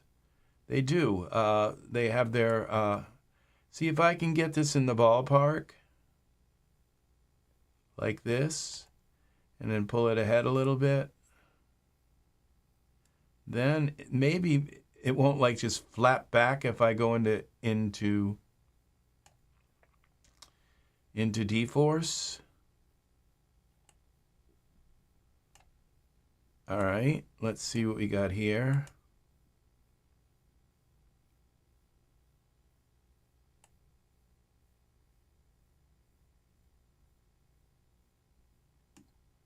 All right, and I've got to come up a little higher.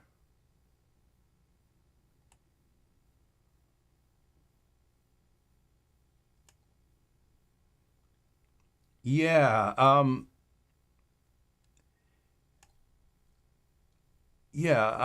there's also, what do you call it? Deviant,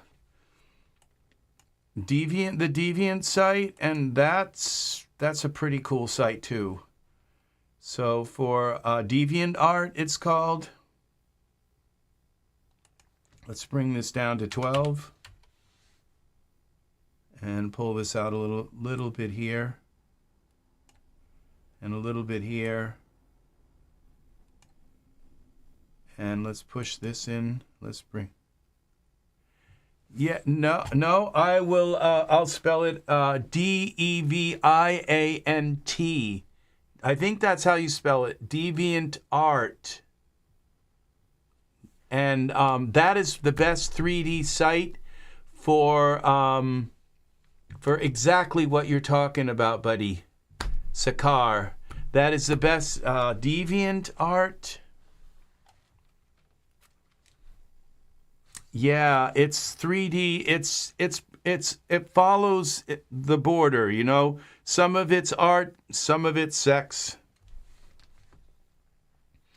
And they allow well, of course, you know, you can't they do have rules about like you know, how you know, sex can get pretty nasty. So they do have rules, but they allow a lot of stuff.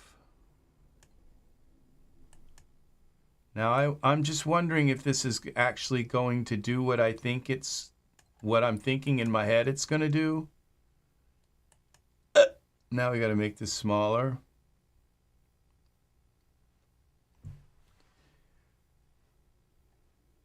Let me see. Let me go on my other computer.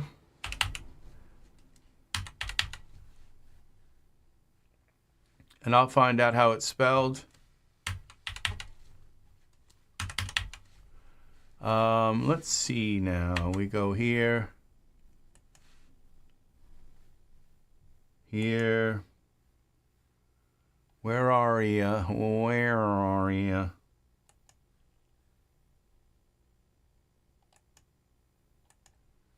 Okay, I think this is because it's full screen.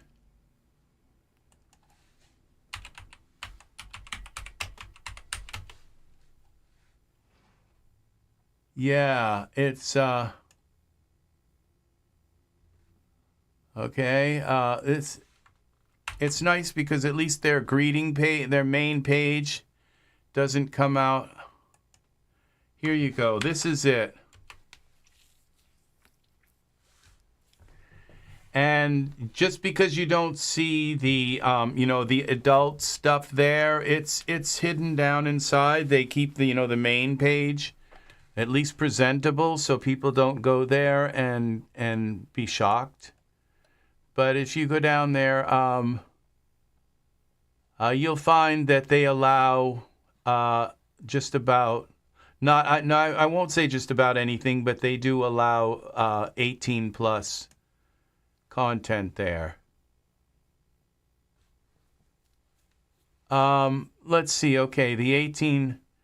All right, I can delete that. I'll remove it. And visual novels. I know. Okay.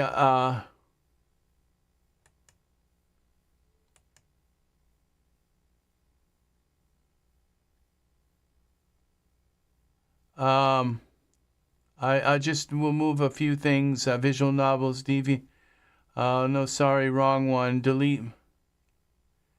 Okay, and I'll delete that too. I'm not sure if you wanted me to delete that. Okay, but all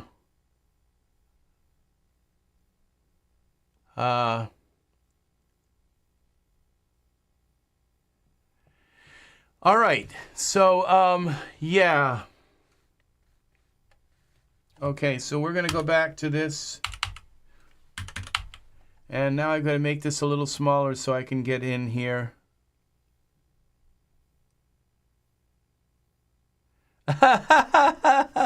And some ambitious, fun, happy scenes. That's that sounds nice. Yeah. Resource heavy. Well, if you have two characters in a scene, they definitely are resource hogs. 6. Let's go 6. Let's just pull this out a little more. I've got to get in here now. So we don't have. Okay, we got to go smaller. We're going to go 3. See what we can do here.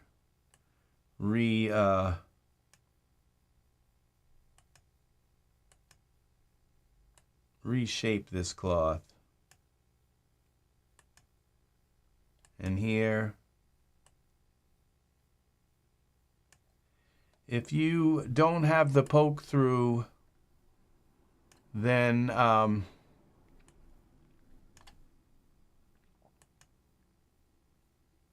where is this? Okay, we're still on the tunic. I think this has got to be a little bit bigger. 6.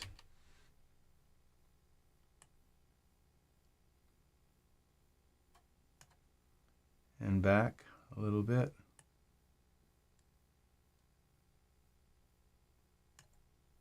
Now we can go back to 3. And pull this out a little bit here. Okay. Now what happens if we do... Okay, let's save it because it's almost there. Save it. I may have to like pull this and droop it down with Mesh Grabber, but I think it will droop. I don't know. I think it might droop with a little bit of... Cannot access it due to IP or something. Shadow core. No, not sure about that. I've never heard of shadow core. I mean, right now, Deviant art is, to me, it represents the place that I, if I were to do something a little bit risque, it would be there. Simulation. Let's simulate and see what happens with this sleeve.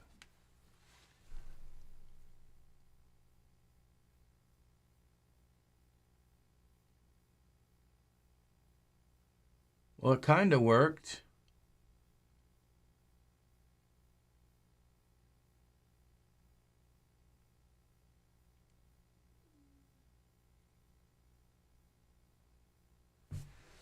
Well, you're going to give me back my, there it is.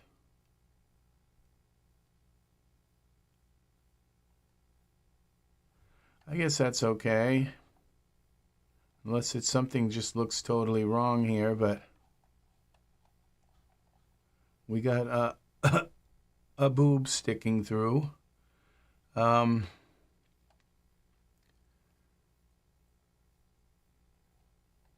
And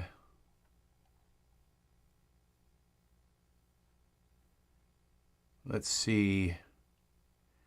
I think I still got to go back into Mesh Grabber now, and you know, I don't know how the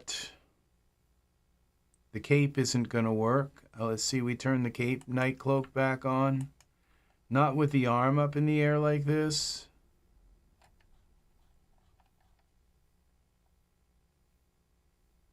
It's just going through, and the arm isn't working either. So I don't think this pose is just the best pose to do this with. Okay, so maybe we'll keep the cape, and maybe if he's just holding it out, I could pose this myself. Yeah, I could just even pose it from here. But and maybe if I did this pose with the memorized pose, it would like go up and do the right thing with his arm, but I'm going to just pick a better pose. We're going to go with, now I'm getting despondent here again. We go back to simulation, clear this, and now we go to our poses, smart content. Let's see what other magic poses we have.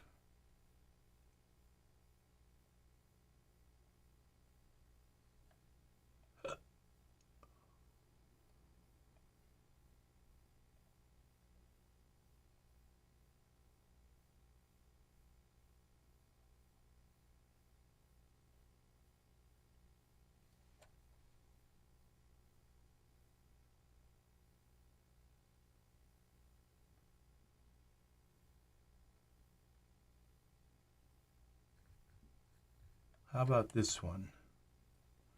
It's a flamethrower, but I think he'll still have the thing in his hand. So we go to scripts, pose converter. Oh, I clicked the wrong thing.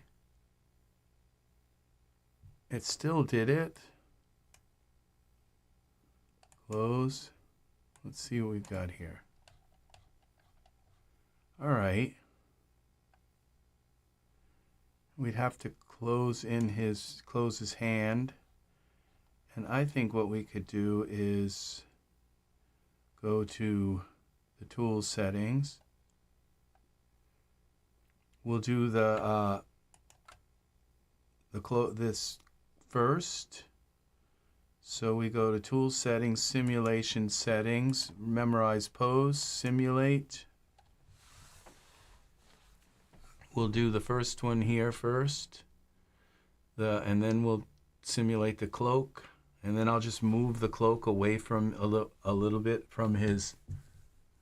I'll use the morphs on the cloak, and then turn his hair back on. I started DAZ3D. I spent about $3,000 for that. And then I found Shadowcore, and then I lost interest to visual novels and DAZ3D. I lost interest to visual novels and DAZ3D. The visual novels kind of appeal to me a little bit.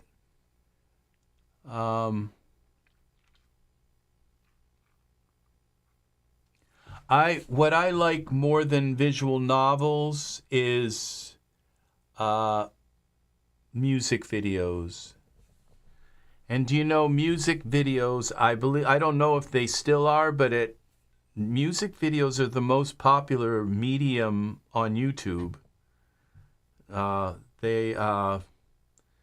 They're more popular than any other, than unboxing videos and how-to videos.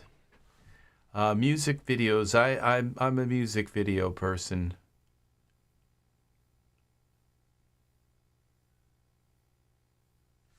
Yeah, animation is just not there yet. I have like a very powerful computer and it's still just crap trying to do animation.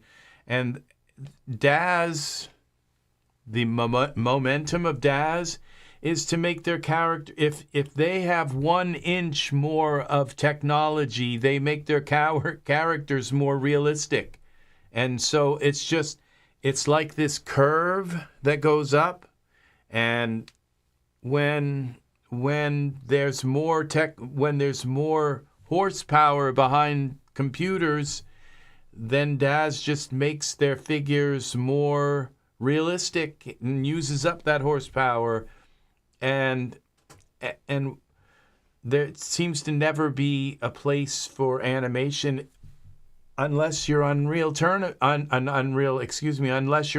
Engine.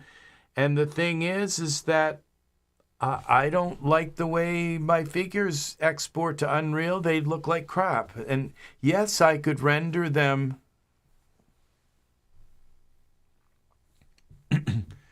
A lot of people don't. But the thing is if you watch Netflix or if you watch TV, you watch movies, you'd be surprised how much music you actually listen to and you're not really aware of it.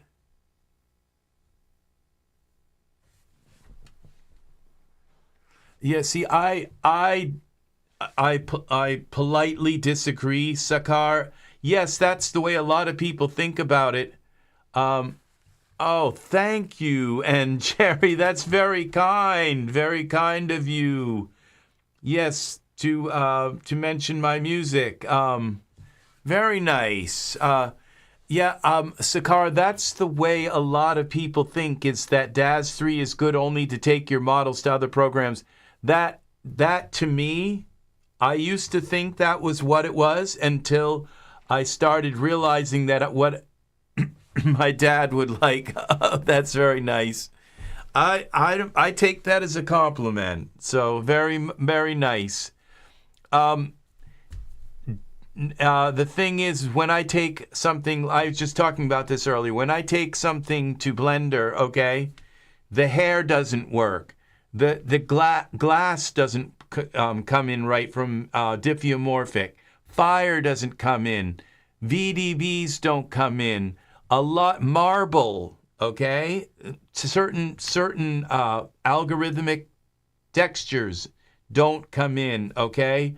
And so have you ever tried to make a marble texture in Blender?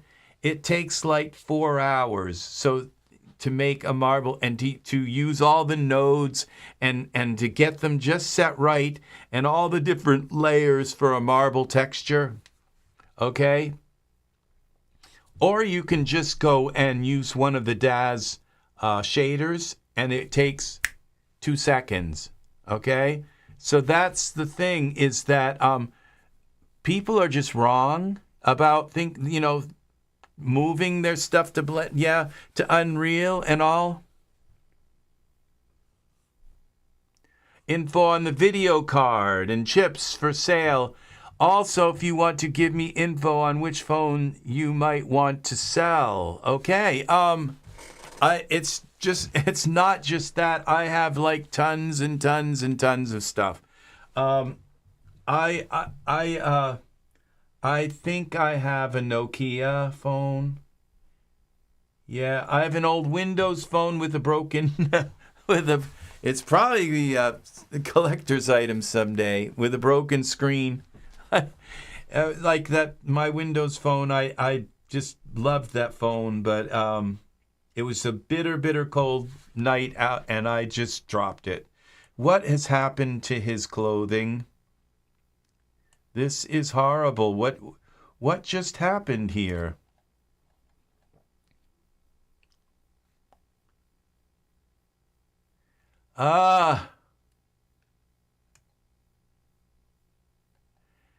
Well, you have a good night, Art. What time is it? It's 10:19. It's getting up there. This didn't work at all. His legs are just so darned, and this this didn't lend itself to. But maybe I could put some pants on him, and it might work.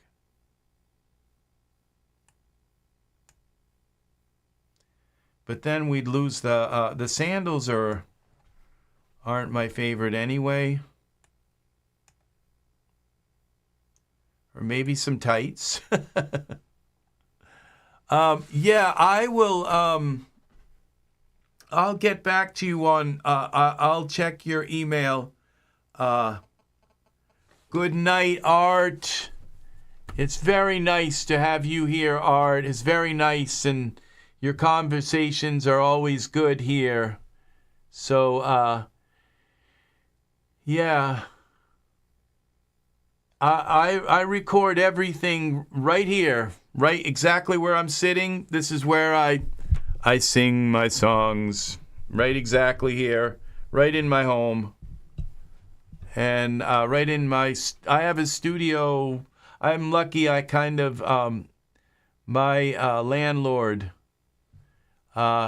Yes, Art, have a wonderful night. Very nice night. It's very nice having you here. Art was the second person here tonight.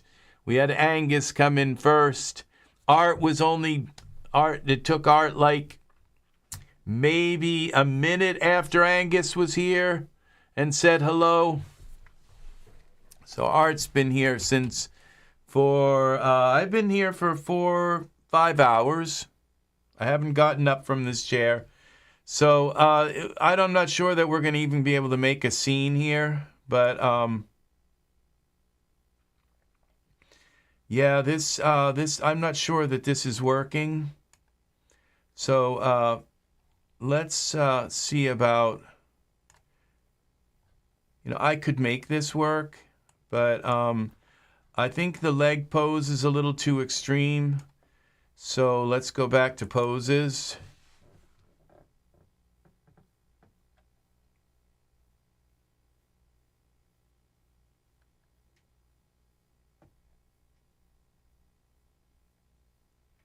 Now we do the up thing again, and then we're going to end up with a how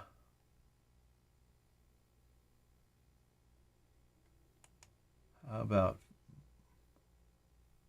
upper body floating? What was that one? Let's try this. This is for Genesis 8 female, but it'll work. We'll go back to scripts. Pose convert. Oh, I keep putting it on the wrong thing. It seems to work, but and there. Why are these the leg poses so far apart? Let's see. Let's go. Let's click on Tate and see what happens if we do this again. Script.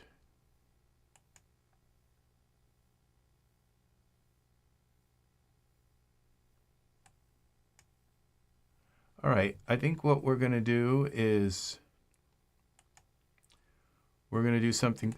The thing is, yeah, I was going to say, Sakar, that I take my figures that I've spent a lot of money on, these figures that have skin that is highly detailed like this, and I bring them into Blender, and Blender obliterates the quality of the skin.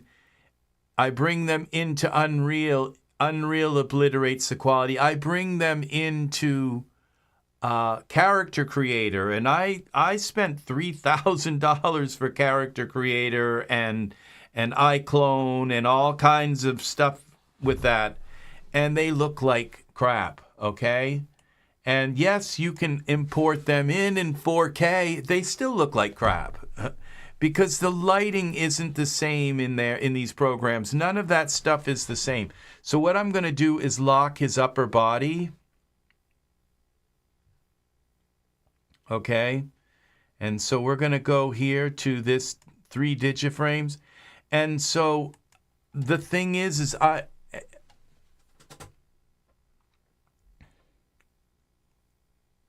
like tutorials, open this window, click. Yeah, see, I don't, my channel is long form tutorials. They're all live. They're not like how to do something and I'm gone. I have some tutorials that are 12 hours long. I'm live because the thing is that if I was going to work on 3D stuff, I would just work for like 12 hours and I wouldn't be connected with the world. And the only way to connect myself with the world is to just do this live, okay? And so that's what it is. They're long, exhaustive, and the more people that come in, if you click the bell for notifications and you come in, you can ask me and say, well, how do I do this? And I might stop what I'm doing. If you ask Art and you ask other people here and software tools, I'll just stop and like I was just trying to say about bringing models into other DAZ stuff into other programs. It's fun. It's nice doing it for a while. But what happens is you end up like exhausting yourself with like going into Unreal, and it takes like an hour to figure out how to render. Okay, where in DAZ you just kind of push the button and it does it. Okay, and that's the thing is that you end up spending so much effort trying to figure out really simple stuff like how to put a camera in the scene in Unreal, okay? And all this stuff about, and the idea that, it's like, oh, I could make a game. If it was so easy to make a game, it wouldn't cost like $20 million to make a game and take, 200 people 10 years to do it. Okay, so to 3D art, I need some short videos for reminding me how to use DAZ. I would go to the WP Guru. It would, let's see,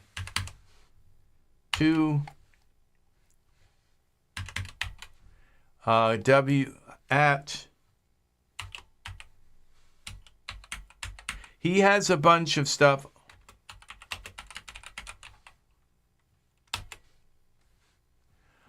He has a bunch of really easy videos that show you how to get started.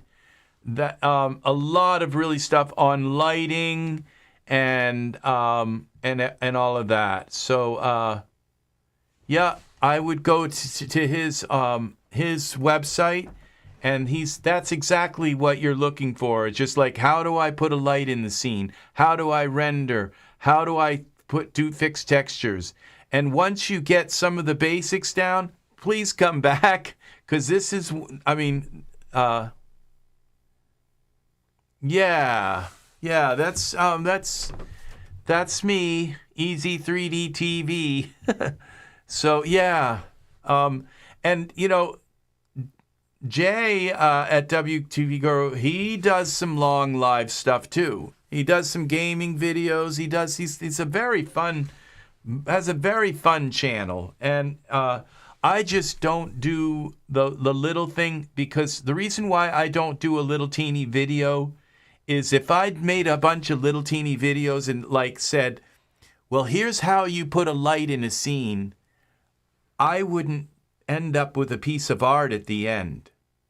And that is number one, first and foremost, what I am here for, is to make art. Now, I do have a Discord group, but it's zilch. It's just like nothing. So I think you might find me as Rex Red. I don't know what my my Discord. Let me see.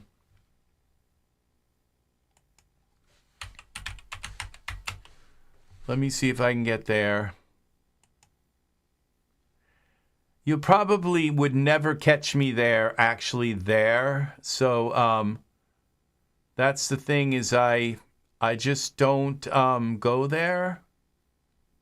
Log in. I'm a human. See, I haven't been here in so long. They're asking me if I'm a human.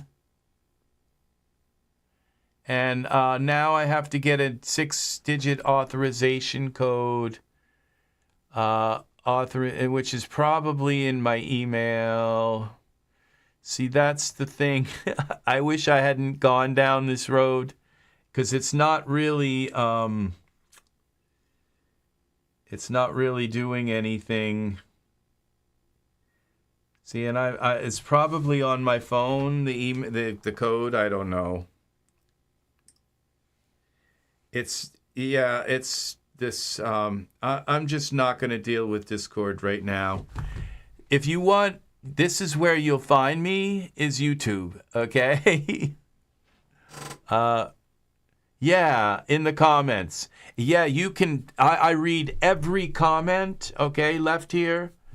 This is where you find me. You'll find me here all day, every day.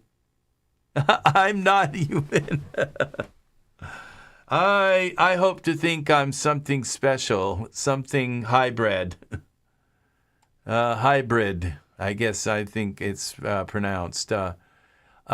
Yeah. So now let's see what we can do. What we're gonna do here, if you watch the car, you'll learn little things, okay, here and there, okay, in this channel, because I just jump over.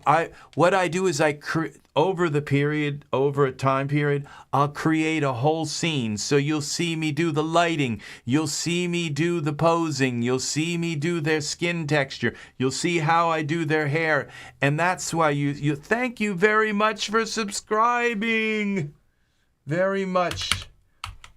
So what now? I'm going to show you something here. Watch this. This is a product in the Daz store you can buy. I've shown it before, okay? But I'm going to show it again.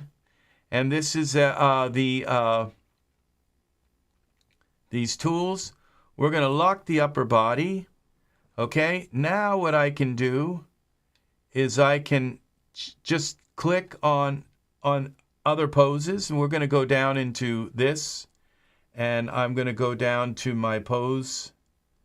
Where is this? Rex Red. Poses. Okay, for Genesis 9 poses. And now we can just come in here and I can click on Tate, and everything, his legs will move, but his upper body will stay the same, okay? And so I can just change him, any of these poses, until I find one that works with the upper body pose, okay? Now this one is just standing, okay? Let's see what happens with him just standing.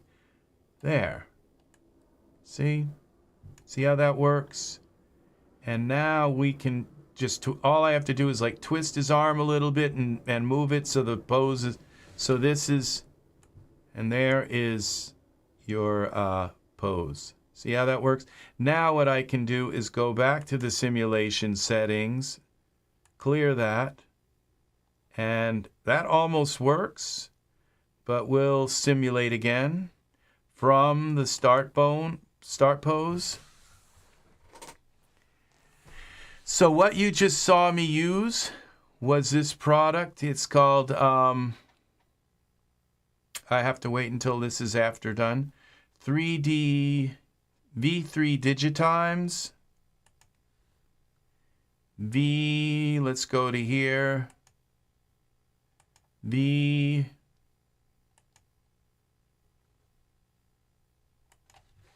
V3 3 digitimes, and this is called the Ultimate Pose Master. And what it allows you to do is lock like either their whole upper body, and so when you put a pose on them, the pose only changes the bottom, or you can lock their whole body except their left hand. And then when you put the pose on them, it will only move their hand. Okay, and the rest of the body will just stay like they're in a stupor or something.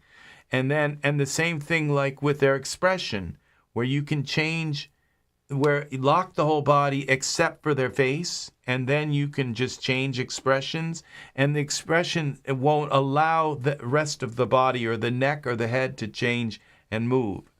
And this is a massive, and if you get the one, it says Ultimate Pose Master for Genesis 9. I believe this works with 8.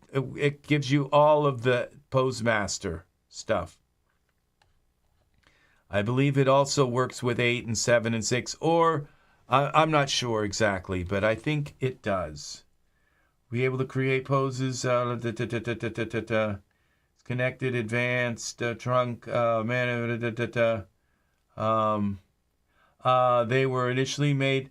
Please have a look at these videos. They were initially made for a Genesis 8 version of the product, but the Genesis 9 version behaves exactly the same way. Okay. Simple.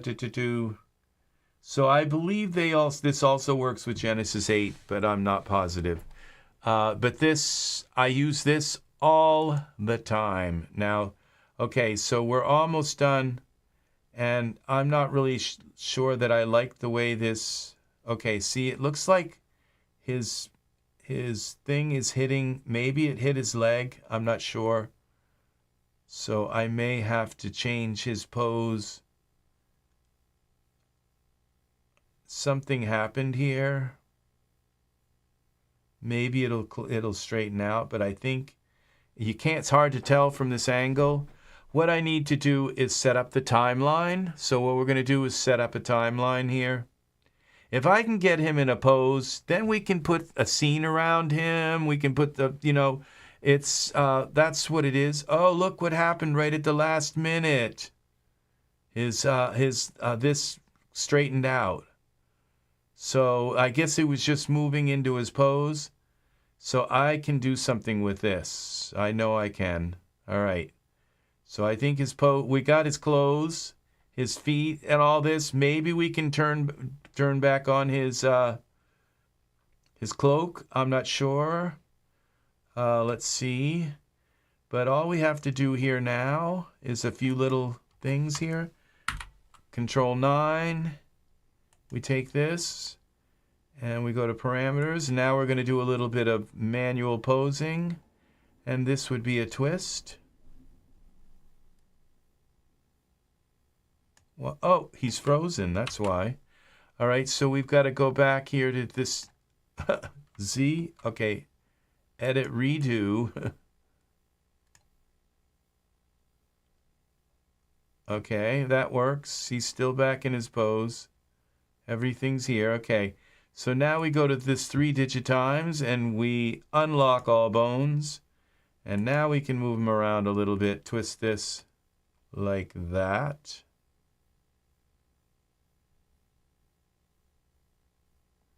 Like that. And spin this around a little bit. We can take this hand, click his hand, and now we're going to twist the hand a little bit like this. And then we're going to go to power pose. This is part of DAS. We're going to click on this. This is his right hand. And how do we do this? No, not that. I have the wrong thing selected. Z. We're going to select his right hand, his actual hand. And now we're going to go like, oh, what's going on here? It's not letting me close his fingers. All right, we're going to take this. I'm going to pull this up. And now we're going to close the fingers. 2, 3, 4. Okay, see, that wasn't too hard to get him to grip this. Now we got to get up close and make sure his fingers are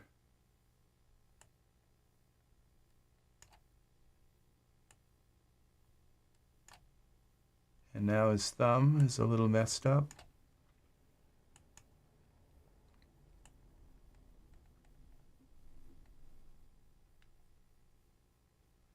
I'm not really good with this on the thumb part.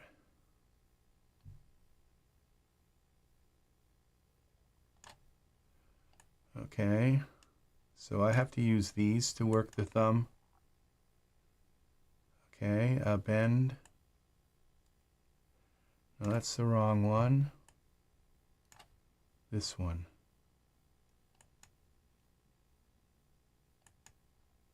No, okay, I can't seem to grab the thumb. There it is. And then we pull this, bend it. No, up, down, this way.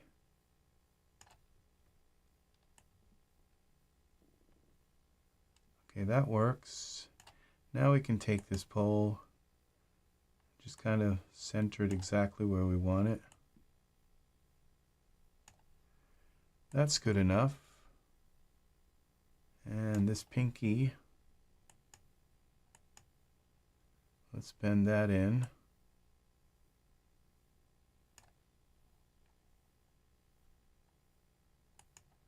Bend that out. At one point, I just decided I wasn't going to buy poses. I just said, whatever I want, I'm just going to put them in that pose. I'll save myself a ton of money, and I don't need to buy poses. But I found that poses get things in the ballpark and save me a ton of time. So, yeah, poses are good.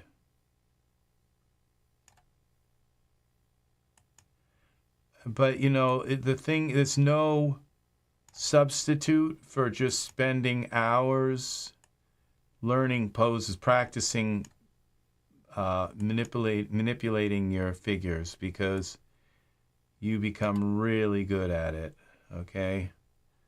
And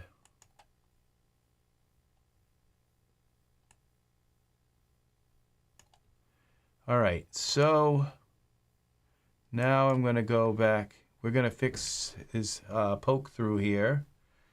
This is poke through if I've ever seen it. Tunic, and we go to tool settings. Quickly go to mesh grabber. We don't hesitate with mesh grabber. Okay, now there's a problem here. I think you just have to move this a little bit, and that should jump down in. Okay, radius, fall off. There we go. If you just move, sometimes it doesn't click where it's supposed to be, and if you just move that a little bit, you'll get it. Okay, and then we got a little poke through here, and a little bit here. We're getting him there. I'm not sure that this is the majestic wizard's attire that you would expect a wizard to have, but it's not too bad. He's got a little bit of a belly there. He's okay,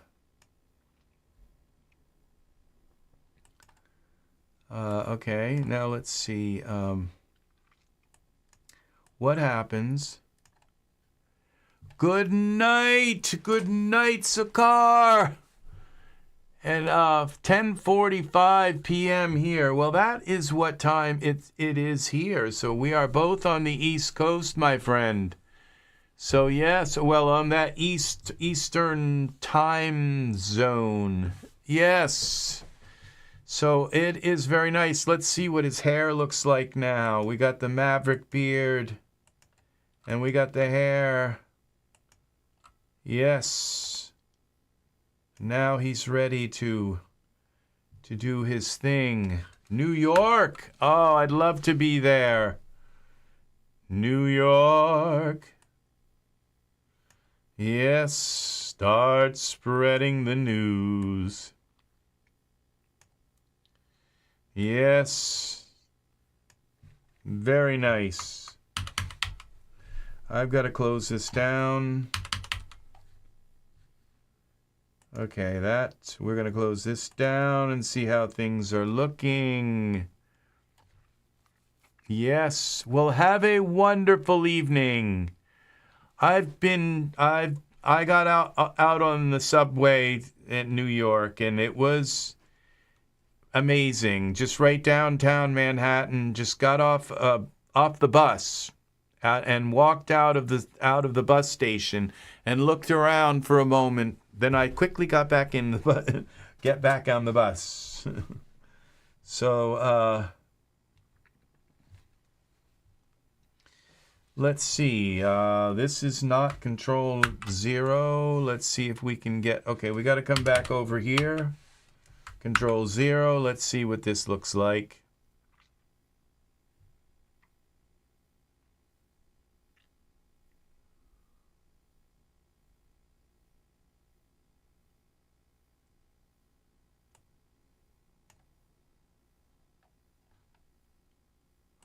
Okay.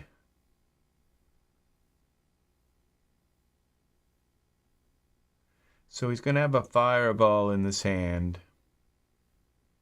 And this is kind of cool. Save this. And we need a camera. Edit. It's just this easy. We just go create as soon as this is done saving. We go here up to the top as soon as we are done saving.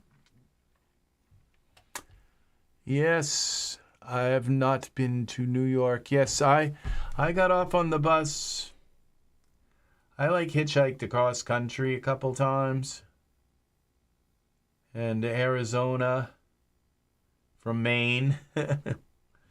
I needed to get out. It was my younger years when I was extremely foolhardy and rambunctious. Yes. I've settled down a little bit. Now, what do? We come here. Now we go up to content because we can go here to materials or whatever. But we can go into our environments and see these environments really nice and clear in here.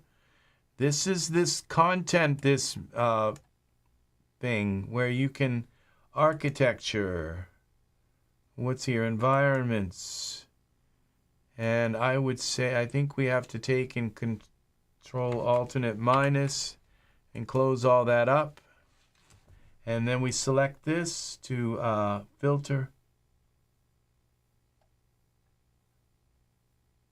No filter.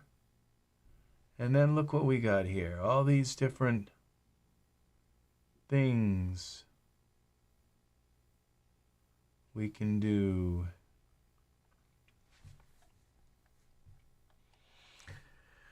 What do we have? And see, these are a lot bigger than... And I can just go like this. It's nice to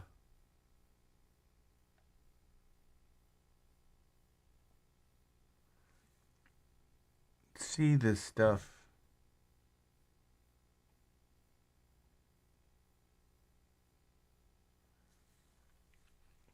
Because I've been looking at little teeny pictures of everything, and now with this program, with this little thing, I can just look at these things in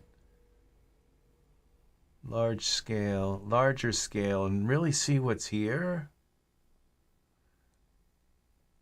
And I don't care that some of the images are blurry. At least they're not blurry and tiny. There's nothing worse than tiny and blurry.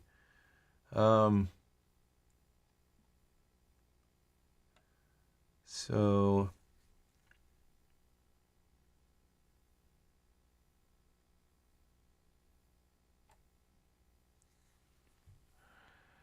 I want to be a part of it. I grew up outside of New Jersey, right across the bridge from Manhattan, right in Wayne, Pennsylvania. I mean, not Wayne, Pennsylvania, Liberty Corner, New Jersey, Basking Ridge. So I have, that's why I have my New York accent. Because I grew up right outside of New York. But I got another accent when I moved up to Maine when I was young. Look at all these things now.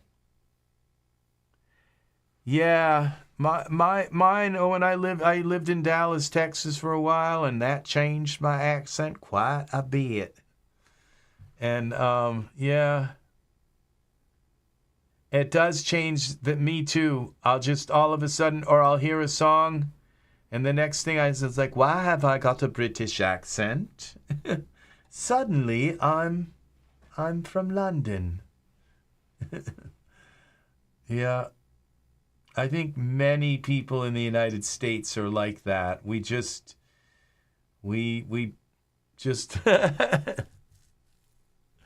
I would say North Carolina. Yeah.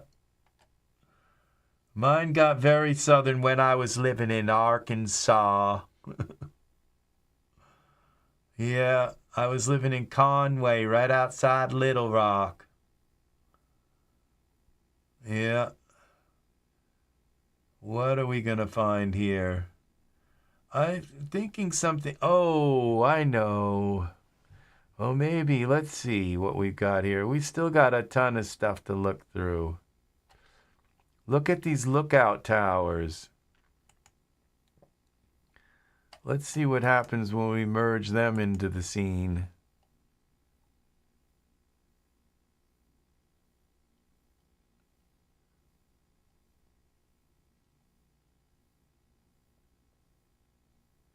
And look at this lost world here. This is kind of nice too. Close that. All right, we got some lookout towers. Let's go 9. Let's get out of Iray. Control 9 again. How about we try, oh, we're out now. And we go and push this over this way. Why isn't it moving? Let's go back here. Lookout towers. All right.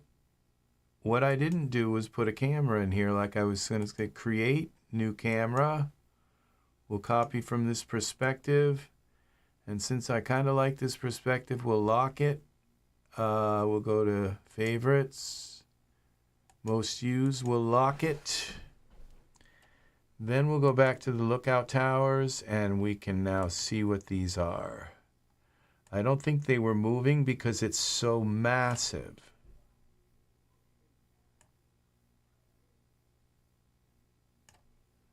Okay, let's go back to our camera. And now we take our lookout towers and we can go to parameters. Y rotate. Let's see what we've got when we rotate around. Oh, I kind of like this. And then this water. Let's see what it is.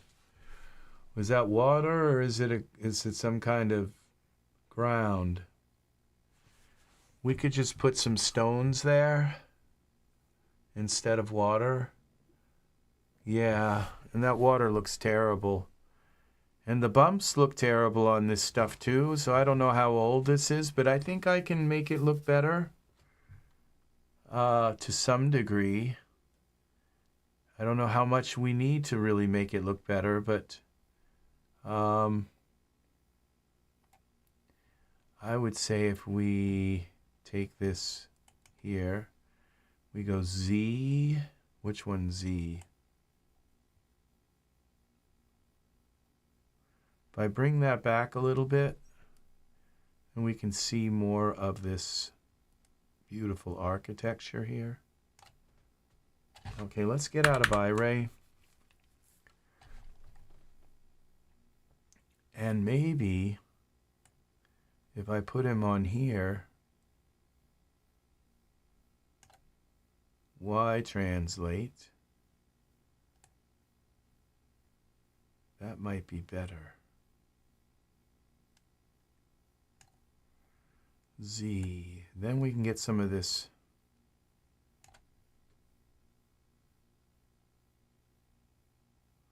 All right, 0. See, this is what it's about. It's about making a scene. Every time you, if I came in here and just made a video and said, oh, this is how you do lights and this is how you do that, what would I have to show for it afterwards? Like, you know, a light in a scene on a box, you know, on a cube, you know. I have to make art, okay, and that's what this is about. Now, I'm not sure what this water is going to do. The lookout tower, we have all these surfaces here. This is an old model, but I think I can make this sing, okay?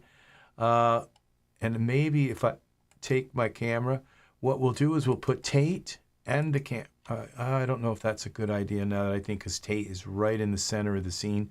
So I better move my camera instead. So we're going to go to favorites. We're going to go to most used, unlock my camera. See how far I can go back here. And what we do, and then we take this lookout tower and we bring it, because I'd like to get more of the detail of the tower in here. So what we do is we just take this like this, and then we go to parameters, and we go back with the tower some more. Z, X,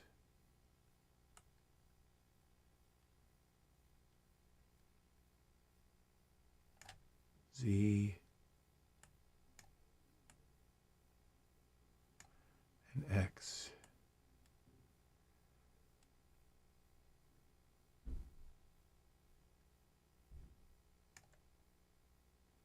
And Z. See, the textures aren't so hot on this, but you know, if I can get enough of the geometry in here and kind of bring it back a little bit, Z, it makes up for it. Now I'm going to go back intentionally, like a lot more, and then X like this, and then I'm going to bring my camera in more so that we have the character framed better, and we're going to bring it like this a little more.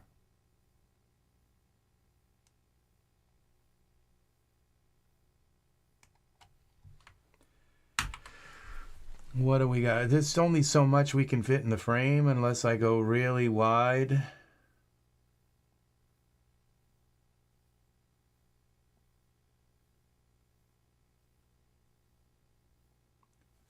This looks nice now.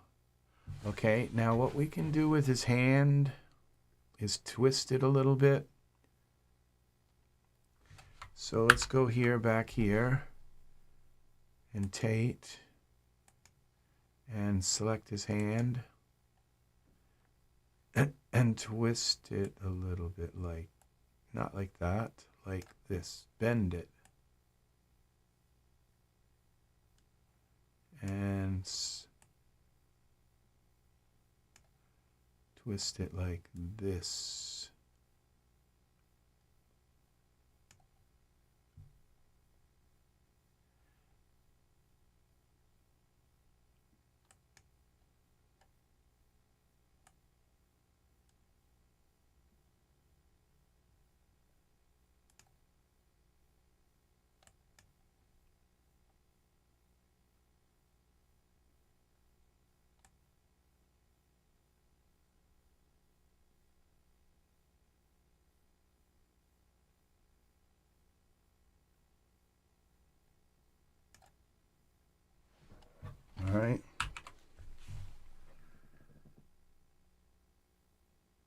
let's see what we got here. Now we got to put some light in here. Now the doesn't look like there are normal maps. Like everything looks flat. So on this lookout tower, I'm wondering if there's, where we go to surfaces, what we have for normal maps. Bumps. Let's bring the bumps up. The floor. Bumps. Everything looks just flat. See if we can get these bumps to look better. Floor dirt, top. Okay, now how about the bricks? Stone. Stone 1, bumps. Stone 2. Stone 2.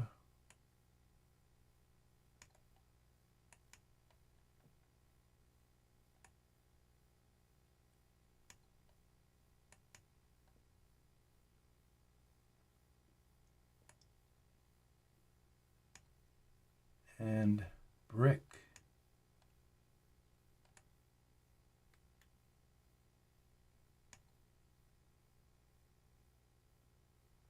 And the blocks.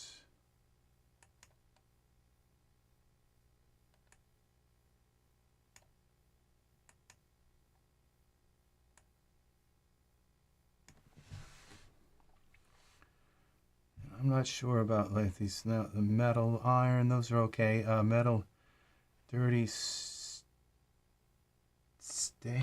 that say? Stat eyes. Not sure. That maybe something. It might be the serpent's eyes. Tiles. What are these tiles? Let's get them some bumps. And water is kind of inconsequential. It's kind. Oh, I know what's wrong with this. This is all. This is 3 delight. So what we've got to do is convert this to 3 delight.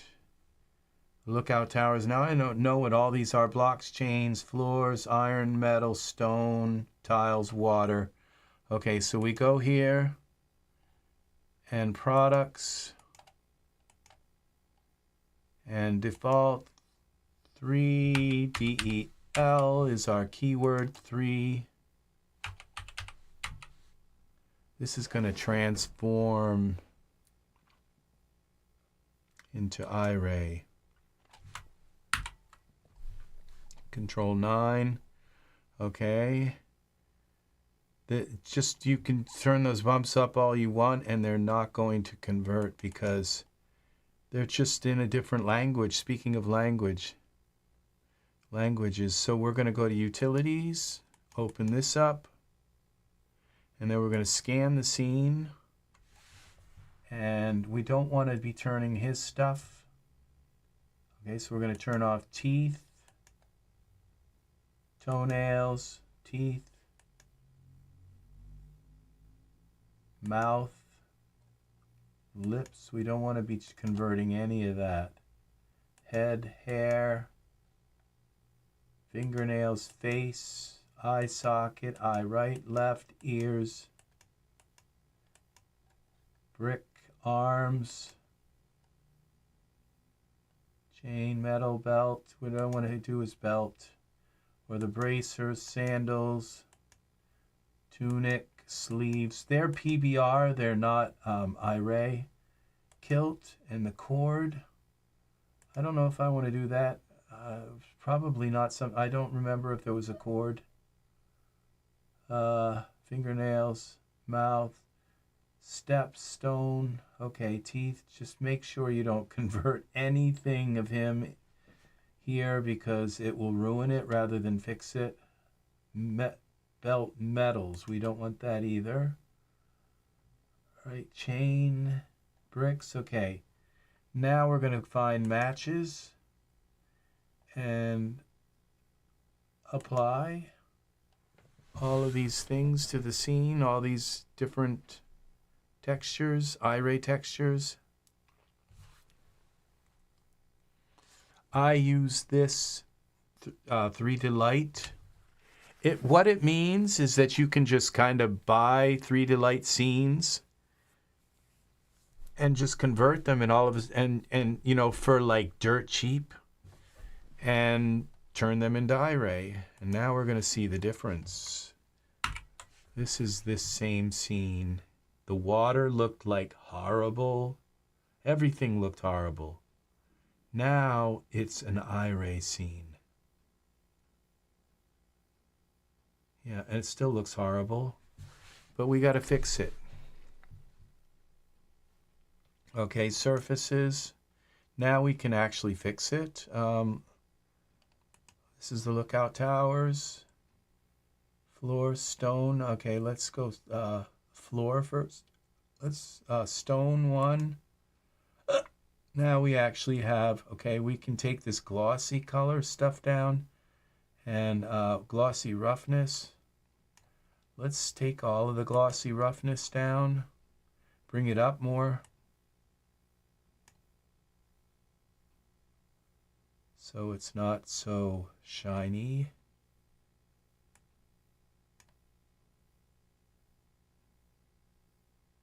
Let's take this glossy color down a little bit. All right. And now we're going to go to our, where is it? There are no normal maps.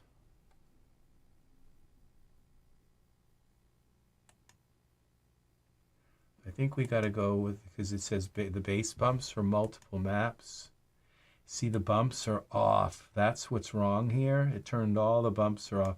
Stone detail. This is what's going to change this whole scene of the bumps. And if I had my choice between bumps or normal maps, I'd prefer bump maps.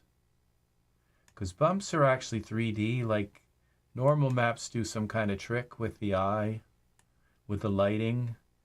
But bumps are actually curvature in the surface. At least that's what I have been told.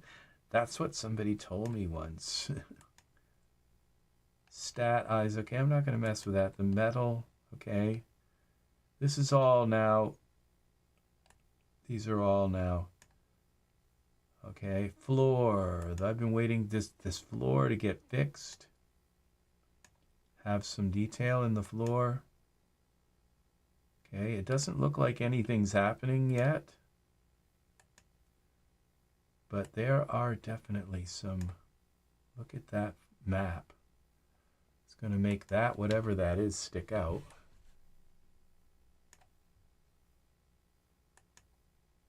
Okay. Bumps. Floor. Okay, the bricks. We're going to finally get some textures in these bricks.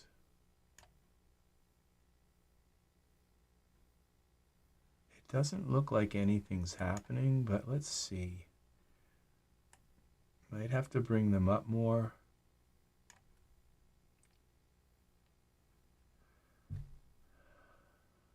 Blocks. What's up with the blocks? Oh, those are the bricks, actually.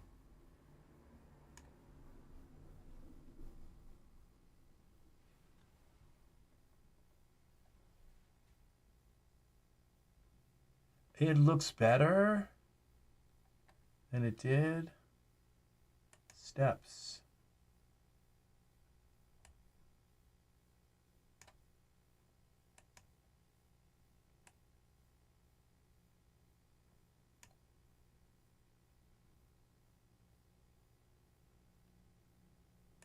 Stone dome.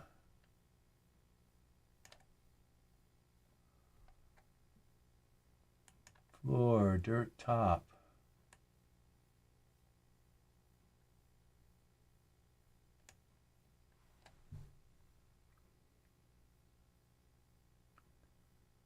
See, now it's starting to actually... What we need is some light now. Okay, we're going to save this.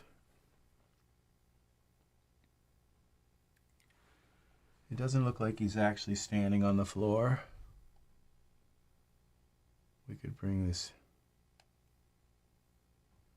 tower up, parameters. Y translate, just...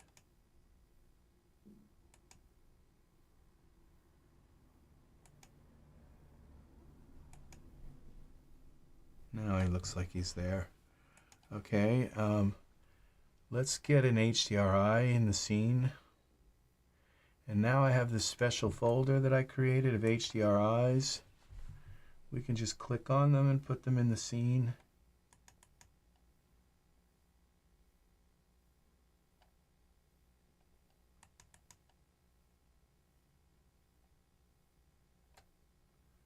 And then we can go to parameters and rotate.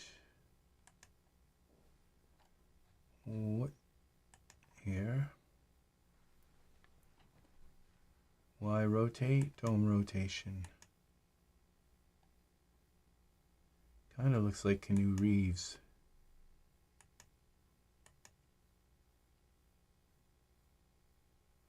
Now look at the bumps on the ground, and it's not quite what I want for it, but it's... I knew it would bring out whatever was going on. There's a little bit too much of the bumps there, but the water doesn't look so bad. It's like things don't look so bad. Now that brick thing, these surfaces, I think it was, let's see, we'll go back to here, to this, what's the base? Bridge. Oh, look, there's a bunch of stuff in here. Stairs, temple walls, tower stairs, walls, dome. Where's the wall? Oh, I think they were all part of this, though. Still, I've been changing them all along. Okay. So it was the tower wall. This looks horrible. Okay, lookout tower. What's block?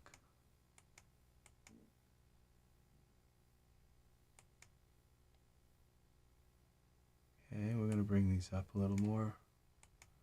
Block 2.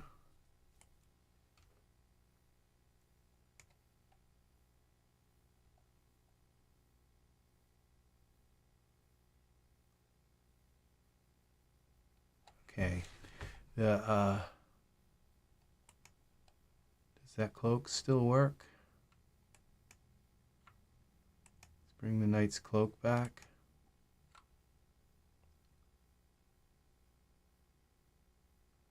It does. We just gotta kind of mess with the top, and we go with the knight's cloak parameters,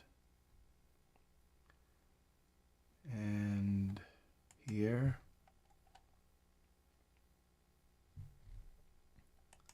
Go to our perspective view. Come in on the cloak.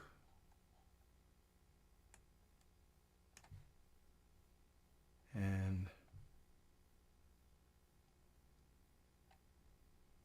all up.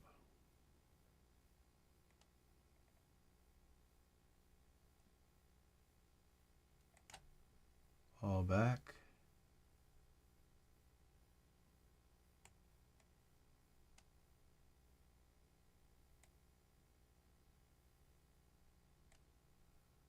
Let's do this.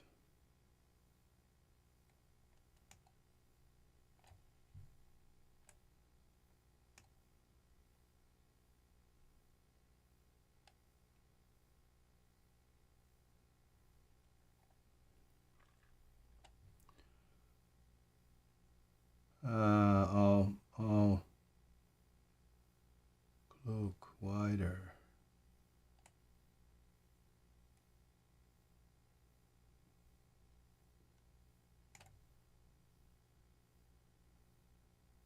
Cloak.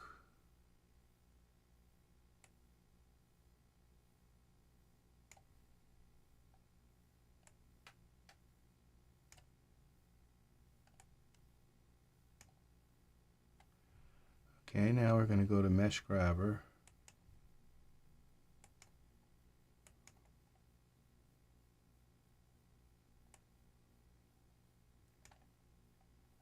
I think the front's got to come in more so that this is up against his shoulders here. Parameters. Let's go back to our cloak.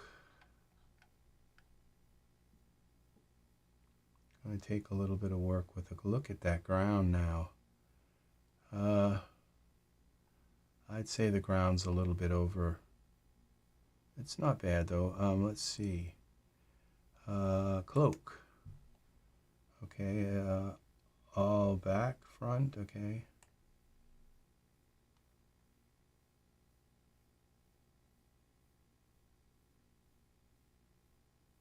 Okay. Well, this is being a little bit temperamental.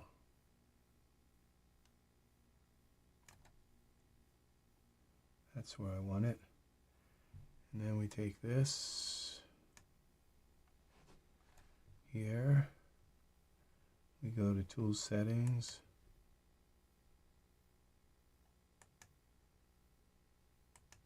$12.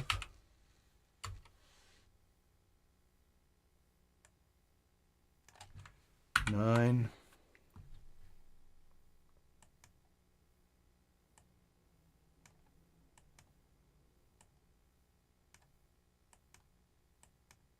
Okay, we go back to the cloak. I need this bigger. 15, 18.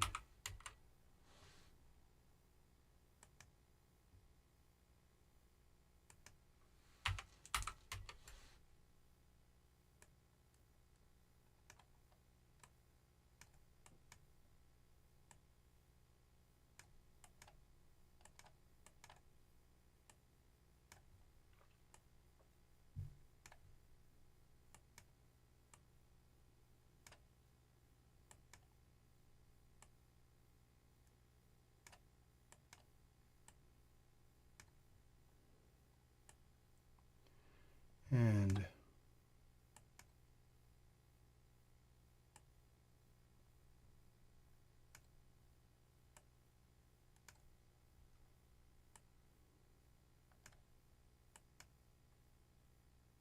out this comes here.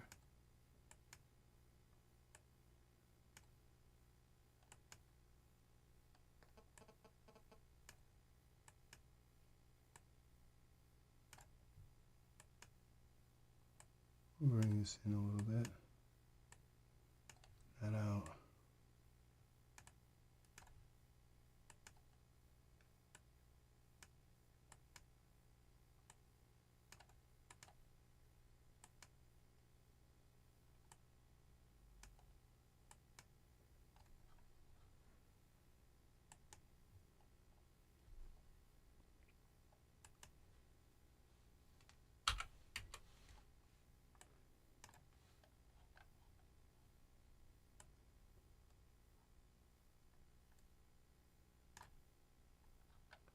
Can't see what I'm doing. There we go. 10.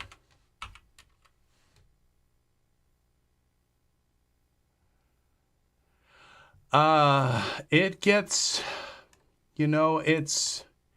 I live on the ocean, and so it is, the ocean takes all summer to get warm, and then it takes all winter to get cold. And so it basically keeps the temperature kind of moderate. And so it doesn't get that, and then there's like the ocean has a lot of salt in it. And so the salt just kind of melts a lot of the snow. And so it doesn't really land on the ground that much. And then when it's really hot in the summer, the ocean is still cold from the winter. And so it it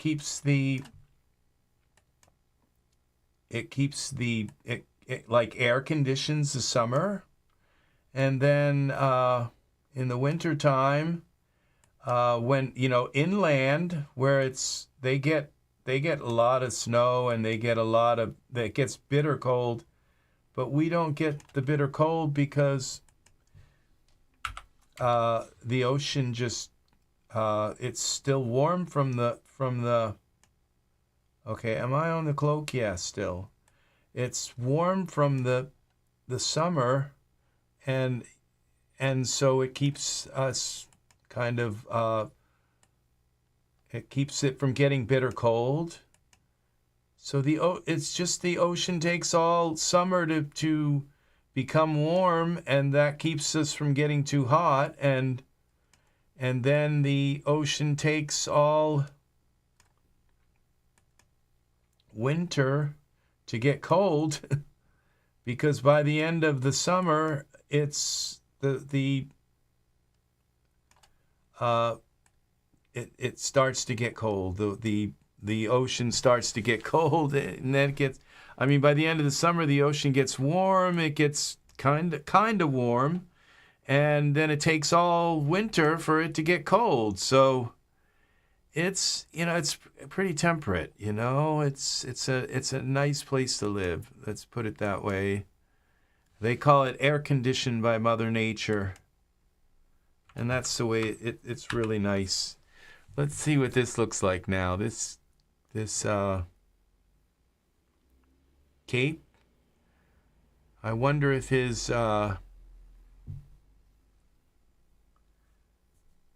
toga should be black. It would kind of fit in a little better, just the tunic. Let's see, what if we make the tunic part? The sleeves are that color too. Let's do them both. And let's go to base color.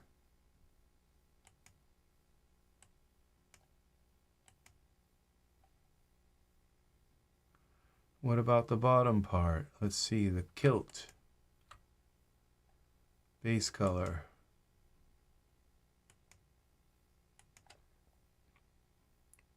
There we go. Now we have to do something better with the lighting. I mean, you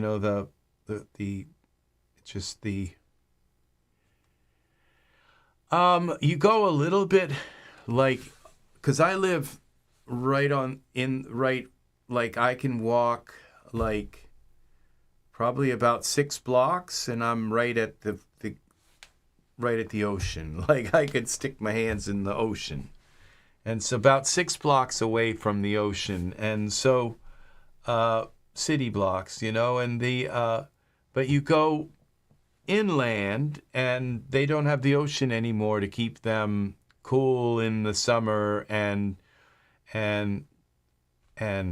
warm in the winter. So it just gets, and then if they get a Canadian breeze, that wind that comes down from Canada, it can be bitter cold. And if it rains, then the rain goes all over the telephone lines. Yeah, it's pretty bad. So I think I'm going to push this part of this collar down. Perspective view, we're going to push some of this down here. Go back to tool settings. Mesh grabber. Let's go back to the cloak. This. Back to this. I can't see anything.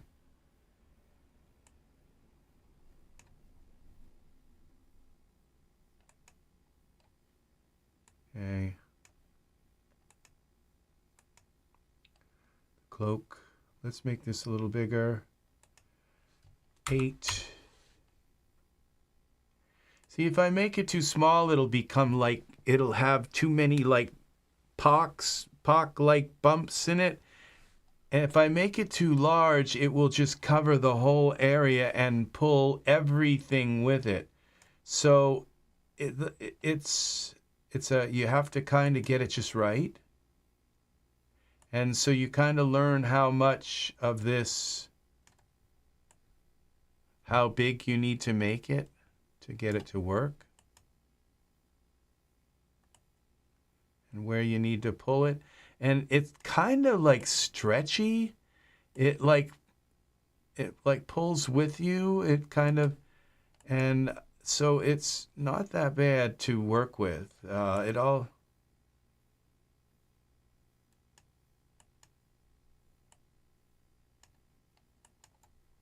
and I'd probably put some dForce on here. I mean, not dForce, sub D. See these little kind of pieces of stuff?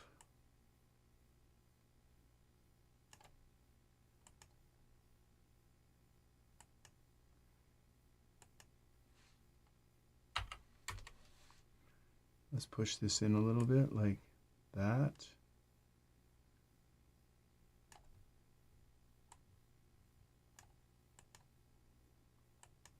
Pull this up a little bit.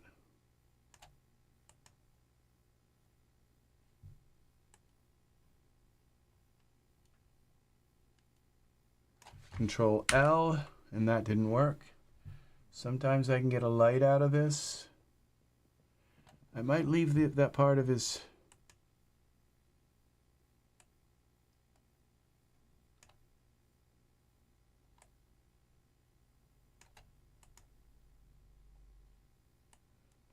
eyes look terrible in texture shaded, but okay. But there may be some kind of glass over his eyes left over from, and I just messed up my camera view. This is why you lock your camera.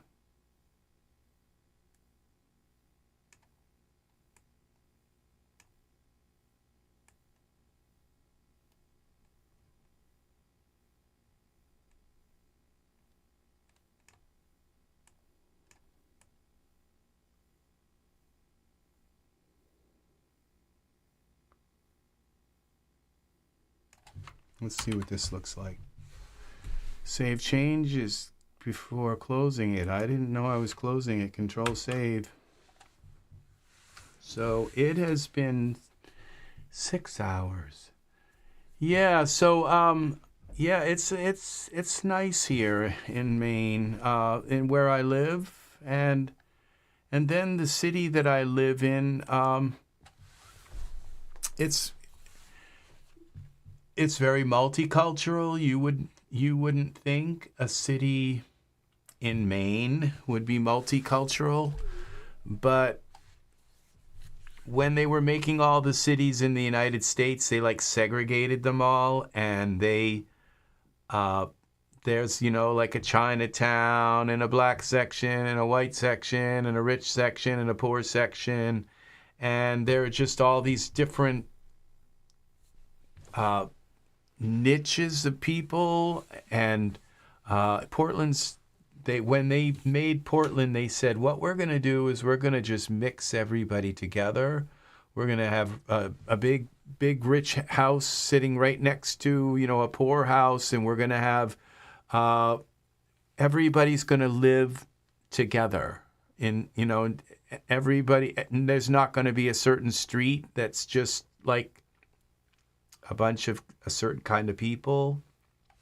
Everybody, it's almost like karma, you know. It's almost like a how synergy, how all of a sudden your neighbor moves next to you, and you wonder, you know, what was it, AI or something that moved that perfect neighbor to come and live right next to me, because we both have the same kinds of likes, and we're both kind of so similar. And it's just it's like that, where everybody, it's amazing how life can be so accommodating when when you don't try to make these large, sweeping cultural decisions on people, that that you end up with harmony, a city that lives in harmony. And that's what Portland, Maine is it's a harmonious city where we all bump into each other, and so you don't end up with people that are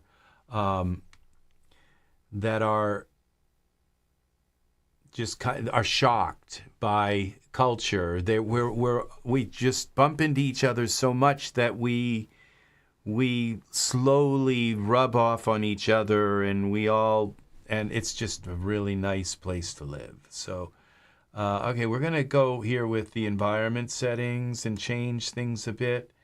I'm not sure. I just don't like this particular sky, and we go here now back to content library. Normally I go to the HDRI settings, but HDR, why aren't they showing up? Maybe I have to click this. Where are my HDRs? Oh, there they are. Come back. All right, let's see what we can do. This is Blue Hour.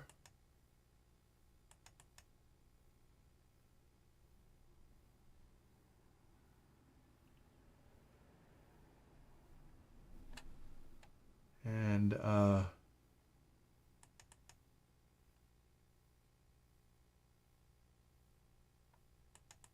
I think I did that one. I didn't like it.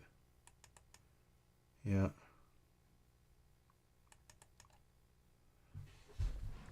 It's nice to be, oh, look at this. This is kind of interesting. I think I'm going to find just being able to just click things down through these things like this and just immediately apply them. That is amazing. Wow. Look at that. That's weird.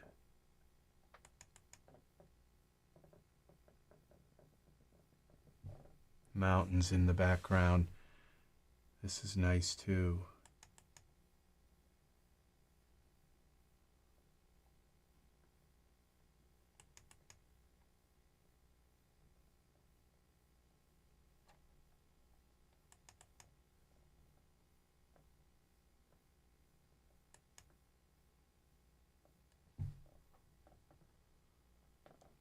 Now let's see. Okay. See, I can go up here and get to my HDRs, I think. Yeah, look at this. I can get right into my HDRs here. So I can pick them here while I can come here and get to my parameters.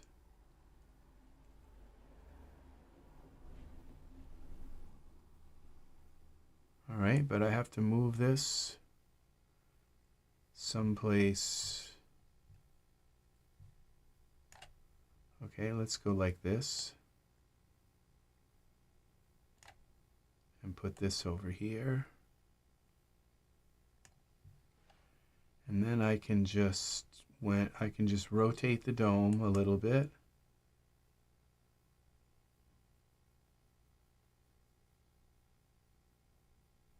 Look at that. I like that right there. It looks like a big moon or something, a cloud or something there. So what we need to do is now get a spotlight. Remember I told you lighting, spotlights are always the answer for lighting your figures. Spotlights, okay? Not point lights. Kind of never point lights, always spotlights, because you can get drama with spotlights. Okay, so we're going to go out of here. Now we're going to go into our spotlight. Let's we can close this for a bit, or close that, come back to it later. Spotlight, where's our spotlight? Okay, I'm going to lock my camera so I don't move it again. Content. No, here, most used, lock the camera. I'm always just locking my camera because sometimes just moving your camera a tiny fraction, you can lose the magic of a scene. And I'm not saying that's the case now. I'm just saying sometimes it's just the way that they're looking at you, and you just change it a little bit and the magic's gone from their look. So, all right, now we go here to, what was I going to do? A spotlight. We have to look through the spotlight and come up here. And I think this way, like this. Let's select the spotlight. And like this. We got to give him some fire in his hand.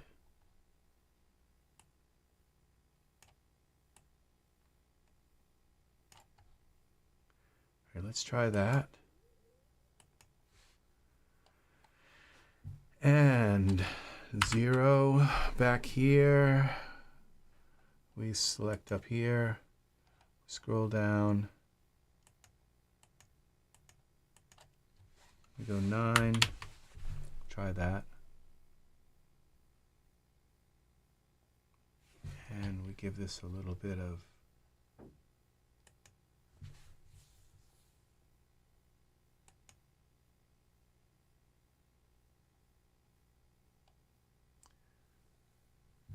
what if we go give it some color?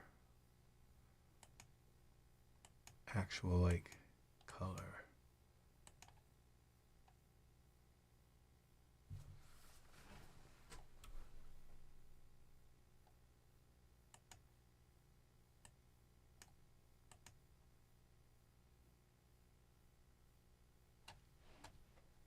And I'm not saying I like that, but it's kind of nice, that red, like there's a sunset going on. It's a little too bright, I think, though, because it's too much contrast. So we just bring it down to like 6, probably too little. All right, that's good. And let's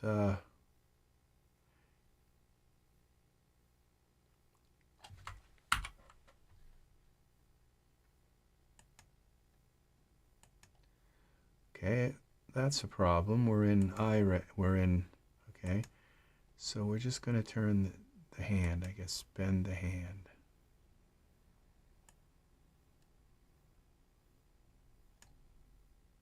Twist.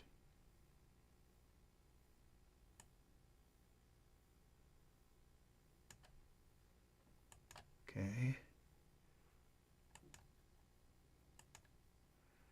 And we go back here to this.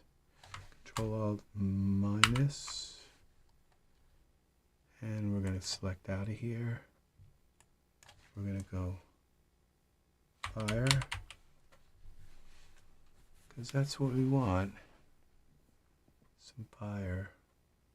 I mean, you could have like a blue orb or like a blue circular thing or something. We want to go here, fire. Magic is good. Let's give magic a try. Like this is a blue orb. Where is that orb? Let's go here. Explore product. Props. That's SickleYield product. Prop. Look, here it is.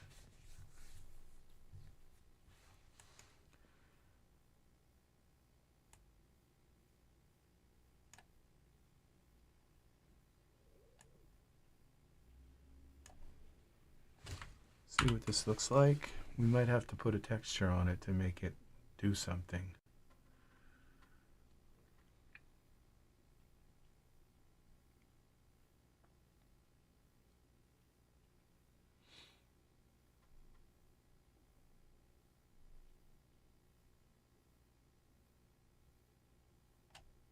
That's kind of cool.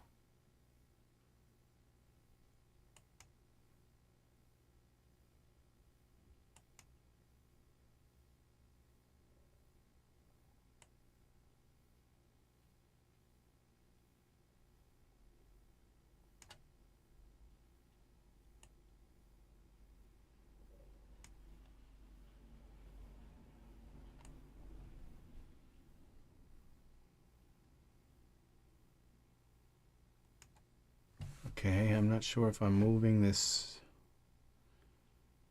in the direction that I think I am.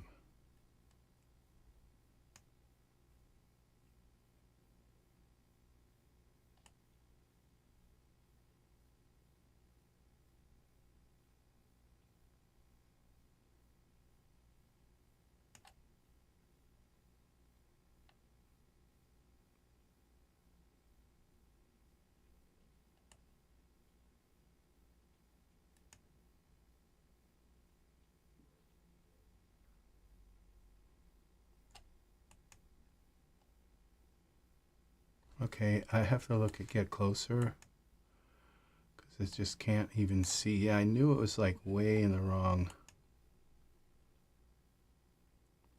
Let's rotate it so that it's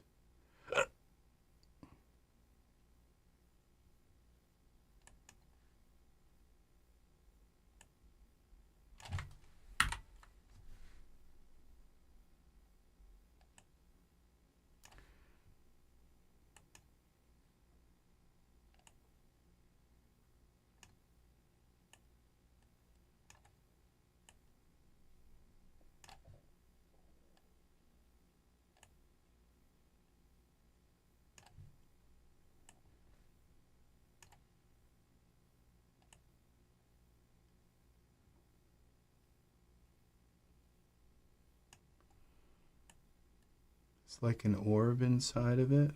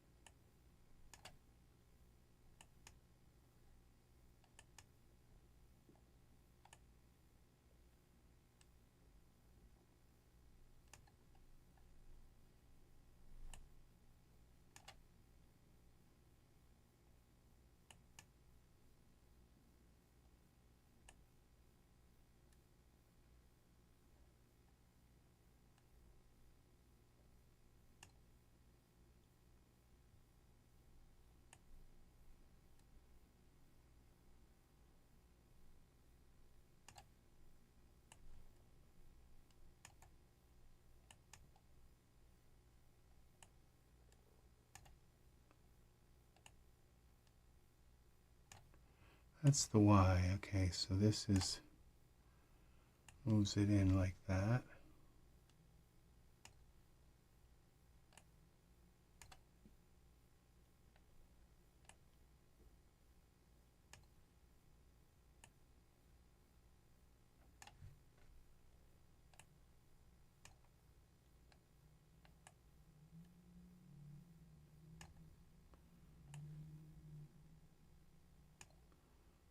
Back to the camera. See what this looks like.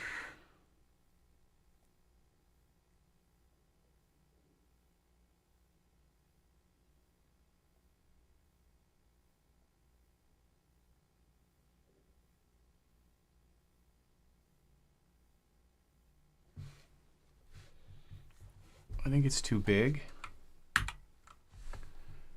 Scale it down.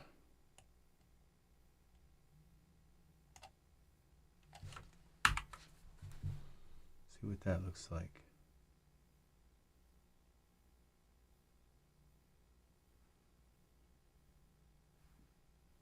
All right.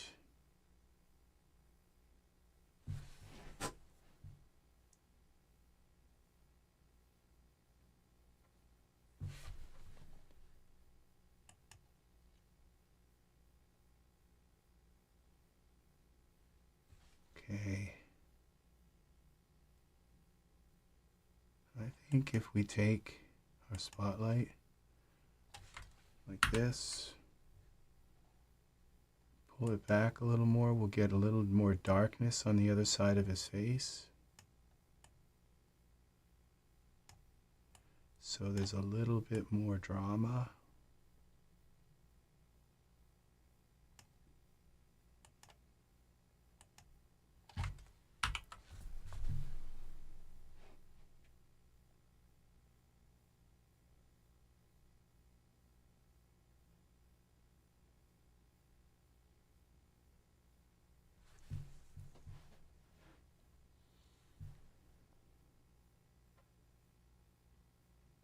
Yeah.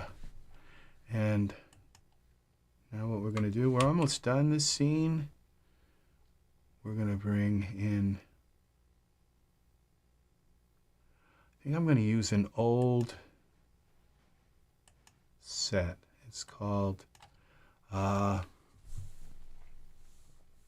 think it's Mist. Yes. And it's right here is our Mist. Okay, prop. Here's our prop. And we're going to go here, explore the product. This is called Iray Distance Mist. And we're going to go here to this main prop.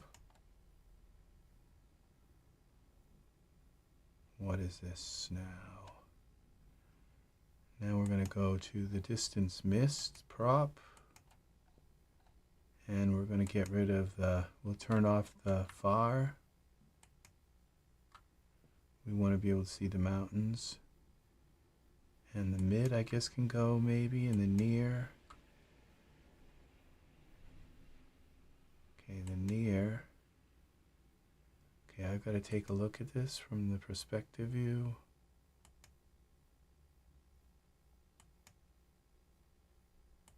Okay.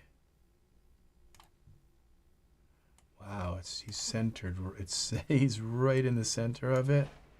So if I just take this, okay, I think I want it this way. Okay, so we're going to go to the camera. And what we do is we take this this prop, go to materials, and use this instead.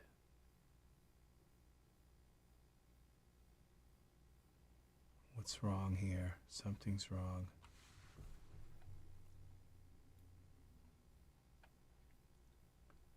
Low strength. Surfaces.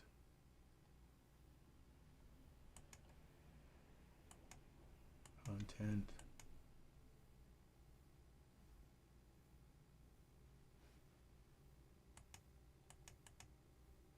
Reset, strength, reset. Okay,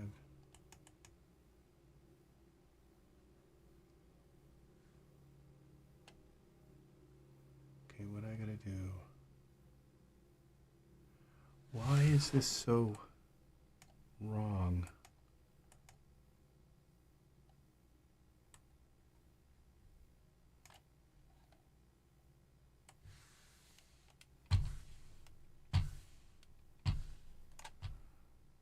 Okay, it's probably too high.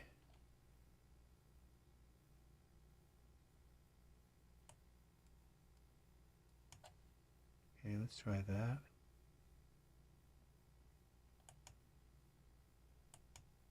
There we go.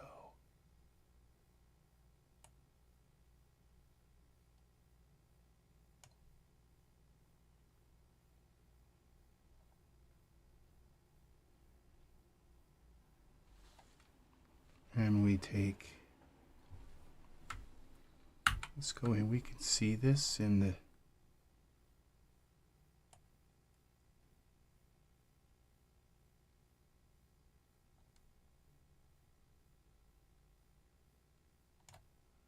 X. There it is.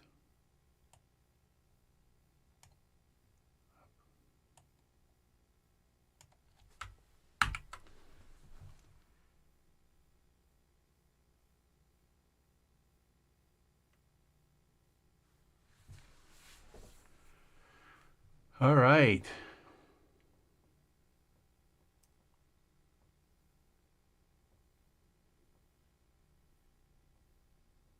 Now let's do something with it. Blue tint.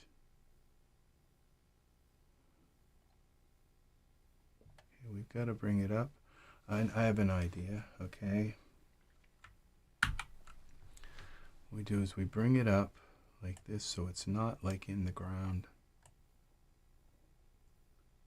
Bring it up like so it's on the, and then we take this parameters, we scale it down like this.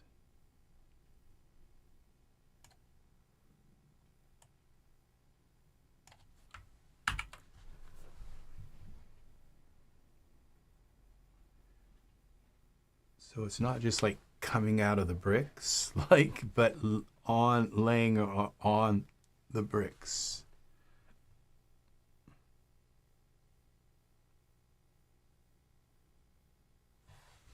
I think it's still got to come up more.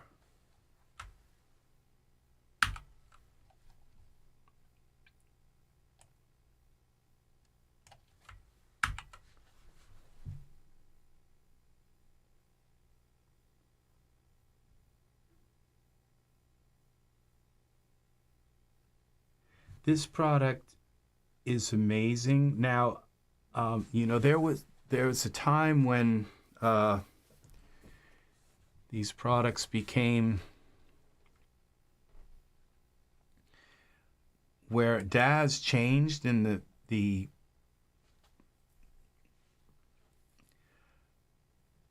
what are they called? Transparencies stopped like working right. And I'm not sure if there was like an update that fixed this product. This is an amazing product. Okay, so, but it's almost seeming like like it's not as transparent as it used to be, and because of the DAS updates and all, I'm not sure. But it seems to still be working anyway. Okay, control, wrong key. This works really well with water on ships, and it gives you 3 rings, an inner ring, and an outer ring. And okay, now I'm a little too high. You can see like it's up above the little kind of, I don't know, bow around the bottom is a little above the ground now. So you can see now where we're aiming for it being.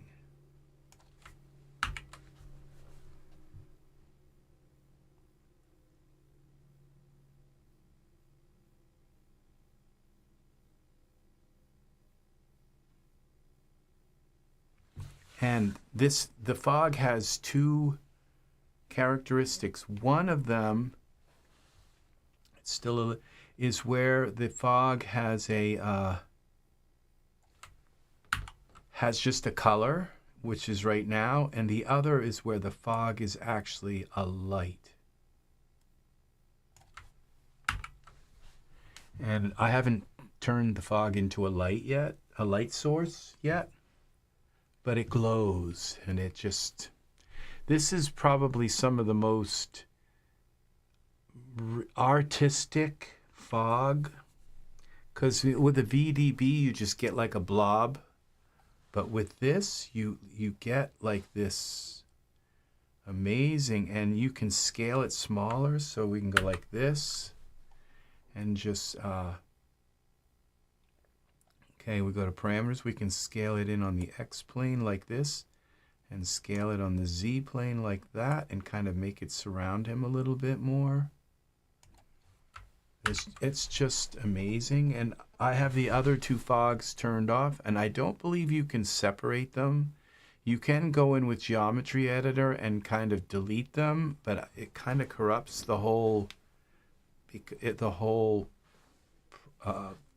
so the best thing to do is just turn, if you don't need the far away fog, to just turn it off. That is starting to look nice. It's still a little high off the ground. So we're going to bring it down a little bit more. See about that.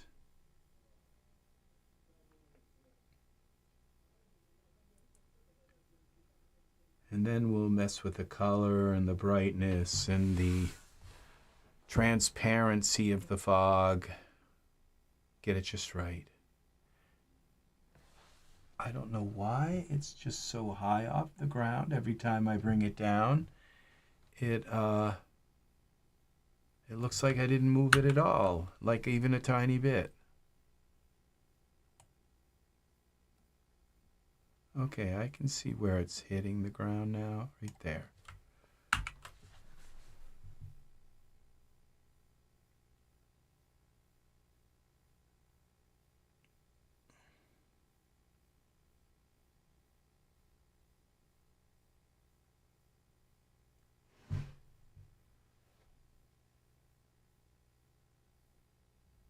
Yeah, that's okay. Now let's do, I think what I need to do here is restore. It looks a little squashed, so we just bring it up a little bit more so it doesn't look so squashed. Let's pull it over this way.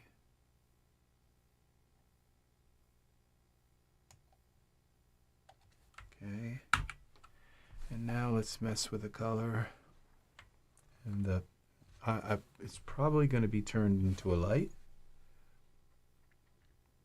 into an emissive. Now, this gives you the illusion that this fog is 3D. It's not. It's just a circular plane with some beautiful artwork on it. Yeah, that's all this is like a cylinder, a thin film cylinder with this on it. And that's why it's really amazing, because Angus, have a good night. It's 12 o'clock. Thank you for hanging with us, dear friend. Thank you, thank you, thank you.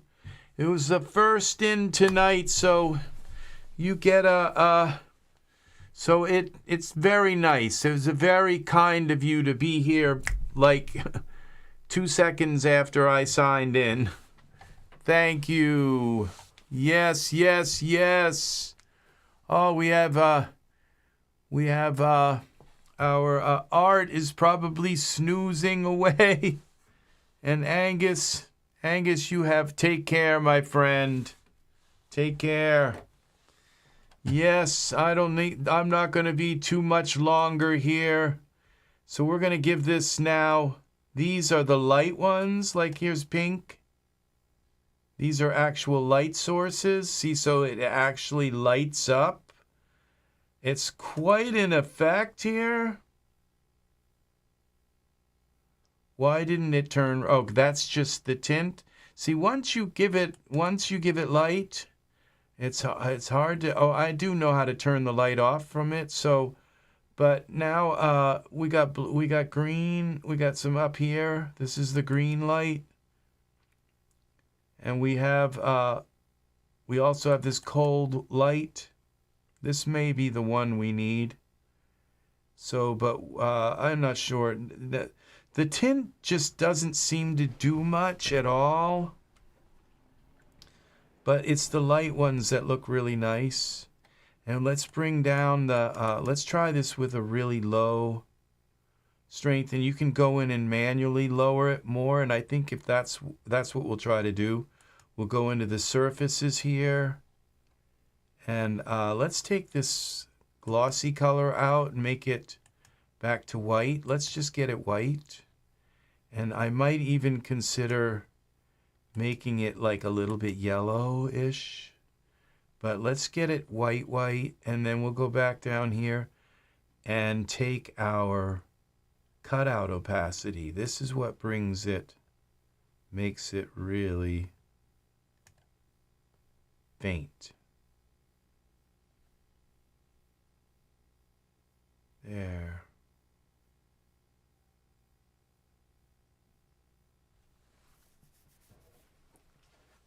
I wonder if we can make this glow in some way. Maybe put a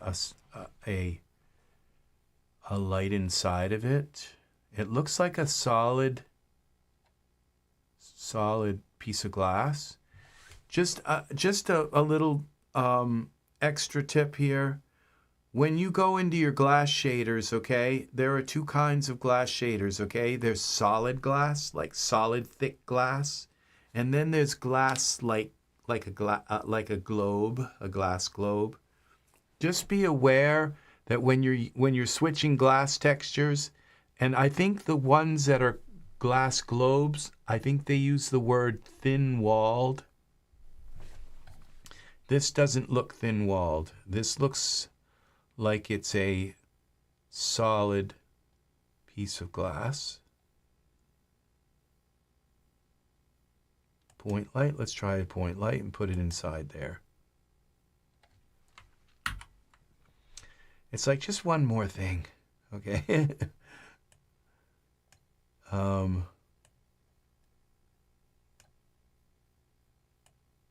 See, this suddenly doesn't look good, whatever that is. I'm not sure what it is. And it might be an anomaly from my spotlight. It might be something from this point light. I didn't notice it until now, but it doesn't seem to, it could be coming from the sky. It could be the sun that's in this HDRI. I don't know what it is, but it doesn't seem to be an issue in the render. And I certainly don't think I got that spotlight right inside the glass. It's probably a mile away from it. It looks like it's in the glass, but it's probably not. But let's now give that spotlight some...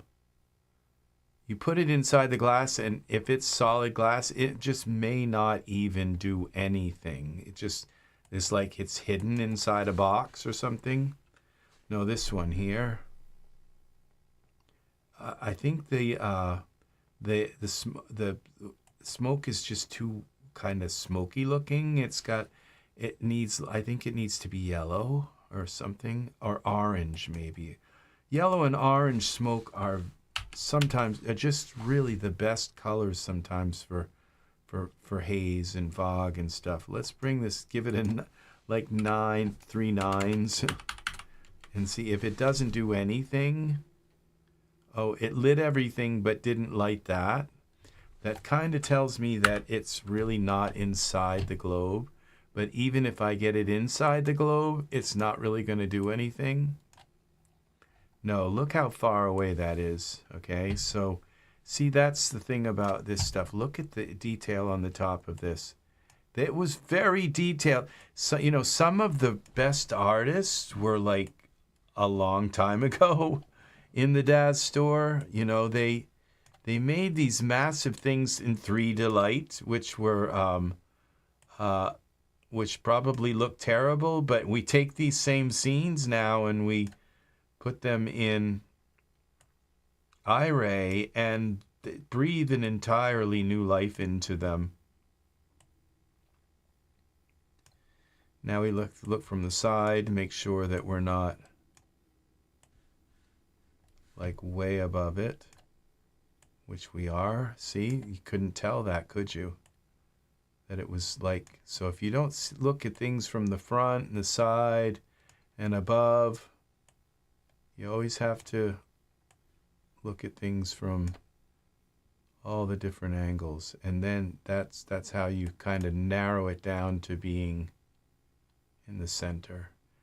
Most of you probably know that. Now it's like, I don't know, I can't get a hold of it. It's like his lips were in the way. Okay, now we got to look at from the side again. And we go like this, look from the back. Okay, like this. Look again from the top. All right, now we're in the ballpark. You kind of just narrow it down and hone it in until it's there. You look at it from the side. Now it's too low. You can see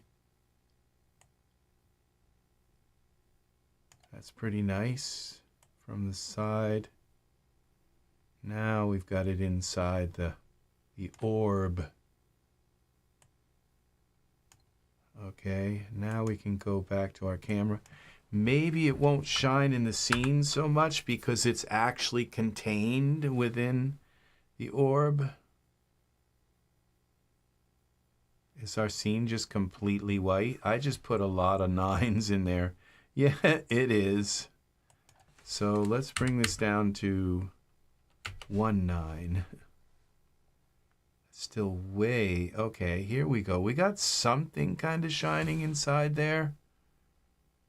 It's enough to kind of make it glow a little bit. Okay, now there might be another alternative is to make this into an emissive, and it's probably built right into it to do that. So where is the... Okay, we'll take our point light and just kind of hide it from the, so it doesn't have all those little points there, so we can kind of really see what it looks like. That would be visible in viewport, is it? Yeah, now it's just kind of hidden, but it's still on. And now let's find his...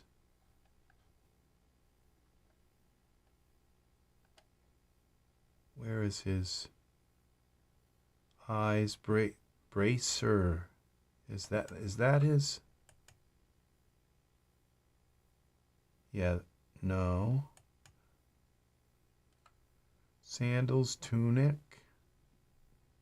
Oh, it's probably in his hand.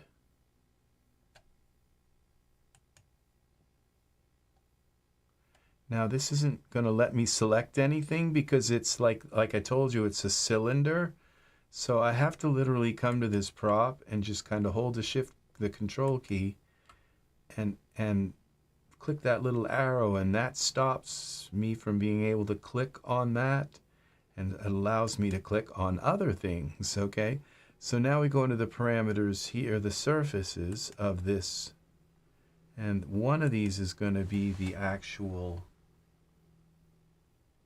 glass orb bottom, glass orb top, effects orb bottom,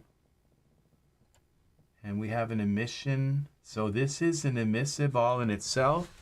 Let's try turning off our point light because they've already built these effects into this. This is called the Mayhem staff. Luminance is off right now, so we bring it up to like 50. And that's not very pretty. It just kind of made it milky. See?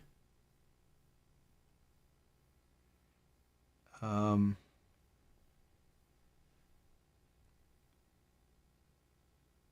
may not be much I can do with this. Effects, orb, bottom, accent. That's not emissive. These are emissives, actual emissives. The bottom doesn't have grip holder, rope, staff base. The top, staff accent. No, if we're going to do anything with color, it's going to be here.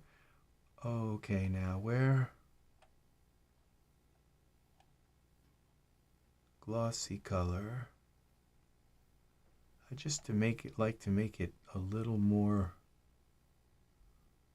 apparent.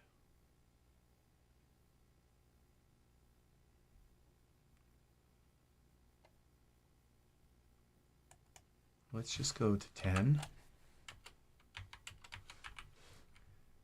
10 without a...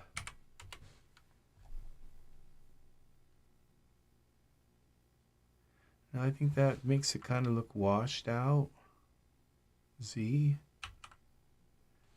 Now there's effects. There was also a staff top.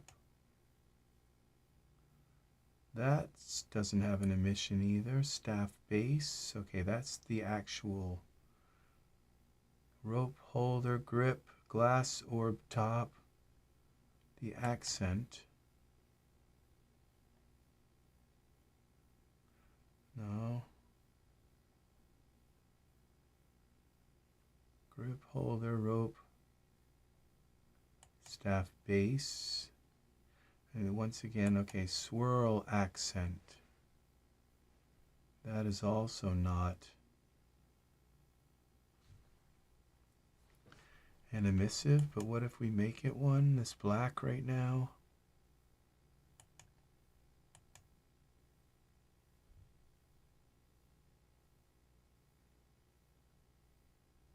No, Z. And we we got these, just these two are the emissives. But there's an accent, I think that, no. All right, we're going to leave that. Okay, now let's mess with the fog a little bit here. This, because it just looks too cold. So we go to this near fog. Near. And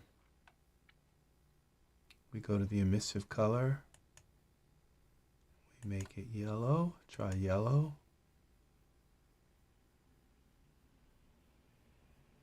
That's close, but I think orange is going to be the one that's going to hit it. We just move it over a little bit like this.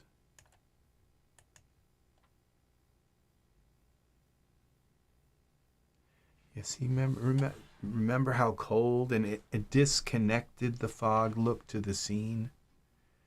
And now it seems to be like part of the scene. So we're just changing the light that's coming off the fog. Let's go a little bit red, more red.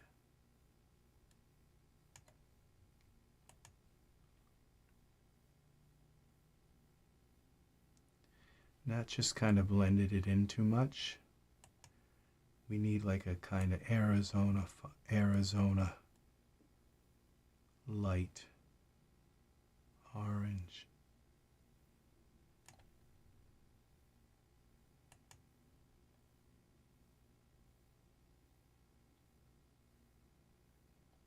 Okay, I think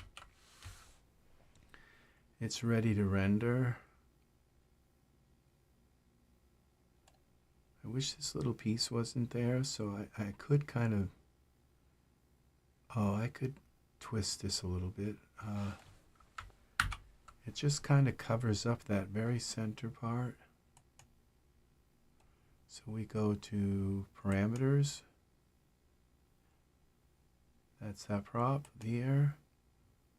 Y rotate.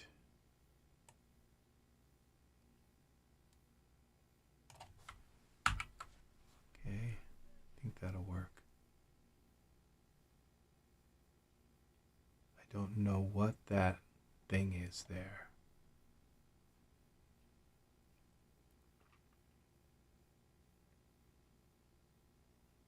Just doesn't show in the renders, so that's a good. That's better. Okay, that is much better. Now it's just not as much noise down by his feet. I think I could pull it back a little bit. 9. All right, parameters. Now where's our fog? We have to click this again. Y rotate. Just pull it back a little bit like that.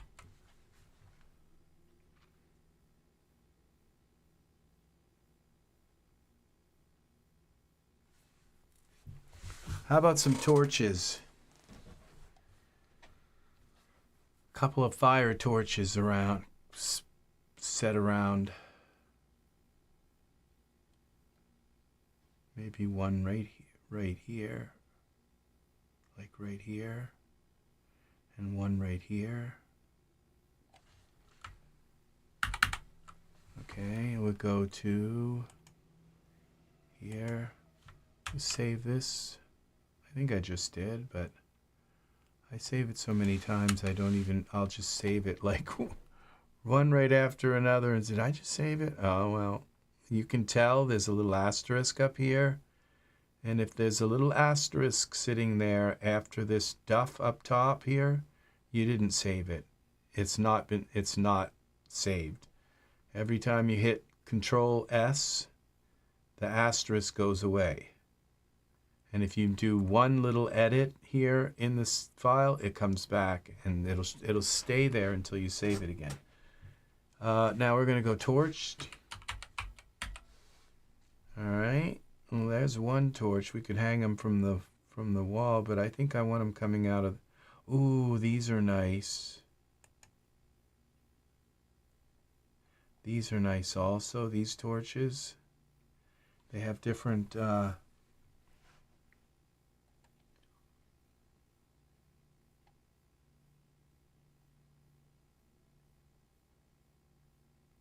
let's use these. Did I just catch him on fire here?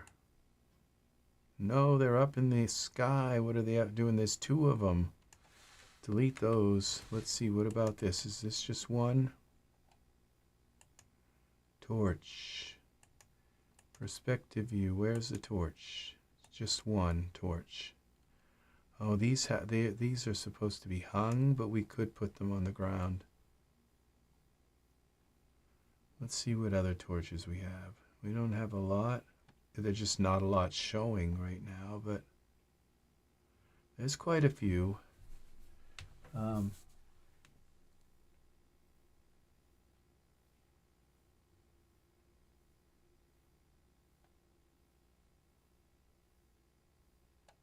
Let's try this thing. Let's see what this looks like in Iray. Make sure it actually is a torch, that it has a fire, that it's not 3 delight.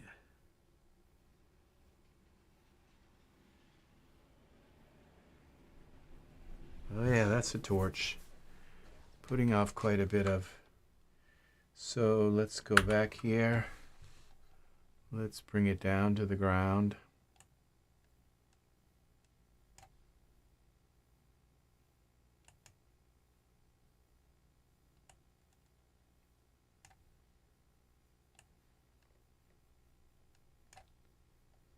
Okay, let's bring it over here.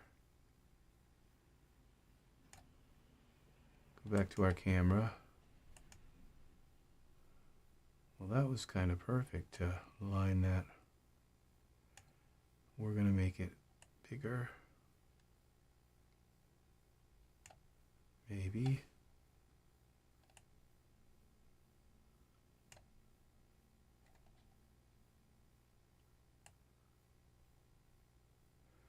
Why does that look like it's... All right.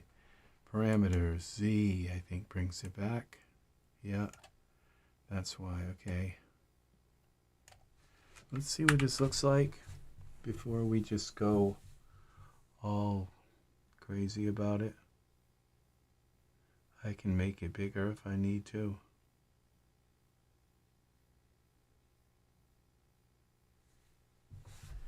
Thank you, people, for watching, for hanging with me. It's very... Oh, look, I love the reflection on the ground. This is a nice torch here.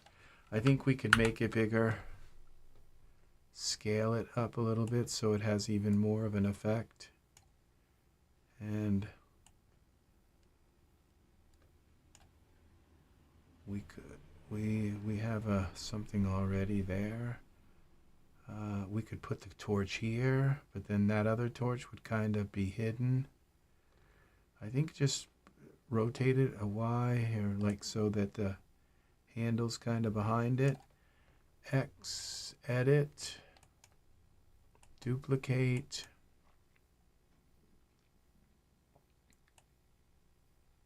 X, Z is going to go back. And X.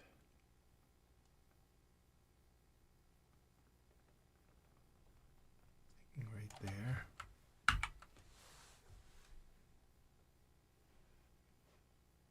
I could put the torches on top of these. I could even put a couple of torches along the top here, like on the... I think that would be too much. I think just these two torches are going to be enough to give the effect. Yeah, and they really work well with the fog.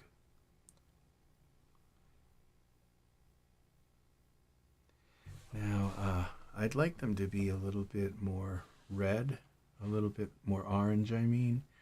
I'm not sure if I can achieve that effect. Let's see. Emission color. Let's see the torch. The flame and the torch. Okay, there's our flame. What if we go red?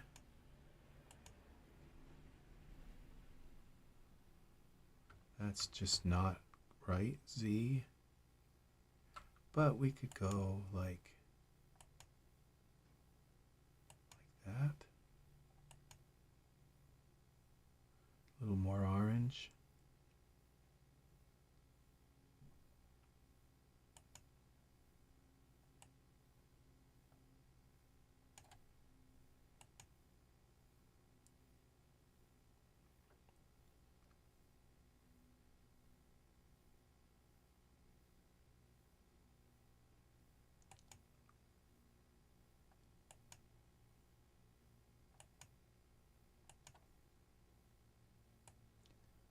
Okay.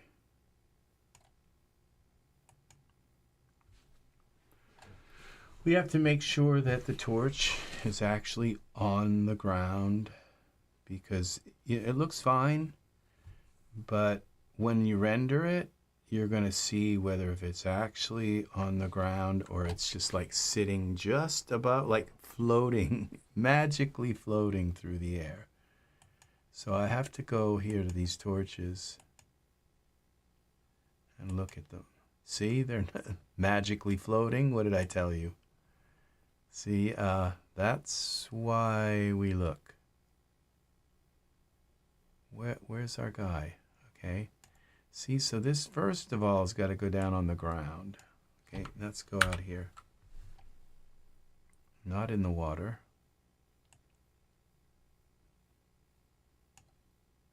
We're going to bring this back like this. And up. Just so it's on the ground. We're going to spin this around so that that little thing is in the back. Okay, and we're going to see how close we are to our wall. Put this like right here.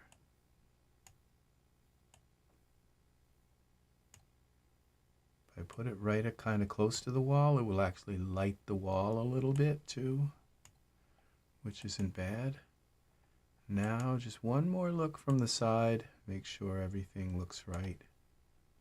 This could go back a little more. Okay, and then we go over to this one. That one looks like it's on the ground, but I'll bet it's not. Yeah, it looks like it is. It's definitely not up against the wall though.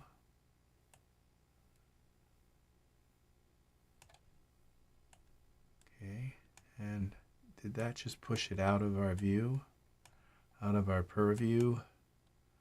Back to the camera. Yeah, see, it's out of our purview. We want it to go back here so we can actually see it. I think we got to go this way so it's like not right under the chain.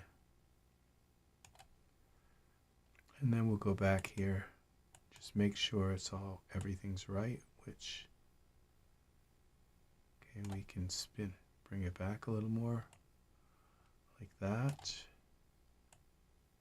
And turn it a little more. Y, rotate it like that. Back to our camera. 0, 0. Okay, so I think this is going to be render time. Oh, we have some birds, some crows flying in the air. No, no crows in this one. So, yeah. It all started out with like dForce, and we converted him to Genesis 9. And we fixed his clothes, we got his pose. This is looking beautiful. I'm glad I didn't touch the orb. We can delete the point light. It's not on anyway. That orb is the work that went into that. I think that's SickleYield's work. That is amazing, absolutely amazing. The glass, solid glass, is so hard to get the refraction and the reflection. That little teeny dot on there coming from, that's called the Fong.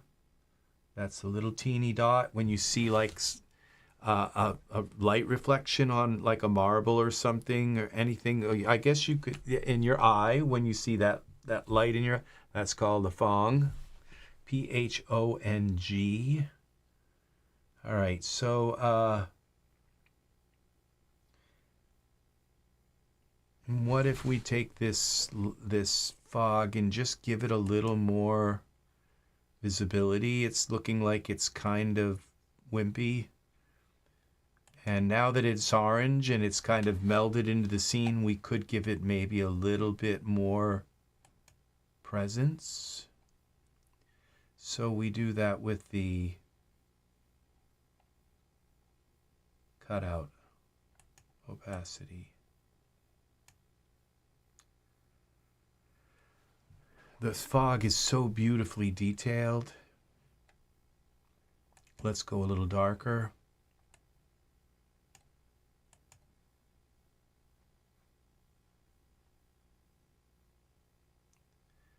No.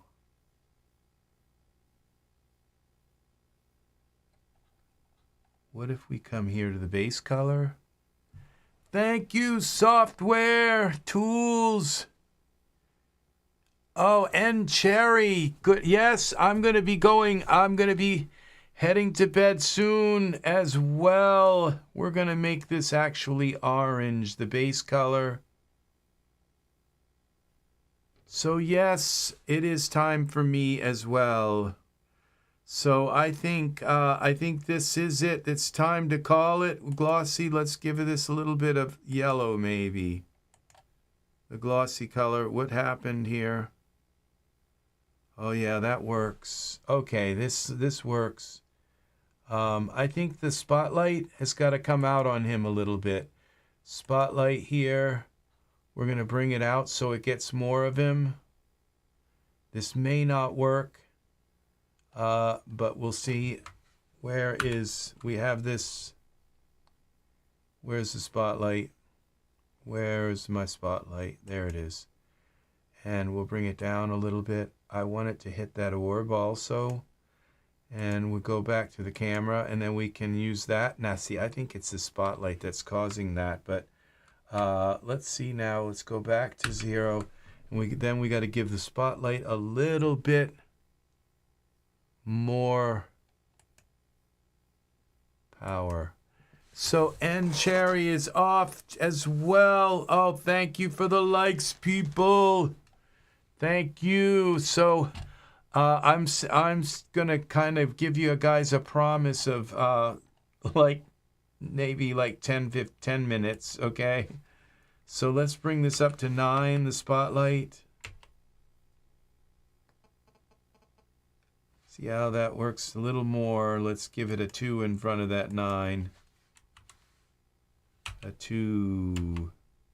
Remember, it's red, so I might need to, oh yeah. Okay, see that lit his side up a little bit more. Yeah, I think that works. It makes him stand out just a little bit more. Save it. Okay, we're going to set the render settings.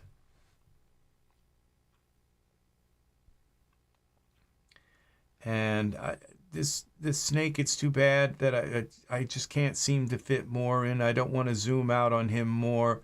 I don't want to push the scene ahead more. So you can't really tell what that is. It's almost would be better to just hide it, but I'm going to leave it there. It's an interesting doodad, I guess. Let's see now. We're going to go to render settings. We're going to go to general. And 8,000 is okay to render this. Oh, look at that fog. See, it's just right now. I like it right in here. The color of the fog. It's kind of orangey yellow. It does have definition. It doesn't look like your run-of-the-mill kind of VDB because it has more swirls in it. It's got texture. You see the swirls down in the little corner here. You can see, and when this renders larger, you'll see the details in those. It's not just some kind of blankety VDB. It's got texture to it. Who made that mist? I bet that probably SickleYield again. But where was that?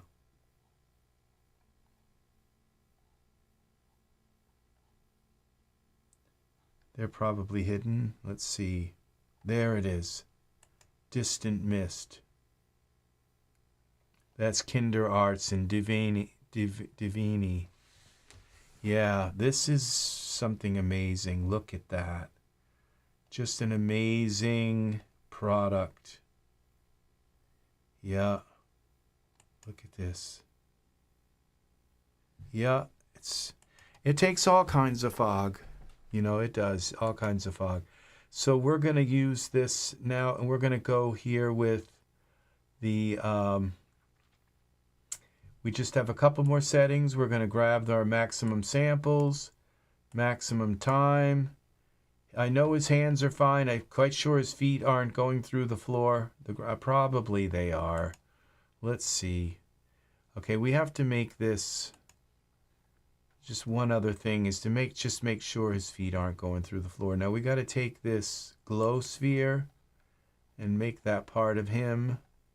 Let's close this up and parent the glow sphere just to him. Doesn't have to be in his hand. It's just got to be parented to him. So if I move him up, the glow sphere goes with him. Come on, Tate. Now hopefully it's still in the same spot. Okay. Now let's just take a look at his feet. All right, we got to zoom in. Oops, that's the ground. All right, where did he go? This way. I'm still under the ground. Okay, here we go. Where is he? I got to go in closer.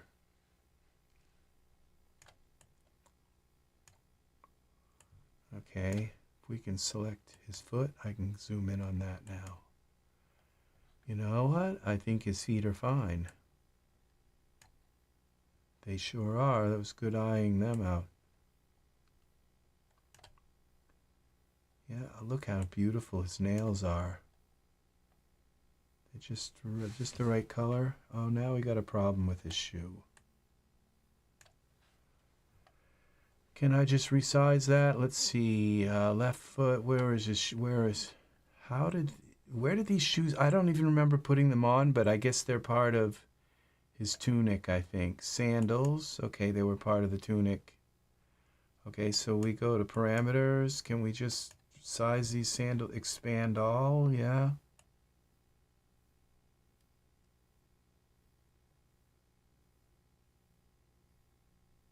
Well, that's a little too much. Let's see what that looks like.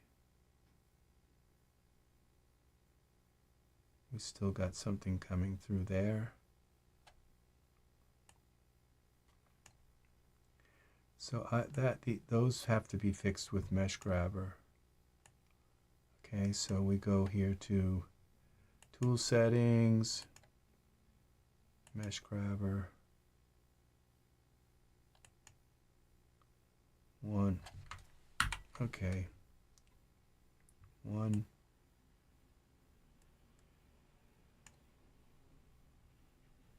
And 2.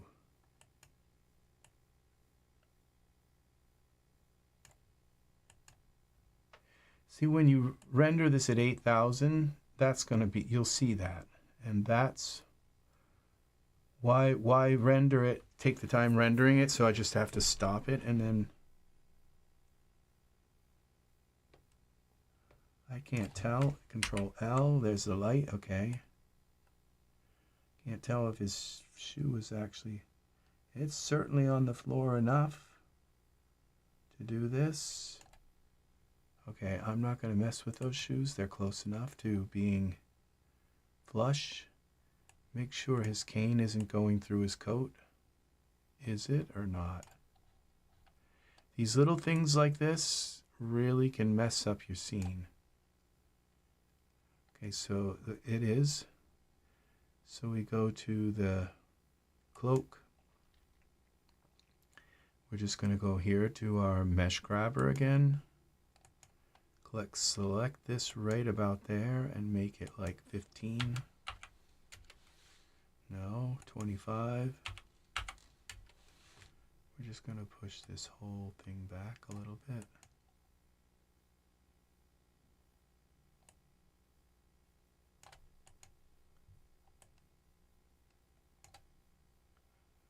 Cloak. 30.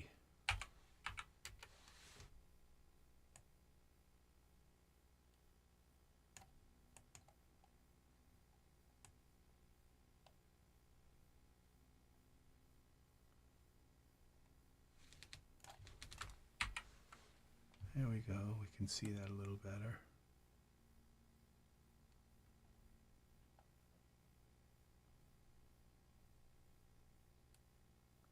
That's fine. Okay, back to here. Back to our camera.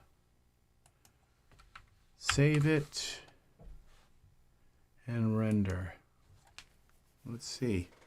Okay, this is gonna do it.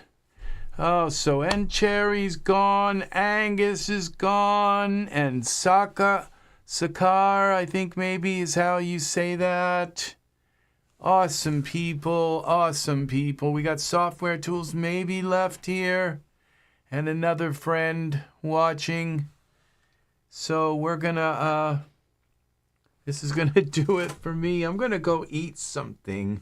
I think that would be, it'd be good to, get some nourishment. I've got like a hunger headache. So this is all good. Very, very good. So here we go. I'll show you the render here. I thought I hit render. No, that's spot render. That's the wrong kind. How do we turn that off? Okay, this is the right render. There we go. Maybe that's why I didn't start. Okay. Okay, I used to use spot render all the time. I don't use it very often, and it was like when my computer was really, really slow. Oh, and thank you, software tools. I kind of, I said when you said the scene is looking great, then I noticed you said night above NC above it, and it was like, oh, I got to say goodnight, and I didn't even get to thank you for the compliment on the scene. Look at this. Look how the bricks are sticking right out now. This is nice. See, we got all of this detail here in the scene. This is all going to reticulate. I wish this was a little more red and a little less contrasty. But it is putting out a really nice light. You couldn't ask for a better light for that. I don't know how they do that sometimes.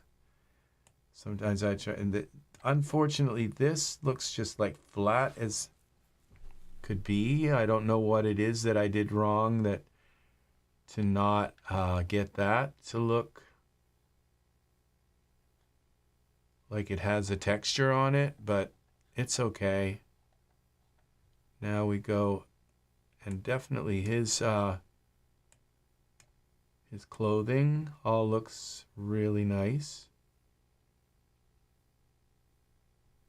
I'm not sure that his eyes or his eyebrows, and I'm not really liking his face. So I'm not sure that, but this would be from a distance. He's okay.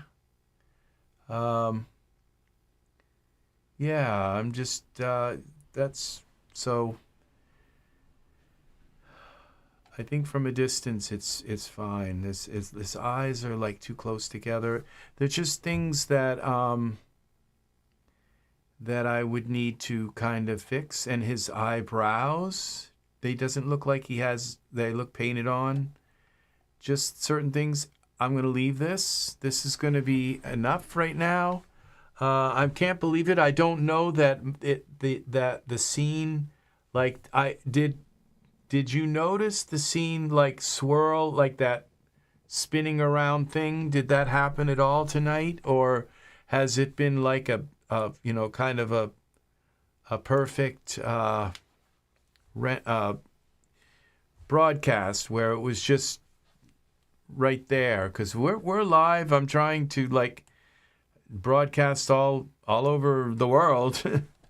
And even though they're not all connected, it seems as though we got a really nice 12 likes tonight. I think that's a record, people. Thank you very, very much. So, it's, in a way, though, his eyes are kind of kind. His face is kind. There's a kindness to it. And his lips are very trusting kind of lips, that kind of look. This looks like it's not sitting on him, and it probably could have used like some kind of chain. Little things like that you could add to this. I think I would be inclined to just change his face and give him like a Genesis 9 face, something that's a little more, but I'm not sure yet. And it looks like his eyes here aren't quite, they usually, I brought them up to size 20, but I think they needed to be 25. Okay, 25 is usually kind of the hot spot, and I knew it was, but I just went to 20. And when you bring the eyes up to 20, then you have to go and shrink the irises, the pupils in the irises, so that they don't just fill the whole eye. So another thing, eyebrows, and I'm not sure that this beard is actually the right beard for him. So his whole face needs to be kind of done. And this, the only thing I'm seeing in this scene that I really don't like is, and this right here I don't like, and I also don't like that this, everything has beautiful, you can see the rocks look like rocks, but this just looks like what? It looks flat. And you know what? What would have been nice is some kind of, just to use a different texture. I'm not sure why it looks flat. Oh, and that could be, no, I don't think it is, but it could be that no, it wouldn't be, but I was thinking that it could be that the ground plane is on, but I don't think that's the case. So it just doesn't look right. So, all right. Thank you for watching. We're going to have a tiny little bit of music here. Please like and subscribe. Click the bell for notifications. And leave comments. Thank you, Software Tools, N, Cherry, Angus, Sakar, and we have a few other people. We have Art, who was here, and those are the people who have. And Ruben was here tonight. Ruben, awesome Ruben, and and we had Ed London come in for. I'm a manual installer. That's incredible. I definitely admire that kind of detail, because I just install and let it all get installed and then forget I own it. But when somebody manually installs something, it sticks in their mind. They know where it is. They know where everything is. So yeah, awesome. Take care, everybody, and I will see you again in the next EZ3DTV tutorial, long live and right here. So okay, bye for now, take care. And yes, that is Software Tools. You have been here since the beginning too. Thank you very much. If you're still here, thank you. You are a trooper for hanging out and being here so long. All right, Angus, if you're still here. He says he's going to bed, but he hangs out sometimes. Good night. It is 12:45. Good night, dear folks. See you again soon. Rex Red saying so long for now. I need some kind of like song like to sing, or some kind of thing like, there it is, so, that I always say, But all right, in the can, I guess, or something like that. All right, bye-bye. See you again soon. Bye-bye.